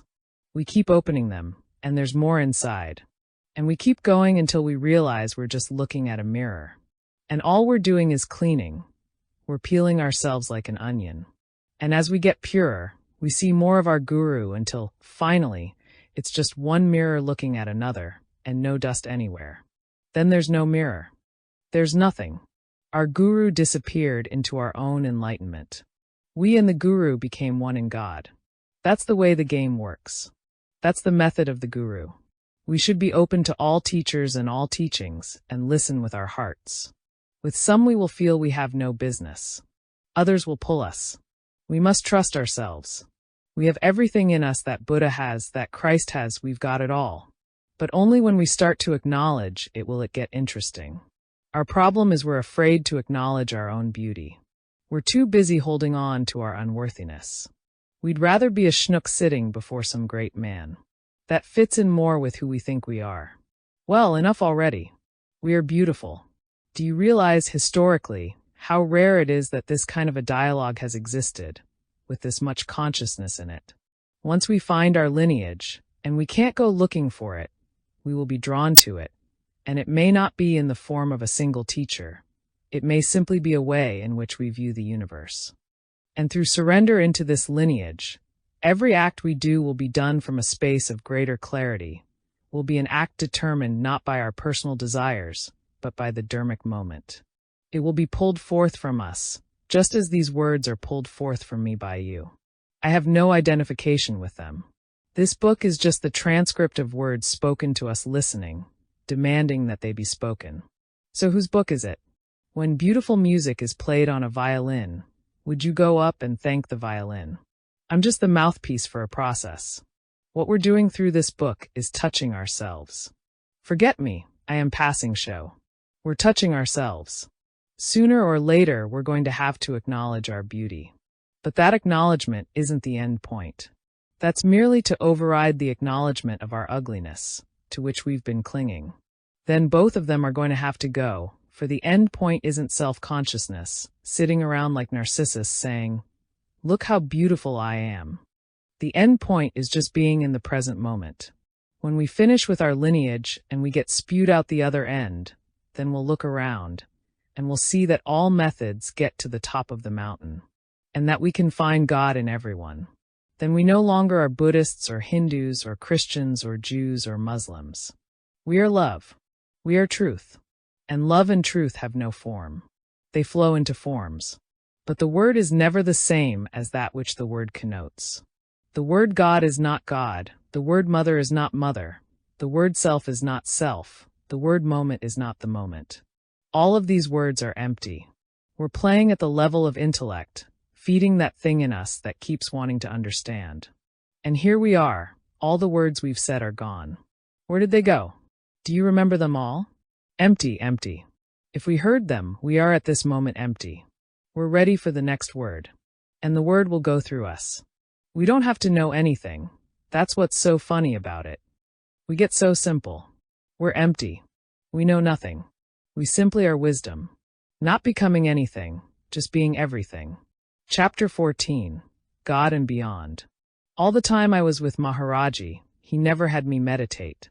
He'd feed me, love me, pat me, yell at me, cajole me, bore me, fascinate me, perplex me, send me away, draw me to him. Yet, when I told him I was going to do a Buddhist meditation retreat, he said to me, "Bring your mind to one-pointedness, and you will know God."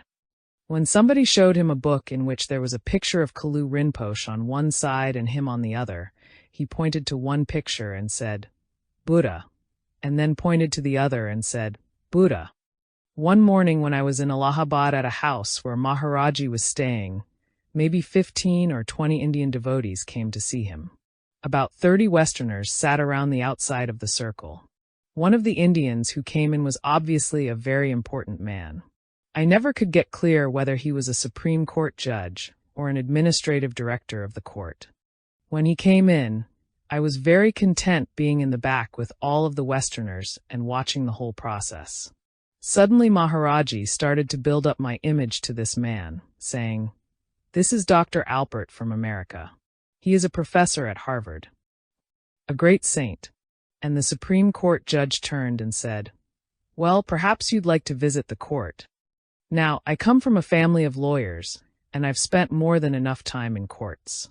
I was in India to be with Maharaji and didn't want to visit the court, but I was caught in my social propriety, so I said, "Well, that would be lovely."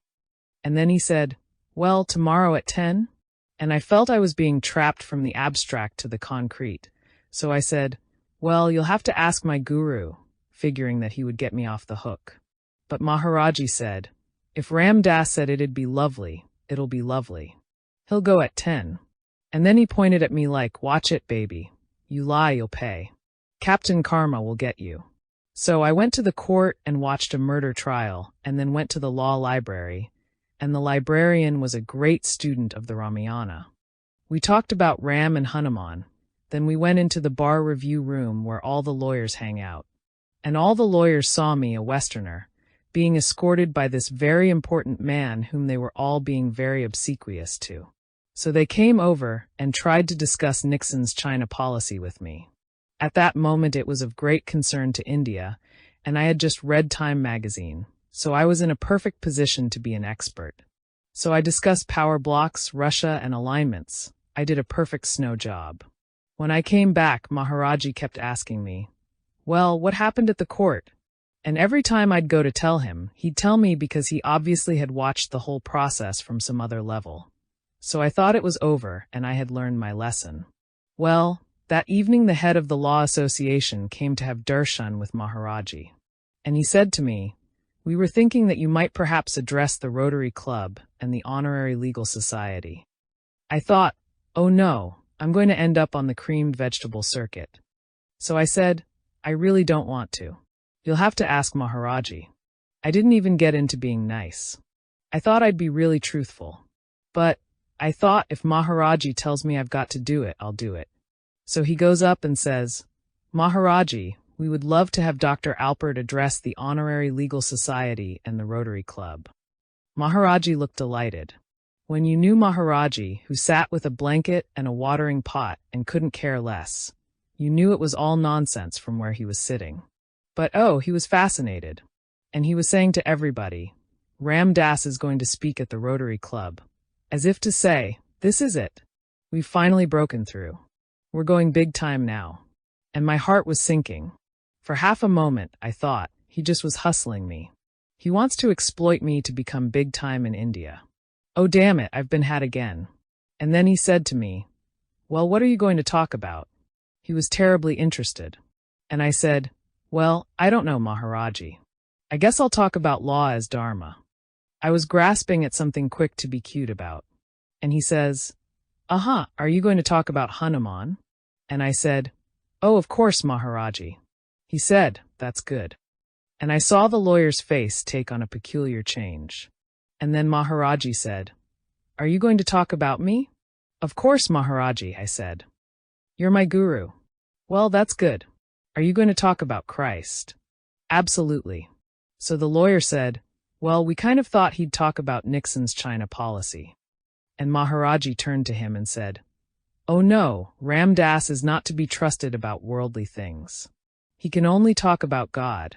That's all he's capable of talking about. Ram Dass only talks about God."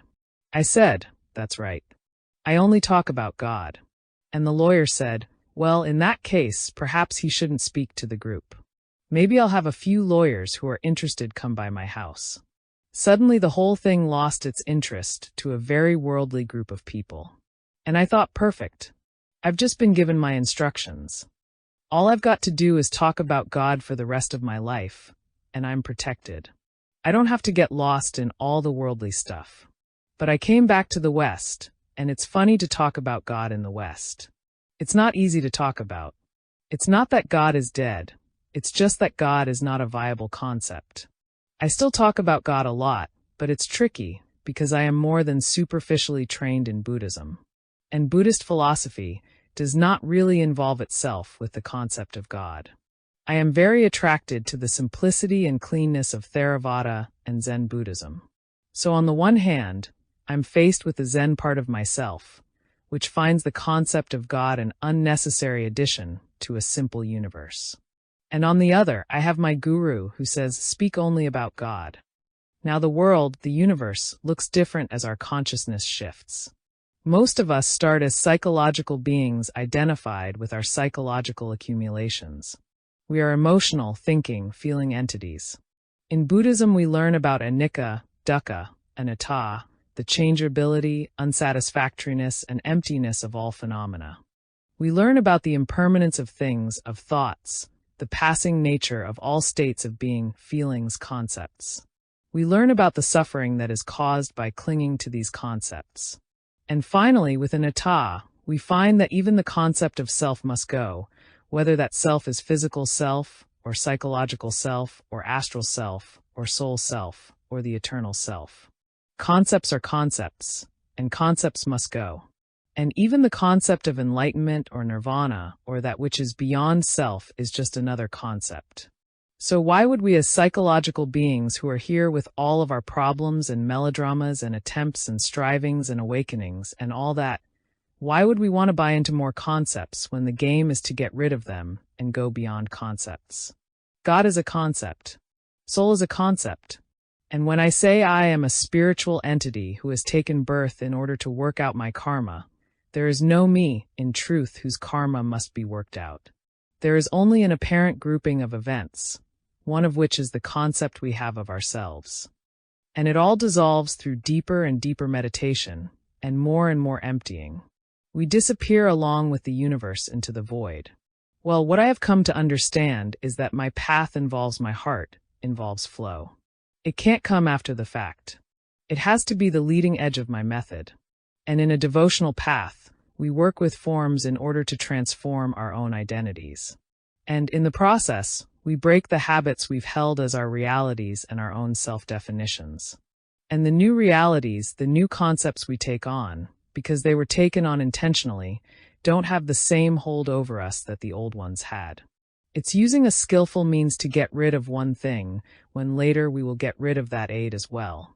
Ramana Maharshi refers to these concepts, specifically the concept of I, or self, as the stick that you use to stir the funeral pyre. If you go to Benares, you'll find the bodies being burned at the burning ghat while men with big sticks stir the embers to make sure the whole thing gets burned. And after they finish stirring a particular fire, as it's getting near the end, they throw the stick on the fire and it too burns up. And so it is with gurus, teachers, methods, and God, for what God is beyond the concept of God. It's exactly the same thing as the Gate Paragate Parasamgate Bodhisvaha mantra.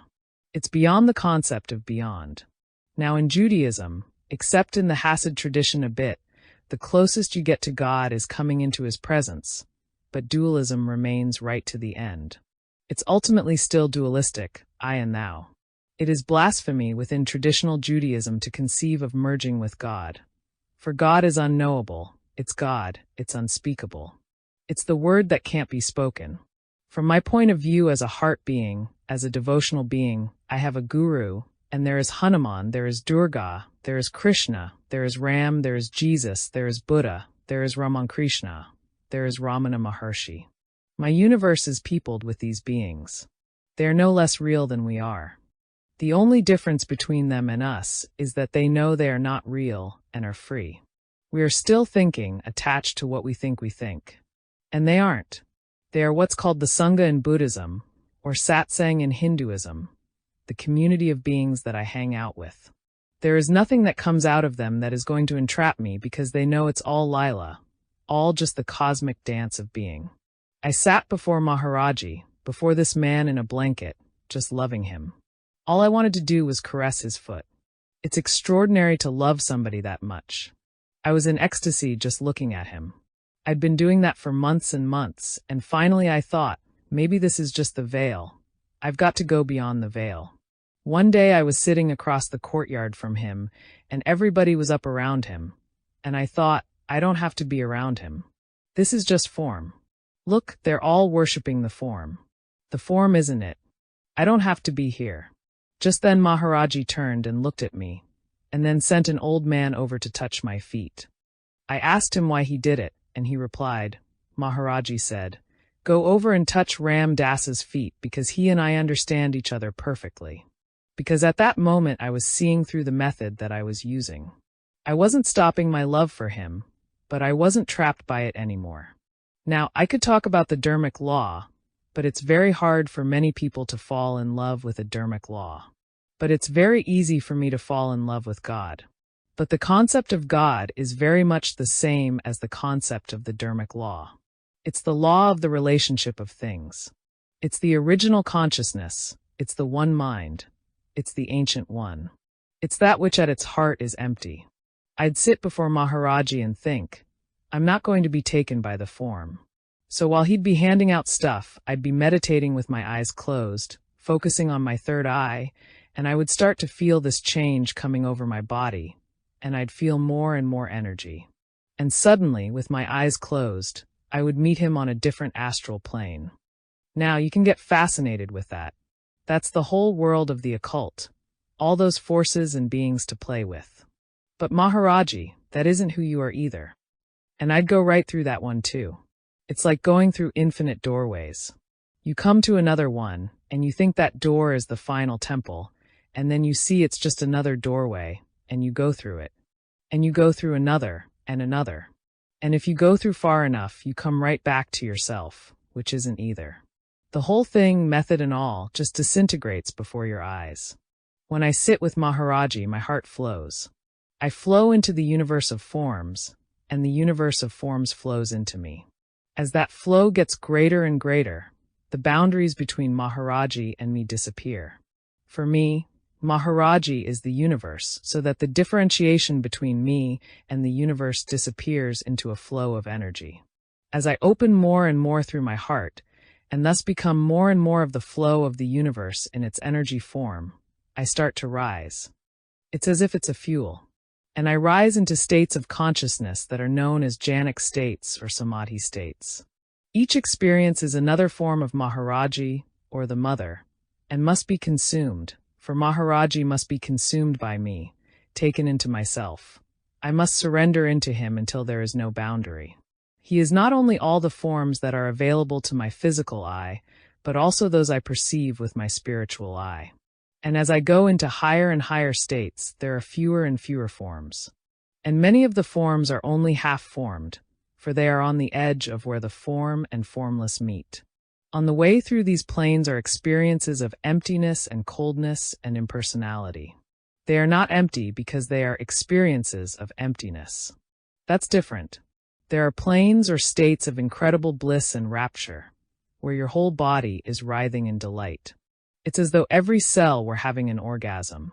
There are states or planes of consciousness of diamond clarity, in which you see and know and understand everything's relationship to everything else. It's as if you are privy to the secrets of God. There are planes or states of consciousness where everything is aesthetically so perfect. Even the words come out as poetry, and all is luminous and colorful. Aldous Huxley writes about that. Aldous once said, "The reason we like precious jewels so much is they remind us of planes of consciousness we've lived on where those are the pebbles." Form after form, plane after plane, state after state, experience after experience, all within Maharaji, all within my love and my flow toward other. And there comes a point where the flow is so open and the boundaries are so far erased that you and Maharaji, or you and the mother, or you and the form, become one at every level of form, all the way up to pure, undifferentiated energy. Where at the end, it would be so easy for our minds to grasp, so easy for science to control. But all of that is just a doorway. All of that merely brings us to the edge of the lake. It is at the edge of the lake that we experience the presence of what lies beyond form. Yet there is no what that lies beyond form, for there is no beyond, for what it is contains all that is. We, at that moment, sit at the edge where we are the paradox.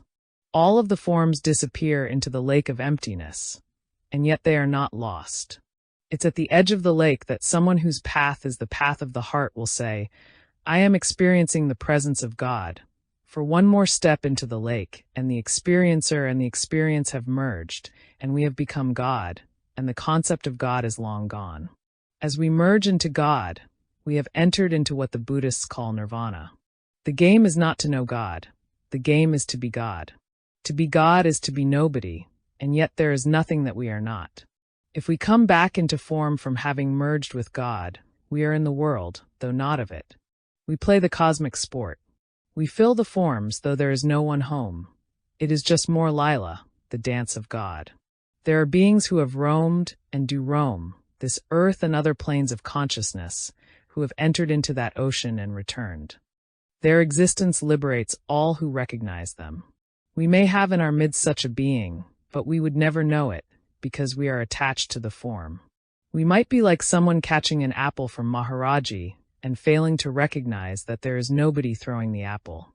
So while he is God beckoning from beyond, we get lost along the path.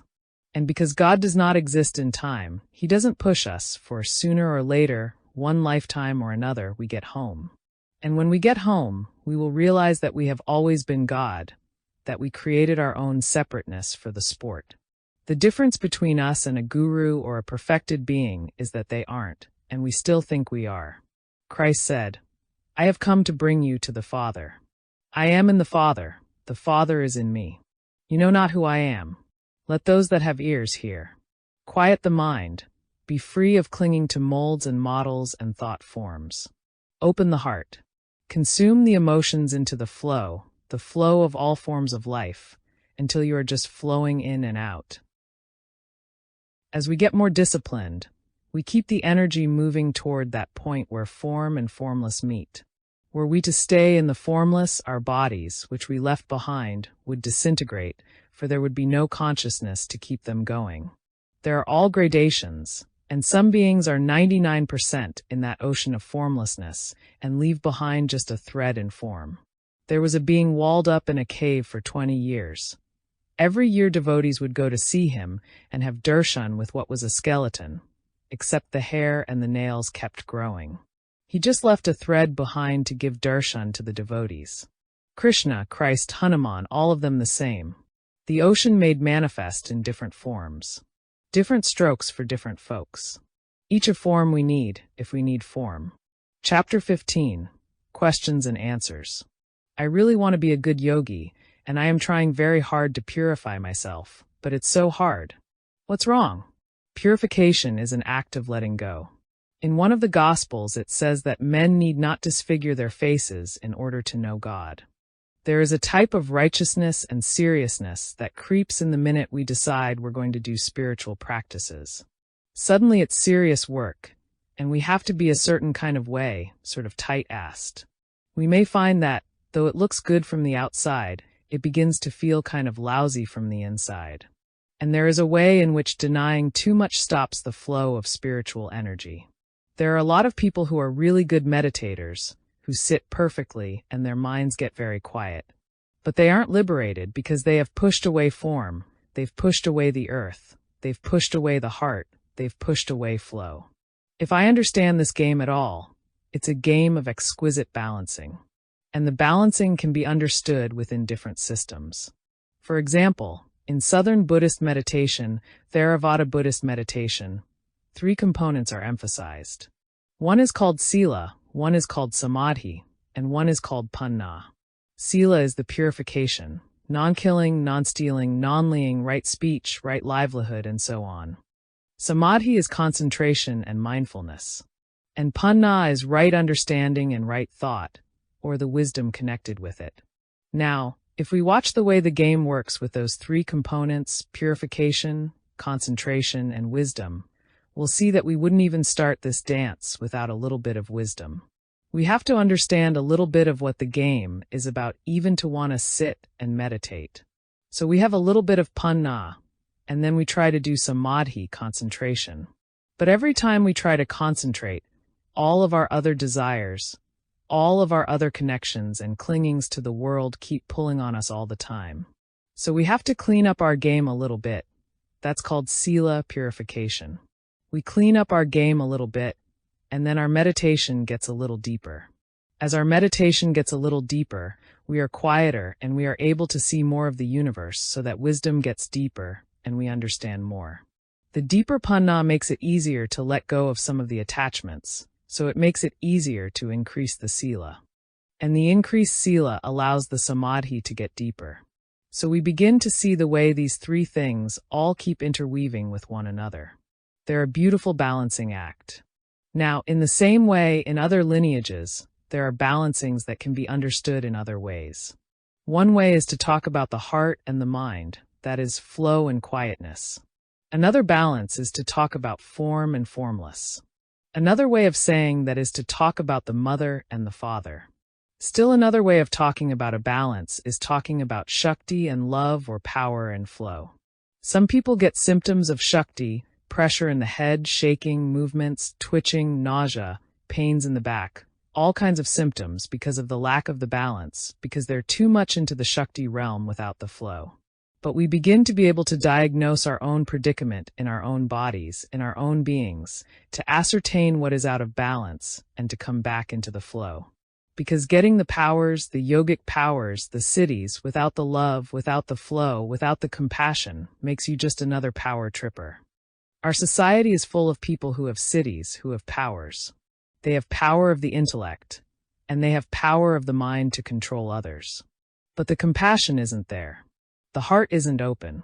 On the other hand, people who have heart, lots of love, but no control, no discipline, no one-pointedness tend to get very mushy. They're like soft earth, there's nothing firm in them, and that lack of firmness keeps allowing them to go only so far, and they keep falling down again. There's no backbone in the process. The way to approach the whole sadhana is with firmness and with lightness. Not hysterical ha, but with a lightness, a delight, enjoying the light of it all, making it light. Somewhere I remember a line that goes, "The angels can fly 'cause they take themselves lightly." People tend to get very lost in their own melodramas, romanticizing their own spiritual journey. I'm getting enlightened. And they tend to take themselves very seriously. They've got themselves a storyline. And they begin to look like yogis, and they begin to smell like yogis, and they come on as they imagine yogis should. They have a whole image of themselves becoming yogis. That's all going to have to go. We come back into the present moment. We are what we are. We let go of the romantic storyline of our own predicament, because that one's just keeping us from being wherever we really are at the moment. I'd just like to point out that righteousness, being very good, does not necessarily bring us to truth. Once we are wedded to and immersed in truth, in the sense of formlessness, then we will be righteous. It's like the 10 Commandments. We can do them out of a goody-goody place, with anger in our hearts and righteousness and fear of punishment, or we can come into the space of our own being in relation to God, where we look and see why things are the way they are. And it just flows out of us, and we just can't act in ways that create more karma or lay trips on other human beings. Then we begin to understand the 10 Commandments from a different angle, righteousness coming out of truth, rather than truth coming out of righteousness. My son has developed a neurotic habit that worries me and my wife quite a bit. What should we do? To the extent that you are free of the attachment to how it ought to be with your son, and with your identity as a father, with being able to be a father perfectly, I'm not talking about abrogating responsibility for safety and survival, just about not getting lost in fatherness. You can see him as a being who is living out a certain incarnation in which this neurotic pattern is showing. By contacting that being behind the neurotic pattern, you can help him drop it when he's ready to drop it.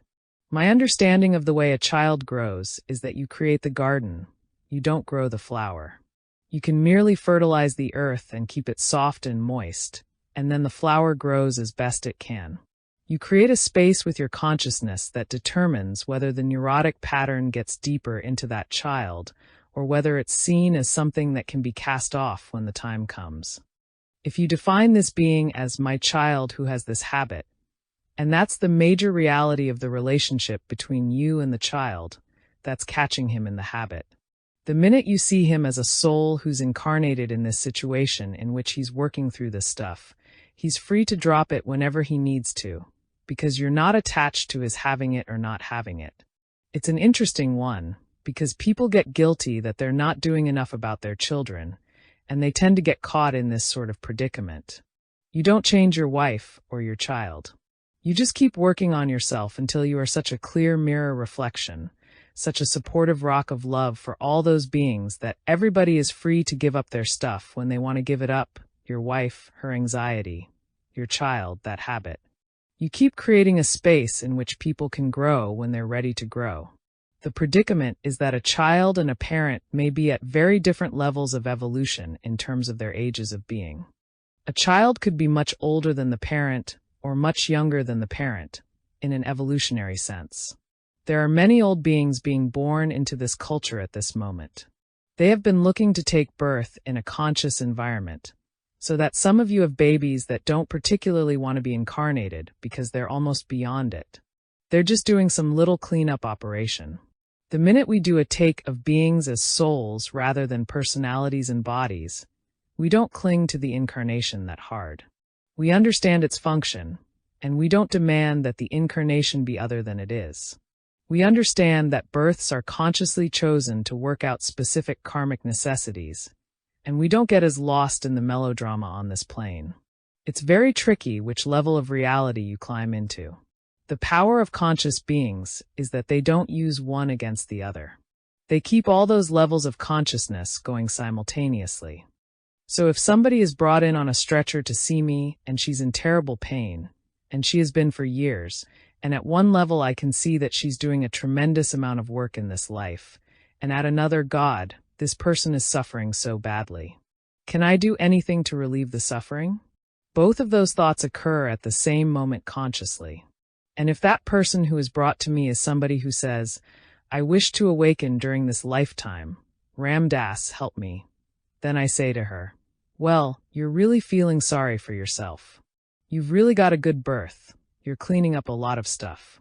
Let's work on how to convert pain. And if she is somebody who didn't say that, but we just happen to meet, like somebody's aunt or something like that, I say, God, it's really rough how much you're suffering. Here, let me fix the pillow for you. Or, are you having proper medical treatment? Or, what can I do for you? It's very interesting how you deal with problems and suffering depending upon which plane of consciousness is the dominant theme, although you never forget the other one. A strong consciousness keeps it all going at the same time. You do everything you can to help your son feel more loved, calm, supported, and ready to get rid of the neurotic habits. And at the same moment, you are not attached and you understand that it is the karma of this being that is being lived out, and you work on yourself until you are a perfect environment for that being to do what it needs to do. How do you interpret dreams? In general, I'm inclined to suggest we shouldn't do too much analytic work in this dance, because our minds play too many tricks. If the dream has an immediate significance that affects you emotionally, work with it. It may help click into place something you needed to understand about yourself. Fine. But if you say, I wonder what that meant, forget it. It fits under the category of things that when you're ready to know, you'll know. Don't sit and analyze or wonder or get preoccupied with it. It all has meaning. It's all work you're doing on other planes. It is significant spiritually, but you don't always have to understand it. You exist on many planes simultaneously at this moment. The only reason you don't know of your other identities is because you're so attached to this one. But this one or that one, don't get lost. Don't stick anywhere. It's all just more stuff. Go for broke, awake totally. You say every life situation is a perfect lesson. How is that so? The universe is made up of experiences that are designed to burn out our reactivity, which is our attachment, our clinging to pain, to pleasure, to fear, to all of it. And as long as there are places where we're vulnerable, the universe will find ways to confront us with them. That's the way the dance is designed. In truth, there are millions and millions of stimuli that we are not even noticing, that go by, in every plane of existence, all the time. The reason we don't notice or react to them is because we have no attachment to them. They don't stir our desire system. Our desires affect our perception. Each of us is living in our own universe, created out of our projected attachments. That's what we mean when we say, you create your own universe. We are creating that universe because of our attachments, which can also be avoidances and fears. As we develop spiritually and see how it all is, more and more we keep consuming and neutralizing our own reactivity. Each time we see ourselves reacting, we're saying, right, and this situation too, and this one too, tat tvam ACI, and that also, and that also, and that also. Gradually the attachments start to lose their pull and to fall away. We get so that we're perfectly willing to do whatever we do, and to do it perfectly and without attachment. It's like Mahatma Gandhi gets put in jail, and they give him a lice-infested uniform, and tell him to clean the latrines. And it's a whole mess.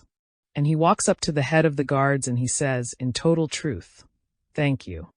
He's not putting them on or up-leveling them. He's saying, there's a teaching here and I'm getting it. Thank you.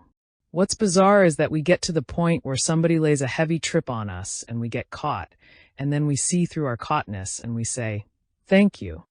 We may not say it aloud because it's too cute, but we feel thank you. People come up and are violent or angry or write nasty letters or whatever they do to express their frustration or anger or competition.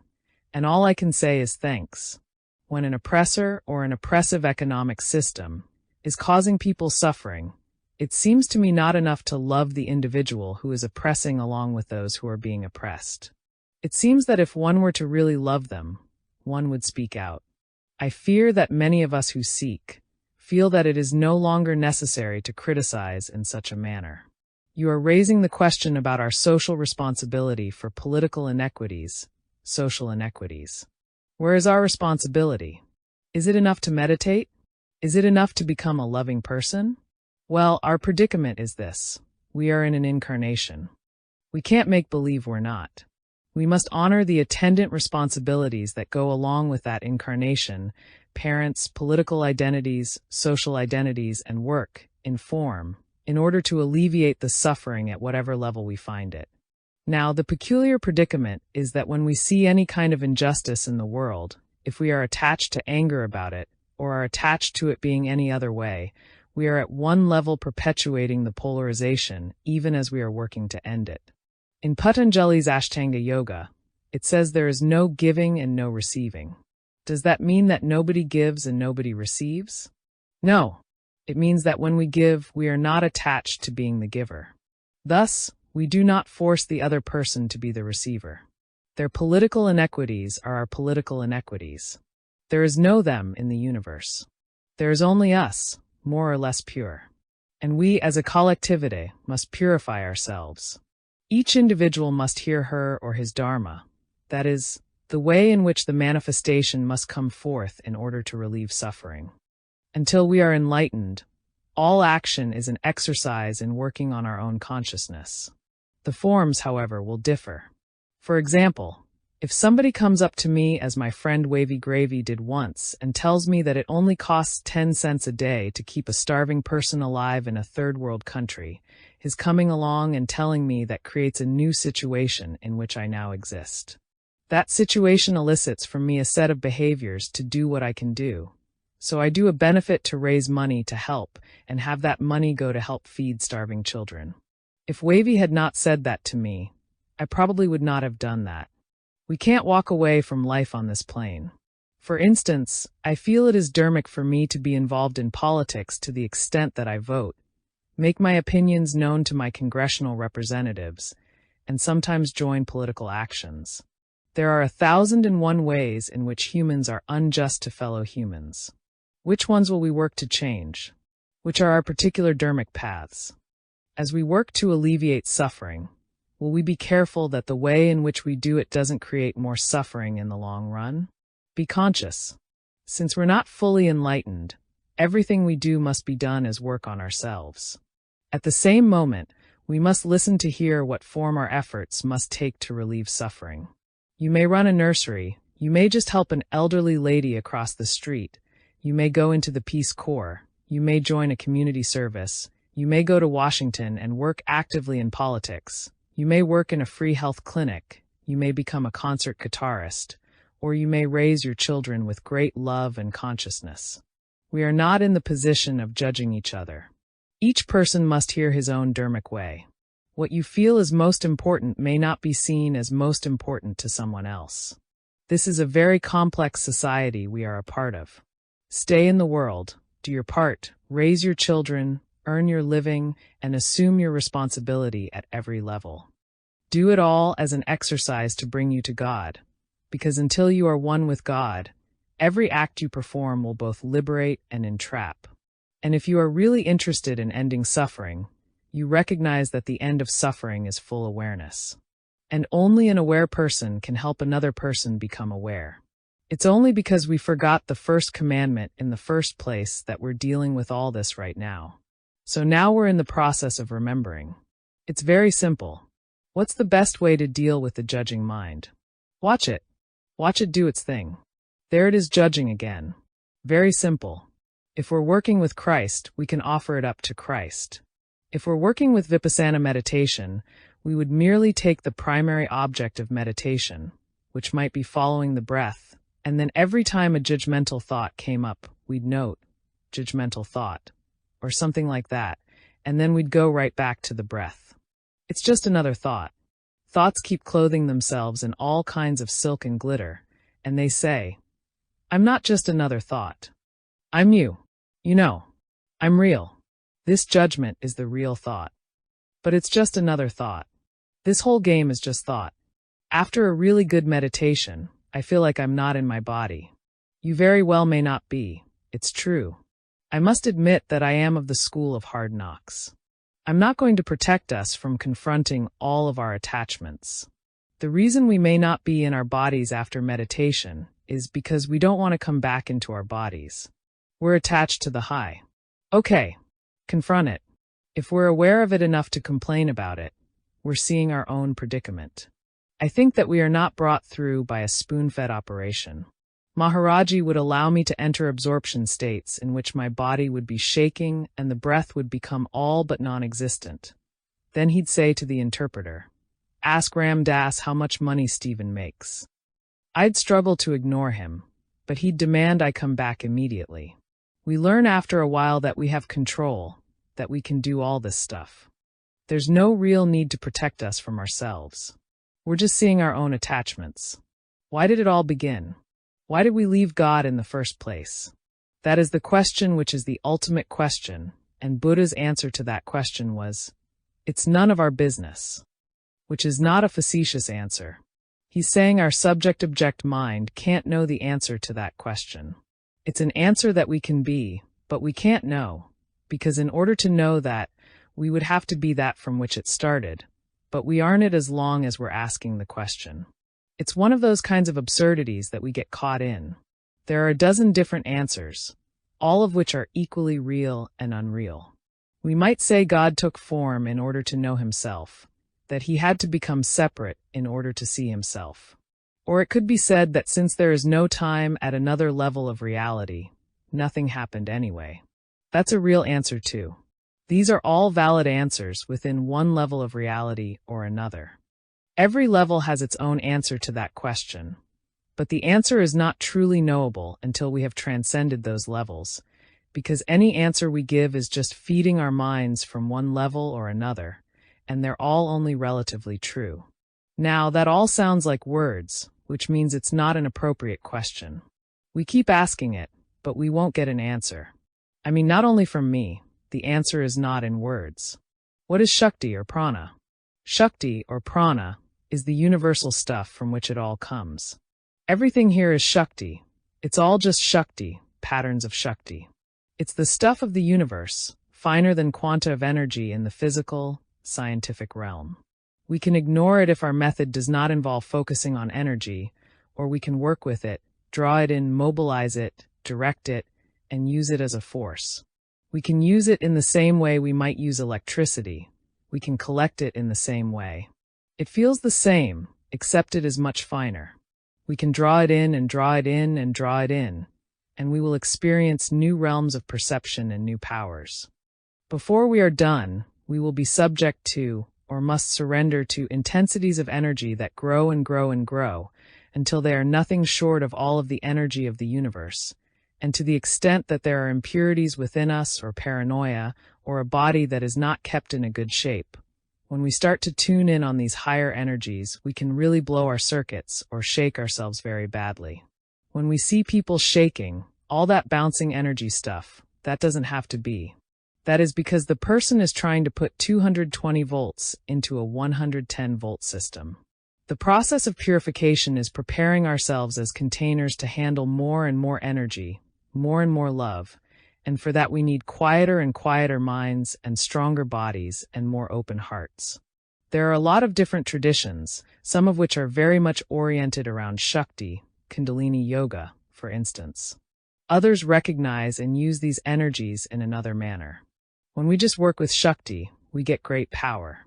But unless that Shakti is perfectly balanced with wisdom and the empty mind and love, it can be extremely destructive. Similarly, if we only work with our intellect and with the emptying of our mind, as in some yogas, and we fail to open our heart, our journey becomes very dry and brittle. Ultimately, no matter what our methods, we have to get a very even balance between our energy, heart, and mind. How does LSD affect the spiritual journey? My first struggle with that was in a correspondence with Meher Baba back in 1965, in which he said that very few people can use it positively. For many people it will make them insane. And I wrote, "It's strange, Meher Baba, but the only reason I read your books is because I took acid, and that's true of many devotees that follow you in America." And he wrote back and said, "I know you're a good person, and for a few people it can be helpful, but for most it's not helpful, and you can take it 3 more times." Well, I didn't listen to Meher Baba. I took it a number of times more than that. Then in 1967 or 68, Maharaji asked me about that medicine that I used in the West, and he took 900 micrograms, as you may know from Be Here Now. Nothing happened at all to him, which was impressive. I must admit, though, that because nothing happened, I went through a little doubt. I thought maybe he threw them over his shoulder. Maybe they never got in his mouth. It all happened so fast, and when you're around somebody like that, you're so stoned, who knows? So I had this little doubt, but I came back and told everybody he took 900 micrograms. In 1970, when I was in India the next time, he said, "Ram Das, did you give me some medicine the last time you were in India?" "Yes," I said. "Did I take it?" he asked, with a little twinkle in his eye. I said, "Well, I think so." He said, "What happened?" And I said, "Nothing, Maharaji." And he said, Jayo, go away." The next morning he said, "Do you have any more medicine?" So I brought out what I had left, and he took 1,200 micrograms this time. He took each tablet and stuck it in his mouth and made sure that I saw, and he munched them up. Then he said, "Can I have water?" I said, "Yes." And he asked, "Will the medicine make me insane?" So I said, "Probably."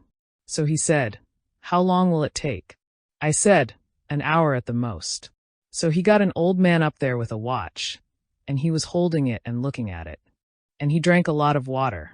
And about halfway through, he started to look really weird.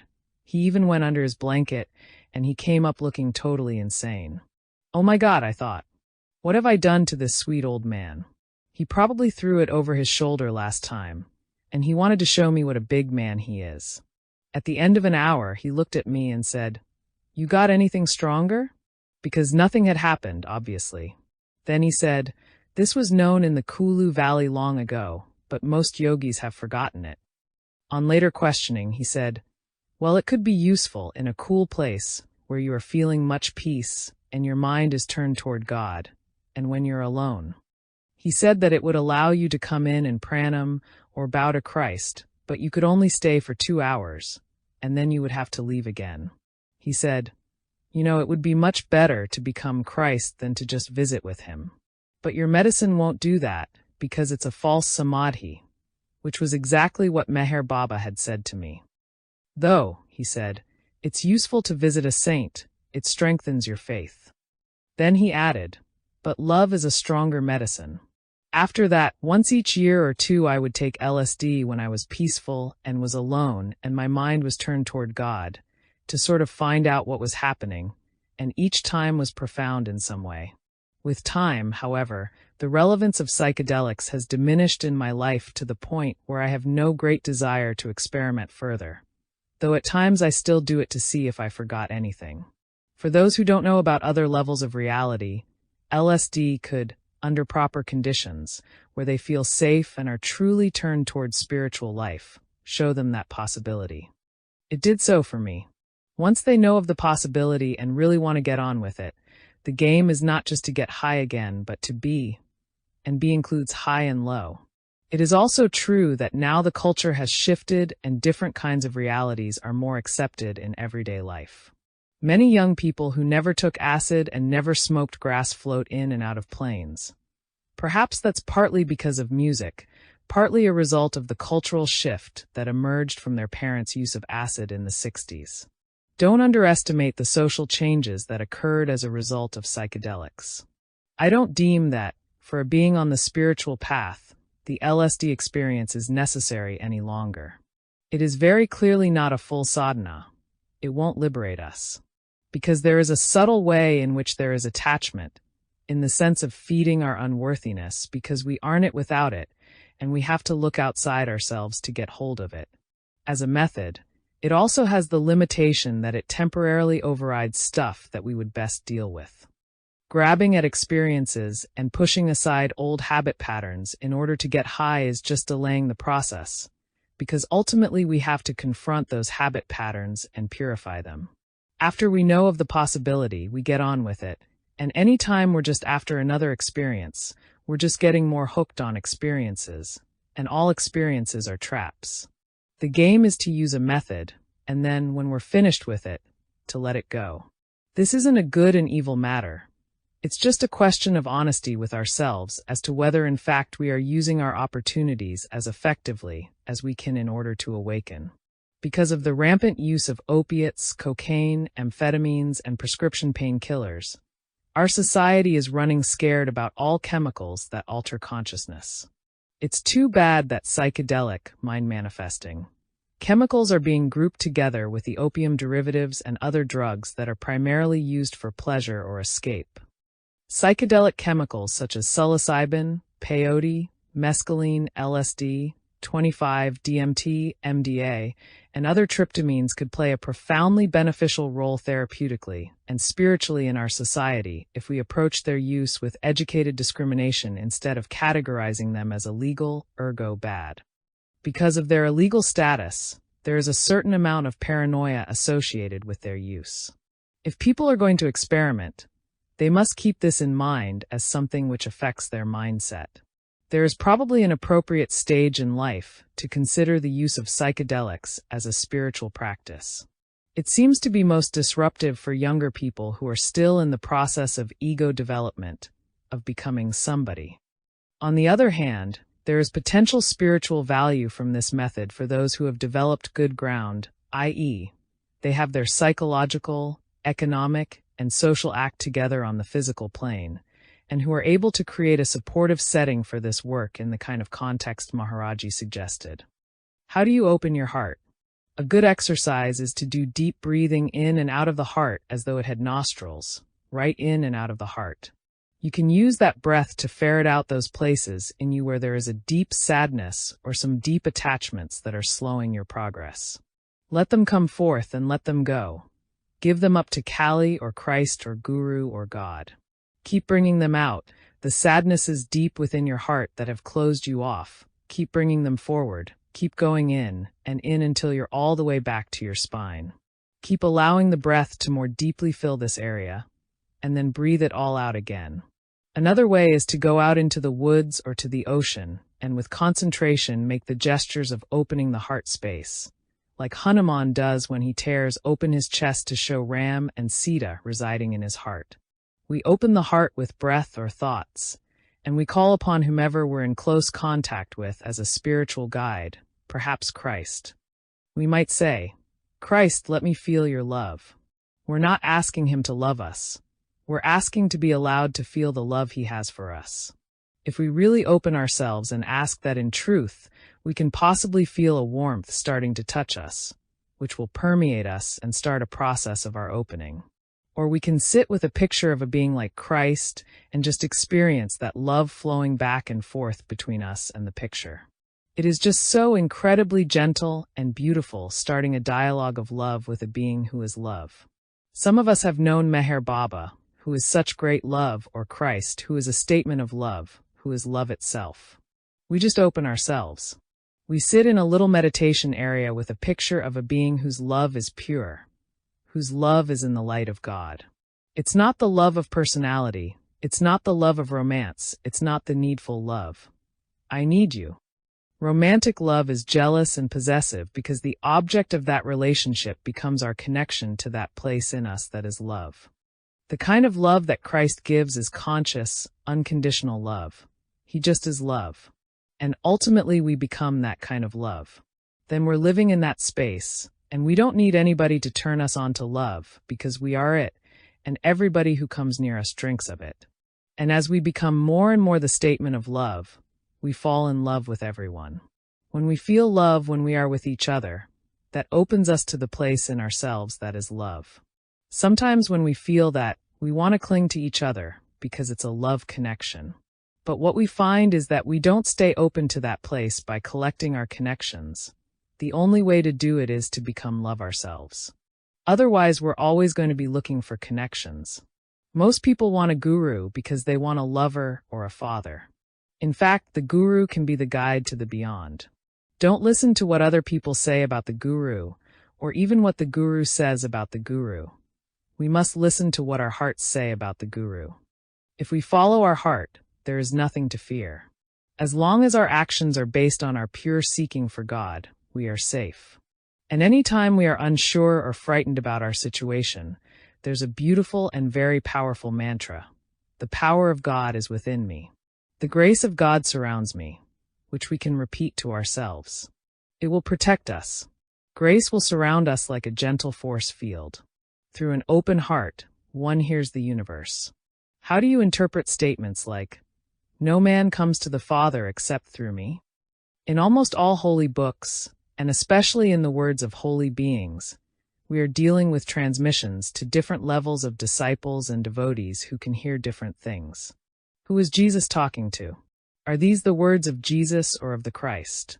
We have really at least two beings in that one being. One of them is Jesus, who is the Son, a form of the Father made manifest on earth. I am in the Father is in me. Then there is the Christ, which is the consciousness out of which that form is manifested, the consciousness that acknowledges the living Spirit. That's not necessarily Jesus, the man. The predicament is that, depending upon our degree of readiness, we become involved with the devotional relationship either to Jesus, the man, or to Christ, the consciousness, unconditional love. My experience of that particular biblical quote is that it is Christ speaking, not Jesus, that Jesus is a historical statement of the perfection made manifest, and at that historical moment, Christ said to somebody, "You can only come to the Father through me," though it may have been interpreted as coming from that body, which was Jesus. For someone else, at another moment, it means the greater body out of which that body comes, which is the Christ body. And that Christ consciousness is what would be called the living Spirit.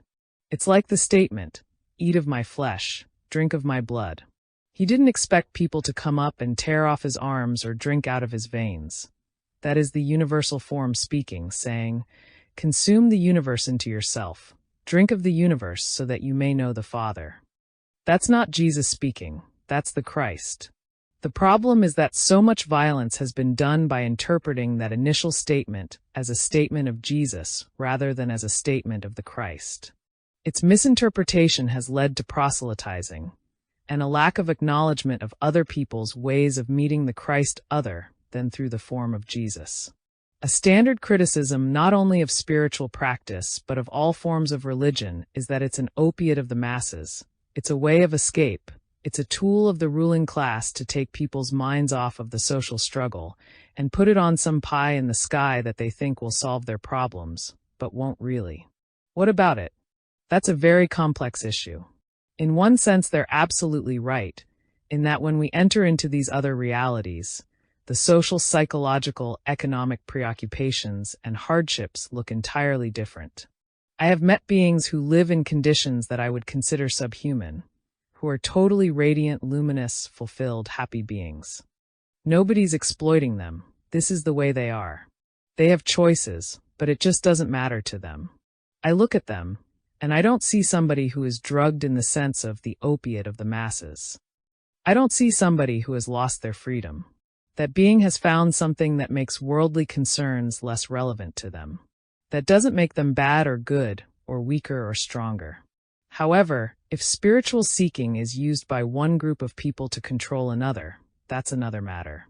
Nobody has the right to control the consciousness of another human being. That applies to revolutionaries as well as to the establishment, and if I choose to sit quietly and be totally fulfilled in a room with no furniture, living on bread and water, I don't think I have to define myself as underprivileged or as suffering because I live below the standard of living. If somebody laid it on me against my will, that's oppression, but if I chose it as a means to extricate myself from deep conditioning, that's my business. Don't let paranoia rule the game about who's doing what to whom. I believe in external and internal freedom, and I won't surrender my internal freedom for external freedom. Most Western activists want freedoms they can see and measure, the external freedoms. But somebody who is seeing clearly, I think, can recognize that even when we get all the external freedoms, which many people in the society actually have, we are still not free. That's what spirituality addresses itself to, the matter of inner or internal freedom. Once we have internal freedom, we may or may not be political activists. We may or may not be artists. We may or may not be anything. Most likely, we won't sit around apathetically. But there isn't any rule that says we can't. That's external freedom. To say that everybody who is more conscious must be politically active is naive, as far as I'm concerned, because a society is an extremely complex and exquisite organism, and it takes all kinds of parts to make it beautiful. I see the evolutionary political change as very exciting, like a Martian takeover, rather than everyone picking up a gun and starting to shoot each other. It doesn't have to be us against them. It's we become them, and then them becomes us. But it's scary because there are no symbols to hide behind. Some who come and hang out with me are lawyers, doctors, and college professors. I don't say to them, give up being a doctor. I don't tell an activist to stop being an activist, or a politician to stop being a politician, or a singer to stop singing. We just do whatever we're doing in a way that increases the connection of humanity, the awareness of the interrelatedness of all things. That includes ecological sophistication and economic and political awareness. Stay doing what you're doing, because there's no one role that defines the game. Just because you march on City Hall doesn't make you an effective political activist. Christ and Buddha were both effective political activists, each in his own way. I think we have to acknowledge that there are a variety of strategies in this game of life. And it isn't good guys and bad guys, it's just individual difference. For those people who find themselves in a particular time and place in which it is appropriate for them to struggle politically against oppression and injustice, could spiritual practices help them? Yes, because in terms of the effectiveness of any action, we are more effective when we are capable of being totally involved in what we're doing and totally non-attached, though I understand how the term non-attached might seem antagonistic to the original concerns that have motivated the involvement. Let me elucidate. Part of the total coolness that is needed when under stress comes from compassion for the entire predicament. That is, from having an overview of the whole game board. It's like fighting a ground battle, but you have the additional perspective of a helicopter overhead, studying the entire strategy. It allows us not to get so lost in our emotions that we make the other guy have to stay polarized. In other words, we give space for him to grow by seeing how he got caught in his predicament. For instance, I can understand the position of, say, the Secretary of Defense, though I don't agree with it. I can protest his actions and say he shouldn't have done certain things, which I do. But at the same moment, I can hear his predicament. And that ability to hear his predicament gives him an opportunity to grow, because every human being has the right to get unstuck from his models. But the minute we take away people's opportunity to grow, even if they're bad guys, we've imposed on them exactly the wrongs we'd like to right. We can't create polarization in our zeal to override the bad guys, or we might create more. As was said in Be Here Now, the hippies were creating the police, and the police were creating the hippies. It was so obvious in the Haight-Ashbury. The citizens got frightened by the scene, so they demanded their police get more oppressive. The police got more oppressive, and that became a symbol against which the hippies mobilized to fight. The more the hippies mobilized to fight, the more the police got oppressive. Each force was creating the other. And nobody in that space was conscious enough to cut through that polarization, which could have turned it into a whole collaborative dance together. I think that spiritual awareness, compassion, and consciousness can clearly contribute to political effectiveness.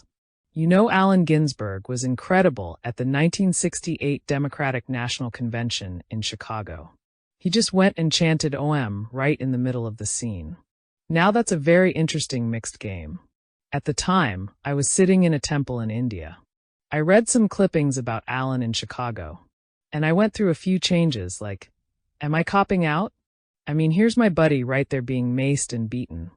What am I doing?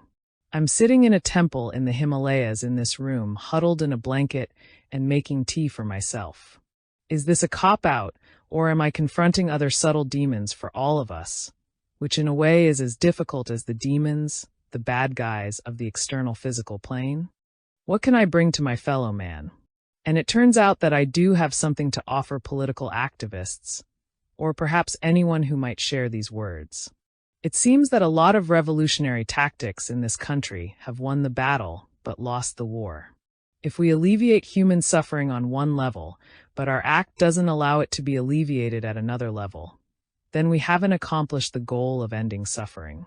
Like in getting economic benefits for people, if we deepen their attachment to thinking that economic benefits are going to give them total peace or happiness, then we are perpetuating the illusion that causes the suffering. That's why the nature of the consciousness of the revolutionary determines whether the revolution ultimately liberates or entraps those it was meant to aid. It's a really beautiful issue.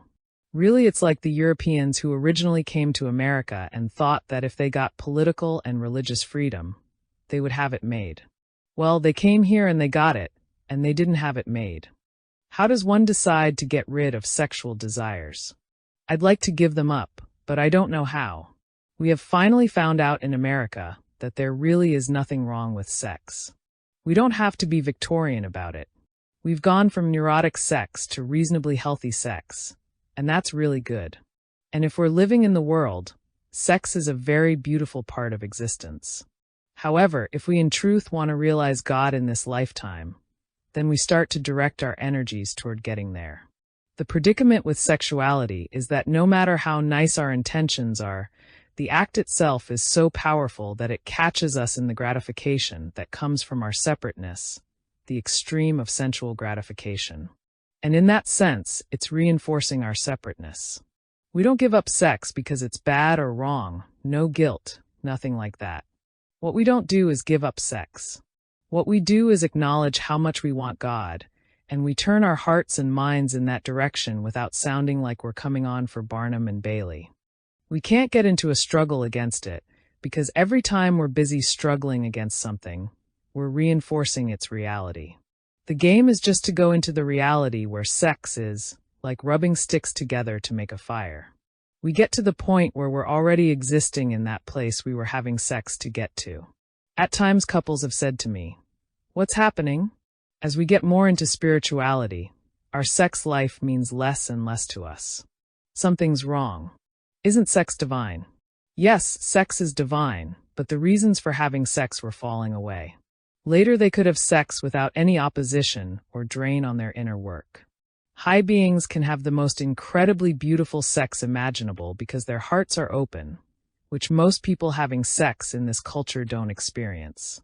The problem is that most high beings don't have any desire for orgasm because they are already sharing such intimacy. Tantra yoga is often played with by people who desire sexual gratification. They try to have their cake and eat it too. But in truth, when we desire to have a sexual relationship with another person, the arousal process and the gratification are reinforcing that desire. The only kind of truly tantric sexuality that is possible is between two human beings who are so rooted in God that there is no preoccupying desire for the other person as other. Then we may use the physiological process of body interaction in order to awaken energy, to move it up through the chakras. But that is only when there is no preoccupying desire whatsoever in either partner. And that is a condition that hardly anybody I've ever known could fulfill.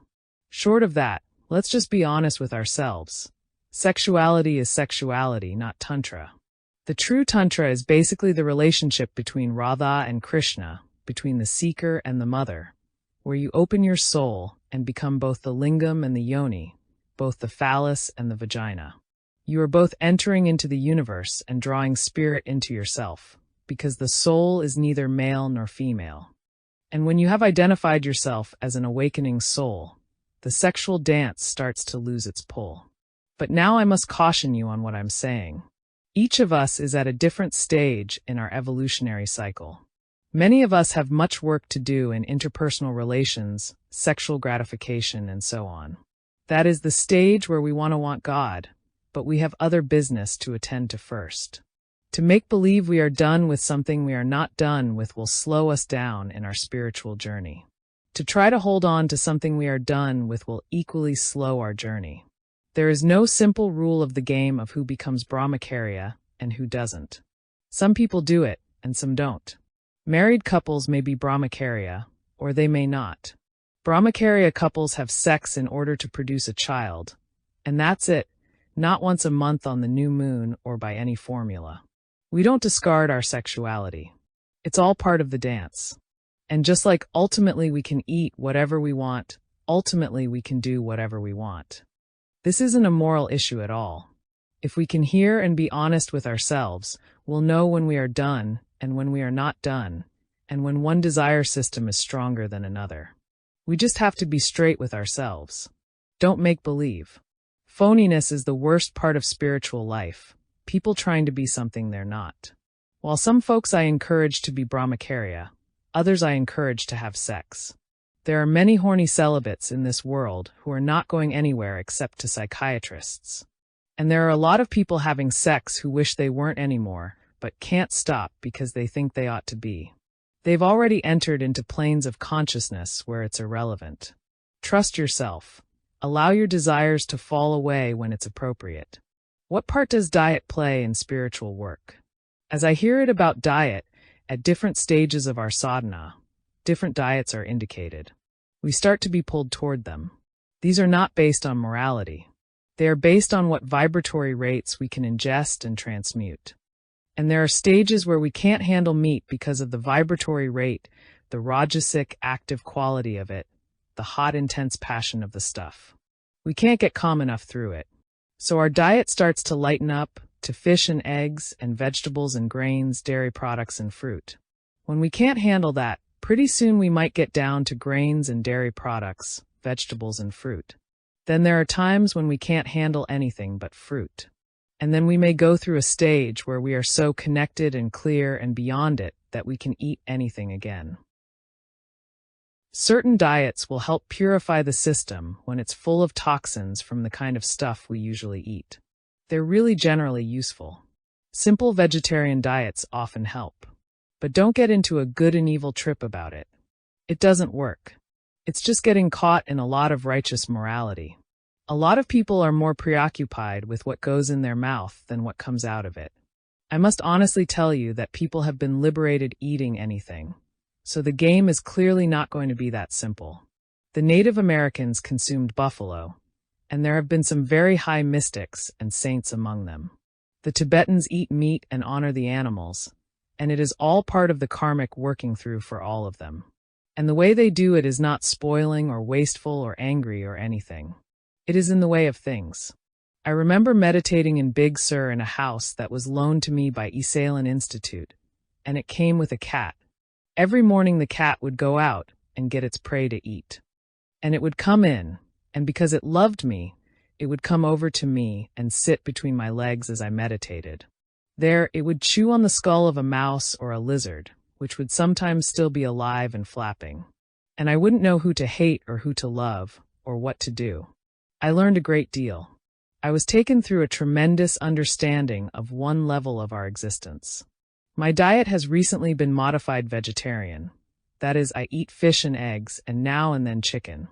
And I do that because it feels like my body needs a certain kind of protein, which I have to feed it because of my lifestyle. Just as I do, you too must listen to your own needs.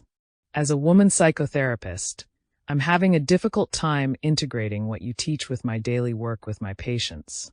Could you reflect a bit on this condition? I think that the polarization of inner work and outer social action is a polarity that merely comes out of an attachment to a model in one's head. From my point of view, both of those come together very much in karma yoga, the yoga of daily life. Perform the daily actions of your life so as to come to a clearer state of consciousness or deeper peace or greater enlightenment or whatever metaphor you wish to use. The work you're doing becomes your practice rather than your practice taking you away from your daily life. That is, if you just start from where you are, not where you wish you were, and your givens are certain trainings and skills and responsibilities, then the game is to find within all that the path to enlightenment and the way to use it all as a method of working on yourself. I find myself spending almost all of my time serving, being available to people who are suffering in one way or another. It's hard to define who's suffering how, or who's suffering more than another. When people come to me, my interaction with them is from their point of view, allowing them to reperceive their life strategies and their emotions and so on, but really they are my work on myself, just as arduous psychiatric patients are a psychiatrist's work on herself or himself. If you get lost in pity or anger or rejection or desire, sexual desire or desire for power over your patients, then you become less effective as an agent of change. Part of your work is to deal with countertransference and your own emotional reactions to people. From my point of view, my work is to stay in a place of total involvement in the psychological plane with total non-attachment. I do what I do, and I do it as perfectly as my consciousness allows it to be done, though I'm not attached to how it comes out. I'm just doing it as best I can. It comes out as God wants it to come out, not as I think it ought to come out. That is, when I meet people, I don't immediately know if they ought to change just because they are in a mental hospital.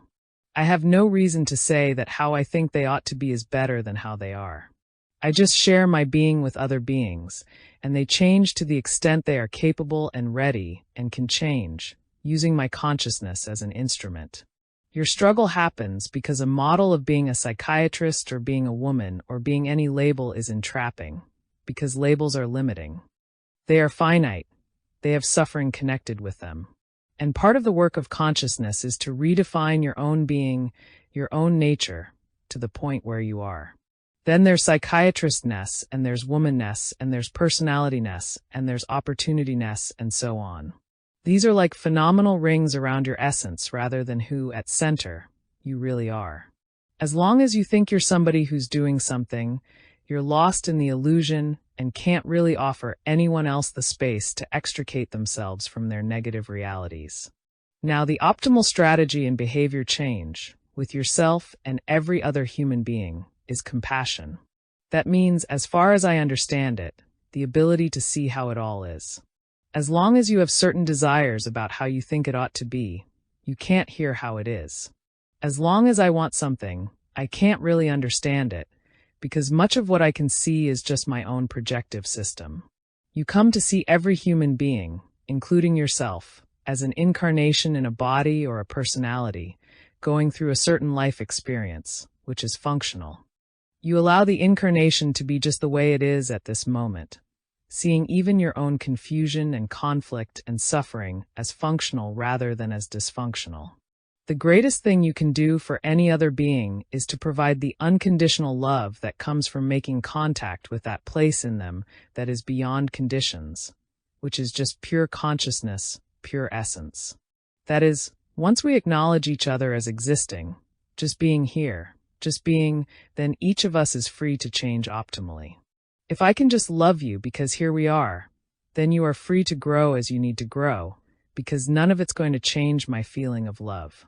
We're used to having these special role relationships, thinking certain roles apply to one yet not to another, because we're very attached to externals. Do you touch somebody? Do you sleep with them? Do you beat them? Do you control them? Do you collaborate with them? Do you support them? Do you pay them? Do they pay you?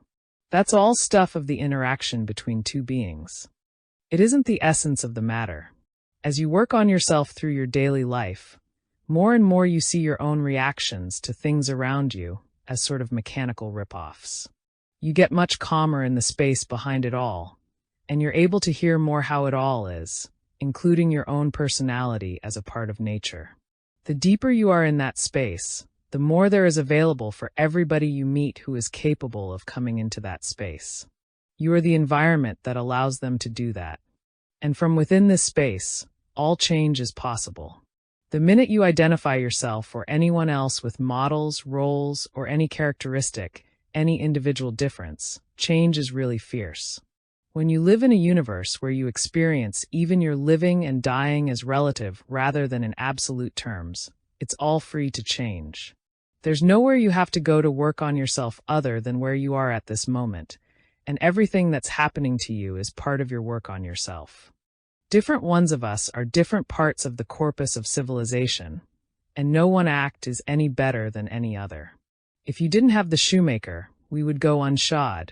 You need the shoemaker. Is the shoemaker better than the psychiatrist or worse? And what about the garbage collector? Without garbage collection, you know where New York would be? Or Boston? So is the garbage man more important than the psychiatrist or less important? The whole thing becomes absurd. You begin to see that everybody, even the president, is just another instrument in the dance, another part of the total body, and each of us must hear what our particular route through is and not try to define. That's a good one and the others are bad, or that's the best one, or I'm doing the most important work. The most important work you can do is the perfect job for you to do. Discover how to serve people not out of the fact that you're supposed to or ought to. Just do psychotherapy because that's where you're at. Do therapy as long as you realize that here we are behind doctorness and patientness. Here we are behind neurosis and relative neurosis. A very lovely psychiatrist I know is also interested in meditation and the spirit.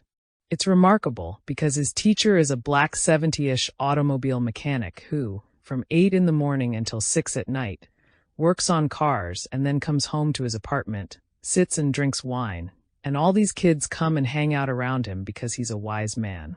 And he heals them. He works on their bodies, but all the time he's transmitting this incredible unconditional love because he's loving the place in them behind all their crap and all the stuff and all the divine dance.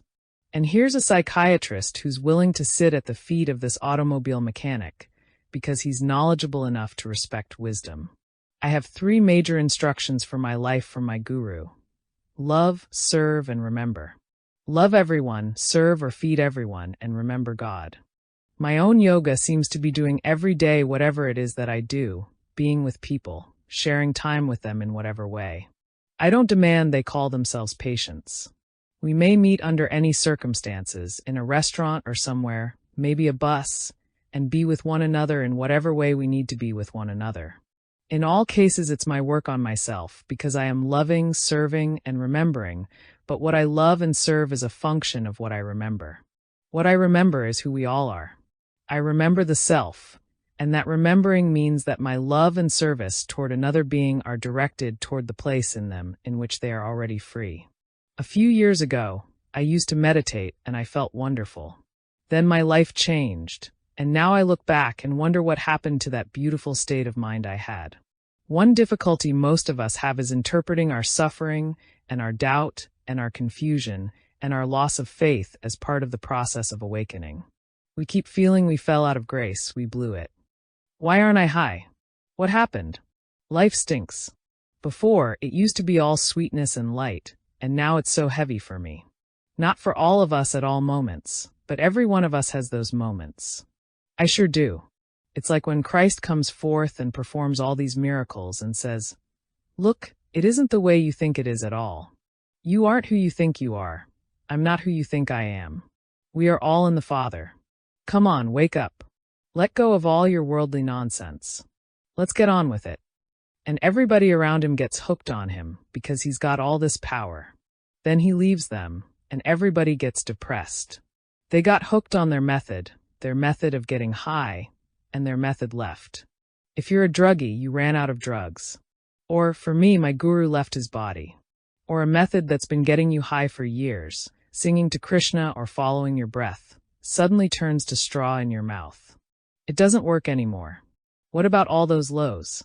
When you're angry, when you're getting fired, when you've run out of welfare, when your car breaks down, when there's an unexpected pregnancy, when there is a fight, when there is violence in the neighborhood, when there is racial tension in the community, when there is ecological disaster imminent at every turn, when there is a positive AIDS test, when politics all sound like lies. All of this does an interesting thing. It throws us back and upon ourselves for us to see where we're at. When all the pins get pulled away, we have a chance for a moment to see what resources we have. There are many stages on this path, many lessons, but don't stop anywhere. It's all part of the process of awakening. You have all the time in the world, but don't waste a moment. What is the Seva Foundation, which you helped form and are part of? The word seva in Sanskrit means selfless service. The Seva Foundation came into being in 1978 out of the inspiration of folks who served together in Southeast Asia as part of a World Health Organization, WHO, campaign that successfully eradicated smallpox from the face of the earth. SEVA was originally an acronym for Society for Epidemiology and Voluntary Assistance. SEVA's first project was to help reduce the burden of preventable and curable blindness in the world. 80% of third-world blindness can be prevented or cured. Nepal, the small, rugged country nestled in the Himalayas between China and India, was the place SEVA began work. Here was a situation in which Western know-how could really help. SEVA undertook to help rid Nepal of its backlog of curable blindness and to develop an infrastructure that would enable Nepalis to become self-sufficient in eye care. SEVA collaborated in a Nepal blindness program by providing planning, expertise, administrators, assistance from ophthalmologists, medical supplies, vehicles, and support for training of the medical personnel. The program was directed at preventing potentially blinding diseases like trachoma, xerophthalmia, and keratomalacia through treatment and health education, and at reducing cataracts through surgeries via a network of hospitals, clinics, eye camps, and outreach programs. SEVA also collaborated with Aravind Eye Hospital, an extraordinary institution in Madurai, South India, that became a major source of inspiration for the work in Nepal. Its founder and a SEVA board member, the late Dr. G. Venkataswamy, grew it from a 20-bed clinic to a group of cutting-edge eye hospitals in South India that are a worldwide model for eye care. They do more cataract operations than any other institution in the world, and many Western ophthalmologists go there for internships. SEVA also supports Aravind's initiatives in child health and nutrition, which reach the poorest of the poor in Indian villages. Once the Nepal project was in place and work with Aravind was progressing, SEVA broadened its mandate to relieve other kinds of suffering. They have worked with native peoples in Guatemala and Tibet, and on Native American reservations in the Dakotas. Besides medical projects, SEVA works to enable indigenous cultures to carry on ancient crafts like weaving and traditional agriculture to support themselves. They also initiated a series of small reforestation projects in Africa, South America, Nepal, and South Dakota. A sister organization, SEVA Service Society, was incorporated in Canada in 1982. Behind the projects lies a vision that impels SEVA to responsible actions that help to relieve suffering wherever possible, to create opportunities to grow spiritually and consciously through collaboratively cultivating the compassion of our own hearts, to acknowledge the earth as our home and our family, and to recognize that many of the problems facing humanity, hunger, poverty, physical suffering, fear, and violence, can be reduced through dedicated human effort and helping people to help themselves. From the beginning, SEVA has valued a rapprochement on conscious action between social activists and spiritual seekers, the doers and the beers. Largely a grassroots organization, SEVA appreciates the wisdom of Gandhi's statement, "Whatever you do may seem insignificant, but it is most important that you do it." As an institution, they are helping to ring the bell of compassion and joy in a sometimes bleak world, believing it's possible to do good and to have fun doing it, to open our love to God's love through an understanding that each of us works for all of us. Who do you think you are? How do you view your role in the contemporary scene? How do you relate to it? The most honest answer is, I have absolutely no idea who I am. I am not even fascinated anymore with who I am. I used to be fascinated with Ram Dass. Wow, look at that. Isn't that interesting? I try to get a rush off it now and then, but it's just not happening. Once John Lennon and Yoko Ono came to visit me. And a few days later, so did Governor Jerry Brown. The old mind thought, my God, a governor has come to my motel room. I must be somebody. And I tried to get a little leverage off it, but it was empty, it was just nothing. I'm an old power tripper, so why wasn't I getting rushes off power? I can speak to your question, and we can play this thing out. But most of the time, I'm just sitting pretty empty. It's quite incredible. It's the consciousness of other beings that draws all this stuff out of me. When I'm with you and you ask me who I am, I can give you a nice erudite answer. I might say I'm trained to be a wise man in this society. And I think that's a role that the society sure as hell can use. My guru said to me, Lincoln was a good president because he knew that Christ was president and that he was only acting president. I don't really have any personal identity, except when I'm busy getting in the way. I don't think it's me doing this work. Sometimes I'm like a perfect instrument, in a way, an instrument for the flow of the universe. I can't think of anything nicer than to be an instrument for the flow of the universe. I'm perfectly happy to be a pebble on the bottom of the lake. That's what's fun about having fame when you don't particularly want it. There's a freedom, not an entrapment, in it. There isn't much anxiety in my game anymore, because I'm just as interested in it whichever way it goes. In the 60s, I was really a bad guy in this society, an acid head thrown out of Harvard and all that. Now I'm a good guy in the society. Maybe I'll be a bad guy in the society again someday. It's just the flow, just the dance. I just notice it. All I really want to do is become free. And more, no matter what I'm doing, that's all I'm doing anyway. I'm sitting here, and it's just going through me. It's just nothing. It's totally beautiful, and the more nothing it is, the more beautiful it gets. All of the things I would share with you are unspeakable. It is only now that we have this book out of the way that we can start to dance into the realms where we look into one another's eyes and know what is not knowable. We are that, for ultimately we will transcend knowing. And we will be wise, a simplicity out of which comes the wisdom of our being. A human birth is a very precious matter. We have all the ingredients necessary to know God fully in this lifetime. That we all reached forth to meet here is itself incredible grace. Rejoice in the Lord always. And again I say rejoice. Rejoice, rejoice, and again I say rejoice.